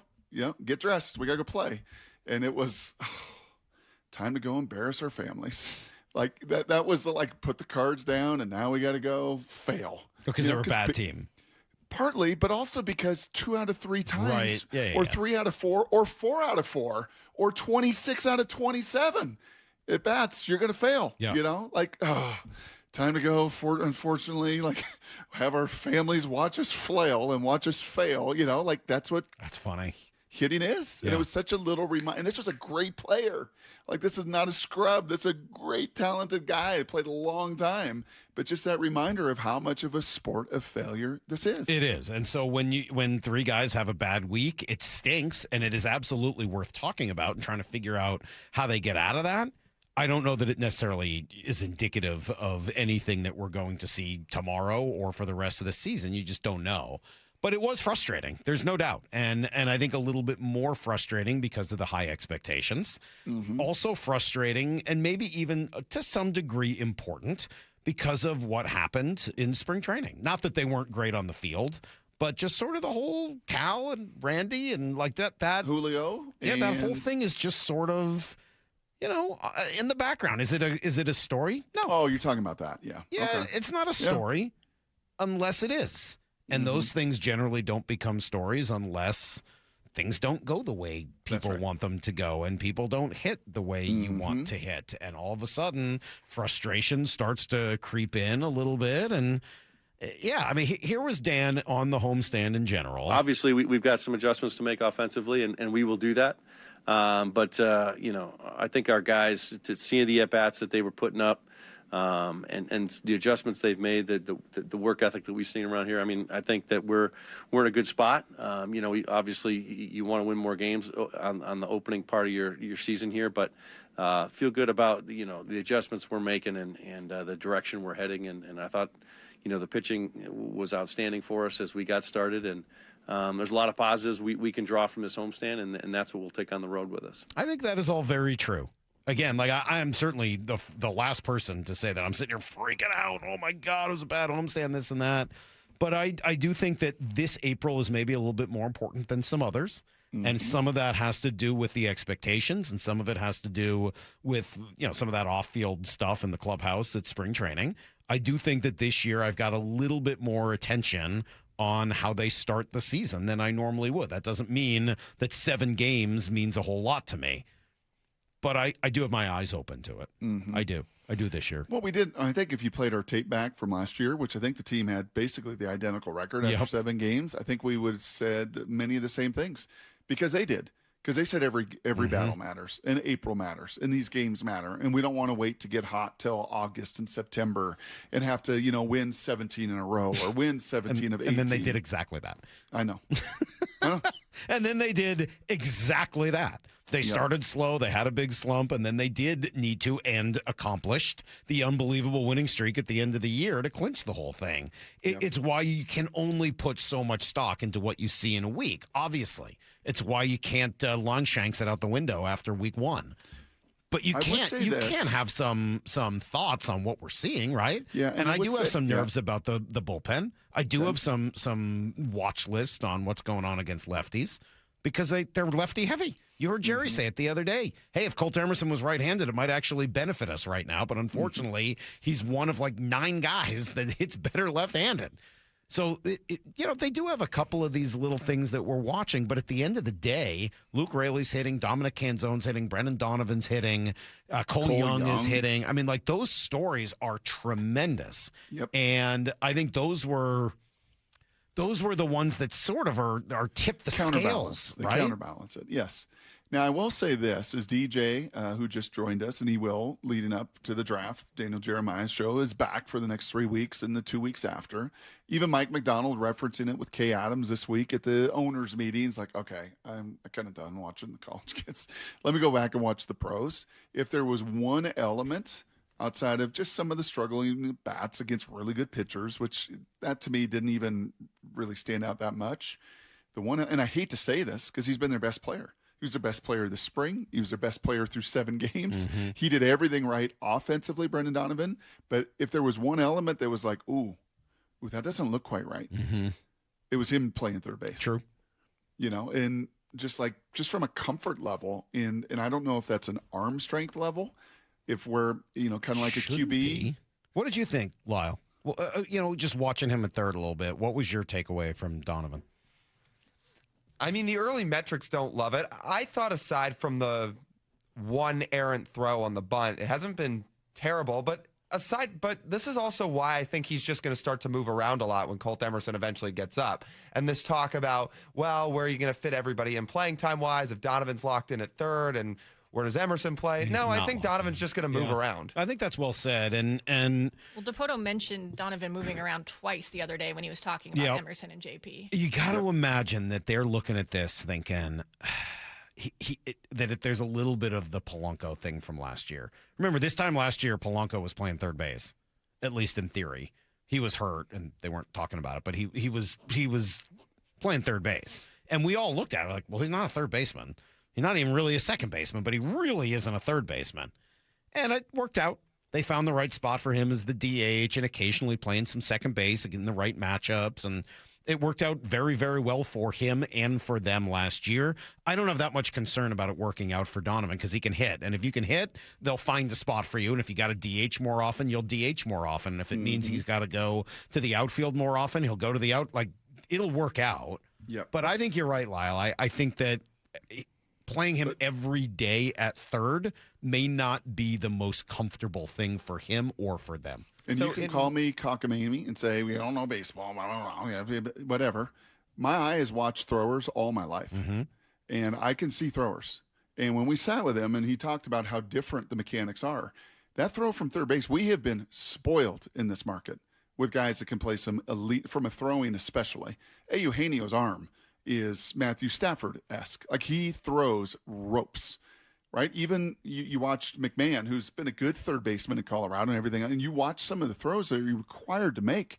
These are not second base throws. These are legit big boy throws. And, he talked about that transition and how Perry's working with them.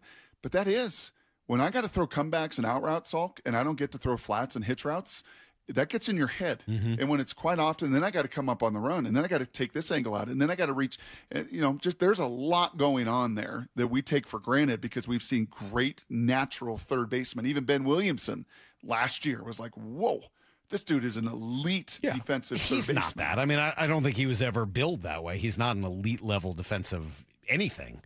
But if he can be solid enough there, obviously the bat that you get is so different from what you have with Williamson. Yeah, in the last couple of years, he just hasn't played a ton of third base. So he played 31 games at third in his rookie year in 22. He played 15 combined between 23 and 24. Last year, he didn't play any third. So, yeah, it's not his primary position by any means. He's played a whole lot more left field and second base in his career than he has third, which is why I think he'll still move around.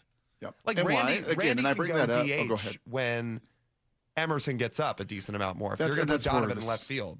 Yes, and that's where this conversation then leads to me. Like, that's where it's intriguing. That's why I bring it up, not to nitpick Brendan Donovan's 3 errors and some of the challenges in the road and all of the experience he's going to have to gain in a hurry. It's more of, well, what if you got this kid down in Tacoma that's just making these unbelievable throws, and he's got a rocket arm, and he's got tremendous athleticism, and is there an opportunity, right, eventually, and I don't know, is it Memorial Day? Do you wait till, is it May 1st? I don't know. But to me, that is where, with this new deal and new contract too, and his performance, most importantly, that's the one where I think it's really intriguing of what's on the stove just 30 miles to the south. Yeah. And probably why Ben Williamson's also not a Mariner and why you made that move, right? Because eventually not going to be room for him. That's right. Right. So So all in all, a 3 and 4 homestand, a day off today. That'll be great. And then they can totally thaw out. It's going to be in the mid-80s all week in L.A. and all weekends. I'm excited for them to win a couple games in Anaheim and then have the other group of texters text in. Like we got the negative group for a couple of days, and then they'll win a couple games, and we'll get the positive. They're not always the same people. It's a different group that comes flying back in over the top rope. It's like the Packers ticket holders. There's a Milwaukee fan base and a Green Bay fan base. Right. So, and that's okay. And there's the same old Mariner fan base and the Hope Springs Eternal fan base. And the beauty they is take their turns. They're all welcome aboard the They bus. are. And it's the beauty of baseball. And why my late, great, dear friend Dory Monson said to me when we started this thing, you're going to love baseball because it's a great everyday conversation. It gives you material every single day. Just one of the many things Dory and I really saw eye to eye on was the exceptional nature of talking baseball. It is fun. And I think that and that's why, by the way, Brock, you're nitpicking Donovan's defense. You're right. I agree. It's a little nitpicky. But that's kind of the fun thing to do in baseball is go through all of the various machinations and how you could make changes and what you could do differently. Nobody's sitting here saying Brandon Donovan shouldn't play. The kid can hit. He's been arguably their best hitter, along with Luke and Luke Raley and Dominic Canzone in the first week of the season. He can hit, and he's a great fit for this team. What's the best way to take advantage of his skills while still taking advantage of what everybody else has, either around the infield, the outfield, to make sure you're maximizing the potential of a group of really talented people? We haven't seen a lot of them moving around yet. J.P. Crawford hasn't been healthy, so Rivas has had to play short every day. Will we eventually see Cole Young get a start at shortstop? Maybe. Could we see Young at short and Rivas get a day off and Donovan move to second for a day and maybe feel comfortable? Like, there are some other way, or Bliss comes in for, like, there are some other ways to kind of make this thing work. And I'm a little curious to see all that. And I hope as this team has matured, as they are a World Series contender, as we've gotten to this point, as we made it, as the team made an incredible run last year, as they have I hope we can just kind of get to a point, kind of like you and I do, right? We see the world very differently in so many different ways. But guess what? We can talk about it. And you know what? As baseball fans, we can talk about it. Some days. We can work through it, right? You know what? Julio, I can bring up Julio having a really rough start. And I can bring up that Julio wants to change the narrative of slow starts. And I can bring up that Julio home and away splits are very dramatic. And when there's a homestand like this and it's just a real struggle at home, that I want to see that changed. And that's okay. It doesn't mean I think Julio sucks or I don't like him or I think he's terrible. I love Julio. I love him. I would love to see the narrative of slow starts changed. And these first 7 don't help that. All right, so maybe he'll go for the next 6 in Anaheim and Texas, Salk, and hit 3 bombs and go 9 of 18 and turn things around. And I'll be the first one celebrating that. That's awesome. Let me ask you guys this: there are 3 players on the team today with an OPS over 1,000. 3 players through the first week of the season. Brendan Donovan, Cole Young, and Dom Canzone. That's actually almost right. Donovan, Canzone, and Raley all have an OPS over 1,000. Donovan is 1283, Canzone is 1212, and Raley is 1094. But you're right. You're not far off with Cole Young. It's 866. So, and I think he's probably played more games than the other guys have, other than Donovan. So, yeah, I mean, like those 4 guys. Not that any of them are necessarily going to sustain that level, but of those 4, who's the most sustainable over the course of the season? Yeah, I mean, I'd hedge my bet track record wise of Brendan Donovan. Yeah. You know, and with this lineup behind it and where he's at in his career, I'd hedge my bet there. But as far as encouraging signs of spring training, have Brendan Donovan as a 0.6 win player already in a week. Yep. That's pretty remarkable. That's B-War. That's Baseball Reference. But, like, they think he's already worth more than a half a win. You continue that over the course of the season, which is, 13 weeks long, roughly? But I'll say this. It's a 6.5 win player. I'll say this. What may be the most encouraging, short-term, long-term over all of that is what Benetti said to us on Monday. Like, I really like Cole Young. They really like him, too. right? As he's listening to conversations around the club and talking to the people that he is around baseball, watching it with his own eyes, albeit one of them wandering, he would say that, yeah, man, Cole Young, and there was nothing, even as a bat in the game yesterday. Yeah. It's like a 9 pitches grinded, just fighting stuff out. Like, well, so that leads me to my next Fun with Mariners stats question for you guys. All right. Right now, Brendan Donovan, as I just said, leads the team in WAR at 0.6. 2 players are tied for second at 0.5 through just 1 week in the season. Who are they? I mean, Luke Raley's hit 3 home runs. Unfortunately, hasn't played a ton, so he's just at 0.2. So he's not gonna be there. Yep. Okay. Canzone, similar problem, plus he DHs 0.3. So neither of those guys are second. Which 2 players are tied with a 0.5? Is Cole Young in there? Cole Young is 1. Emerson Hancock? No, not yet. No. He was 0.3. Somehow he was 0.3. Luis Castillo was 0.4. I don't understand how that works. That is definitely an oddity to the WAR's standing, which is why I don't generally look at it for pitchers. Yeah. Number 2, tied for number 2, Randy Arozarena. How about that? 775 OPS, and he stole a bag, and they must have loved his defense. I did not, but maybe somebody else did. But he's already been a half-a-win player. I mean, for all of the talk about Randy, and he gets kind of forgotten about a little bit in the lineup, he is another one of those star-like characters who's a thread who kind of makes this thing go. I don't really understand enough of how WAR is calculated in order to figure that out. And maybe if you looked at Fangraphs, you'd get a different Probably not a time numbers. to bring up how WAR is calculated, Salk. All right, thank you, Brock. Maybe Fangraphs F4 would look different, but it just kind of jumped out to me of like, man, like it's not always exactly what you think. Sometimes guys are contributing in ways that we're not always noticing. But those 4 or 5 guys, if those 5 guys continue to hit, continue to contribute, this team is going to be amazing. Because Julio is going to come around, and Naylor is going to come around, and Cal is going to come around. And not all of these guys are going to contribute at this ridiculous level. But if they just have good seasons, if Luke Raley doesn't have an 1,100 OPS but a 775 OPS, this team's going to be awesome. If Canzone continues to hit and builds off what he did last year, where he hit 300, right now, he's hitting 333. Like he's backing. It's not that he's doing something new. Canzone's backing up the way he finished last year, other than the postseason. So I am kind of excited about what we're seeing from the role players and X-factors. I said kind of conflicted, right? Like these first 7 games. I think it's the right answer. You can spin a story and spin a tell that way very easily, and not just perception or fake, but with numbers. And you could spin the story on the other side of some of the struggles and not perception, but just with the basic numbers. It's the beauty of the data of baseball, man. You can paint and tell different stories. But I do kind of like they're going on the road, too. I do like they're getting warm. I do like it'll be in division with Anaheim and Texas, and we'll get to see it. Texas off to a great start, winning both their series, including one in Philadelphia against some good pitching.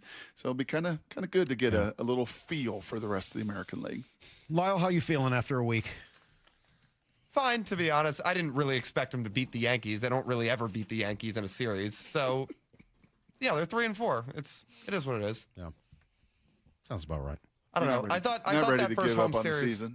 Last year you said you gave up on the Mariners 25 times.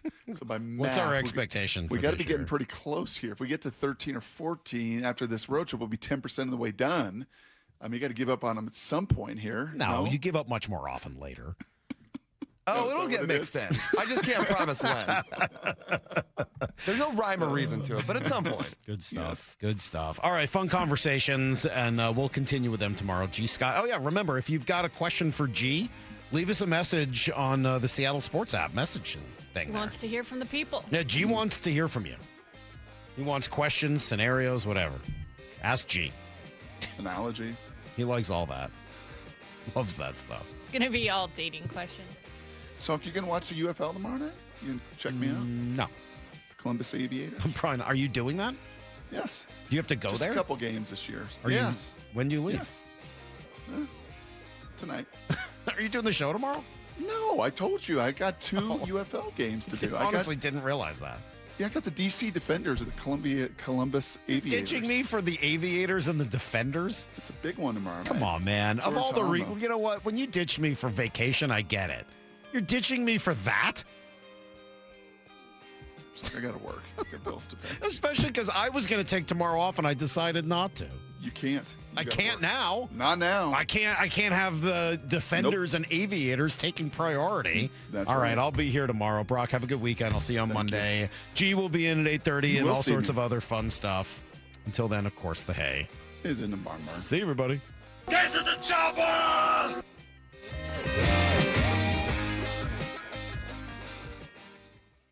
Bump and Stacy, weekdays 10 to 2. Joined by Mariners President of Baseball Operations, Jerry Dipoto. Obviously, Dan's second full season. How has he grown? He's about the relationship, and that's never changed. He doesn't have the panic, and his general state of calm, I think, is reassuring to the group in the dugout. And I know that our players really respond to the fact that he cares first about them as people. Only on Seattle Sports and the Seattle Sports app.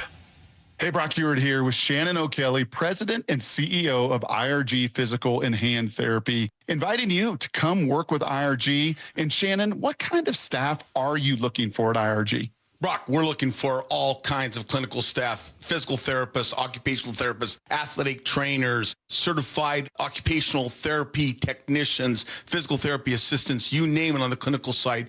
We are looking for those folks. But we are really looking for folks that want to come to an organization that want to be part of our culture and change the culture and work with us to provide the best care and service we can to our patients, our team, and our community. So those clinical people out there, we're looking for you. We also provide advanced certification. We want to provide you mentorship. We want you to grow personally and professionally here at IRG. And with over 40 clinics throughout the Pacific Northwest, you've got the opportunity to work in the city you want. Just head over to irgpt.com/careers. That's irgpt.com/careers. This might be the most surprising statistic I've shared in decades of doing local news. More than 75% of commuters will be involved in a car accident at some point.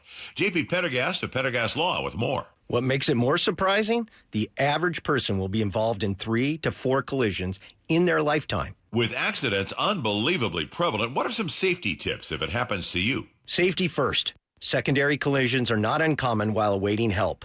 Turn on those hazards and remain in a safe place. If a bystander witnessed the accident, capture their information and encourage them to remain at the scene. Seek medical attention immediately if needed, as delaying can be a costly mistake. Lastly, remember that statements made to police and insurance adjusters can affect your case. Collisions are more common than we'd like to think. If you find yourself in one, follow these helpful tips and then call my friends at Pendergast Law. If you or a loved one's injured in a car accident, call Pendergast Law. We can help. PendergastLaw.com. Running a business means wearing multiple hats. So if you're like me, you probably started out using your personal phone, taking client calls and texts nonstop. As my business grew, I needed something smarter. That's when I switched to Quo, the #1 business phone system. Quo works right on your phone or computer. No carrying 2 phones, no clunky landline, just one easy app you can try for free. Your team can share one number and handle calls and texts together like a shared inbox. Any teammate can jump into the conversation so customers get faster responses. And Quo's AI assistant summarizes your calls and responds to customers 24/7, so you never miss a lead or opportunity. All this starts at just $15 a month. That's basically 2 coffees. You can even keep your current business phone number. Find out why 90,000 businesses trust Quo. No missed calls, no missed customers. Try Quo for free at quo.com/sports. That's quo.com/sports to try Quo free. QUO.com/SPORTS. Finding great candidates to hire can be like, well, trying to find a needle in a haystack. Sure, you can post your job to some job board, but then all you can do is hope the right person comes along, which is why you should try ZipRecruiter for free at ZipRecruiter.com/radio. ZipRecruiter doesn't depend on candidates finding you. It finds them for you. Its powerful technology identifies people with the right experience and actively invites them to apply to your job. You get qualified candidates fast. So while other companies might deliver a lot of hay, ZipRecruiter finds you what you're looking for. The needle in the haystack. See why 4 out of 5 employers who post a job on ZipRecruiter get a quality candidate within the first day. ZipRecruiter, the smartest way to hire. And right now, you can try ZipRecruiter for free. That's right, free at ZipRecruiter.com/radio. That's ZipRecruiter.com/radio. ZipRecruiter.com/radio. ZipRecruiter. Listen, every day across Washington, kids stay after school giving their all for sports and activities, many on empty stomachs. That's a problem. Food insecurity in our state is at crisis levels, and it's hurting learning and performance. Safeway and Champions of Change Foundation are stepping up with Nourishing Champions, providing grants to schools for after-school meal programs. Schools don't wait. Applications close April 8th. That's April 8th. Go to championsofchangefoundation.org and click Nourishing Champions. Hey there, Dawn Riling with Olympic Hot Tub. Ready for family fun and fitness year-round in your own backyard? During our Sweet Spring Savings event, we're adding Endless Pools factory discounts with our already incredible savings. That means you can enjoy up to $16,500 off your dream swim spa. Don't wait. These amazing savings end April 14th. OlympicHotTub.com. Better you, better life.